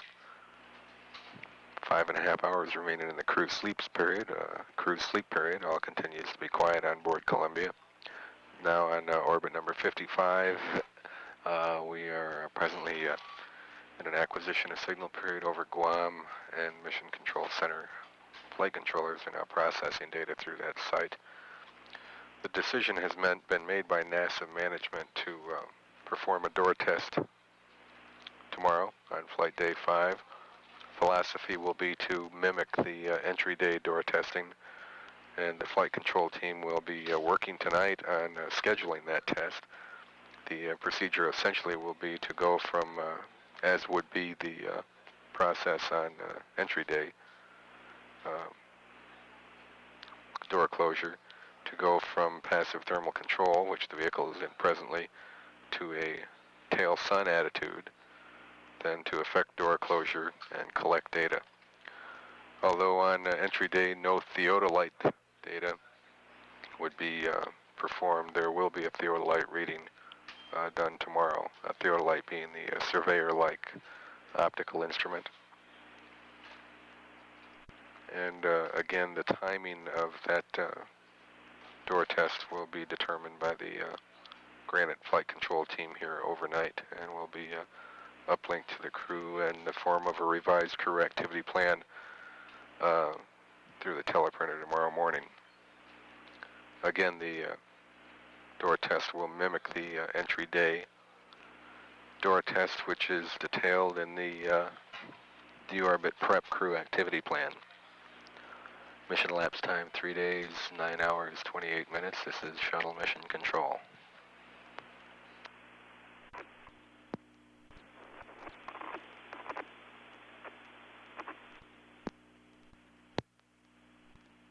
This Mission Control Houston, Columbia on its 56th orbit of the Earth. All's quiet aboard the vehicle. Systems continue to perform flawlessly. Flight control team in the Mission Control Center is working on the update of the crew activity plan for tomorrow, including details for cycling the payload bay doors again sometime during the cruise day, which will be its 5th in space. The mission elapsed time is now 3 days, 11 hours, 27 minutes. This is Shuttle Mission Control. This Mission Control Houston, everything continues to be quiet aboard the Space Shuttle Columbia. Slightly less than 3 hours remaining in the sleep period for astronauts Ken Mattingly and Hank Hartsfield. Columbia now on orbit 57, just over North Africa. In the Mission Control Center here in Houston, flight controllers are planning tomorrow's activities, which will include another closure test of the payload bay doors. Controllers suspect that the present situation is similar to one experienced during STS-4, when a closure difficulty was remedied by achieving a stable thermal condition on Columbia's exterior surfaces. That generally will be the plan for Thursday's flight activities soon after the crew is up and after they've completed post-sleep activities. The flight plan will call for them to get Columbia out of the passive thermal control configuration that it's in presently, where it's performing a wing-over-wing roll to stabilize the vehicle's exterior surfaces from a thermal standpoint, then go to a tail-sun attitude, close the doors, and take some data. That is being worked into a revised crew activity plan, which will be uplinked to the crew tomorrow morning on their teleprinter after the wake-up call. Mission elapsed time, 3 days, 12 hours, 15 minutes. This is Mission Control Houston.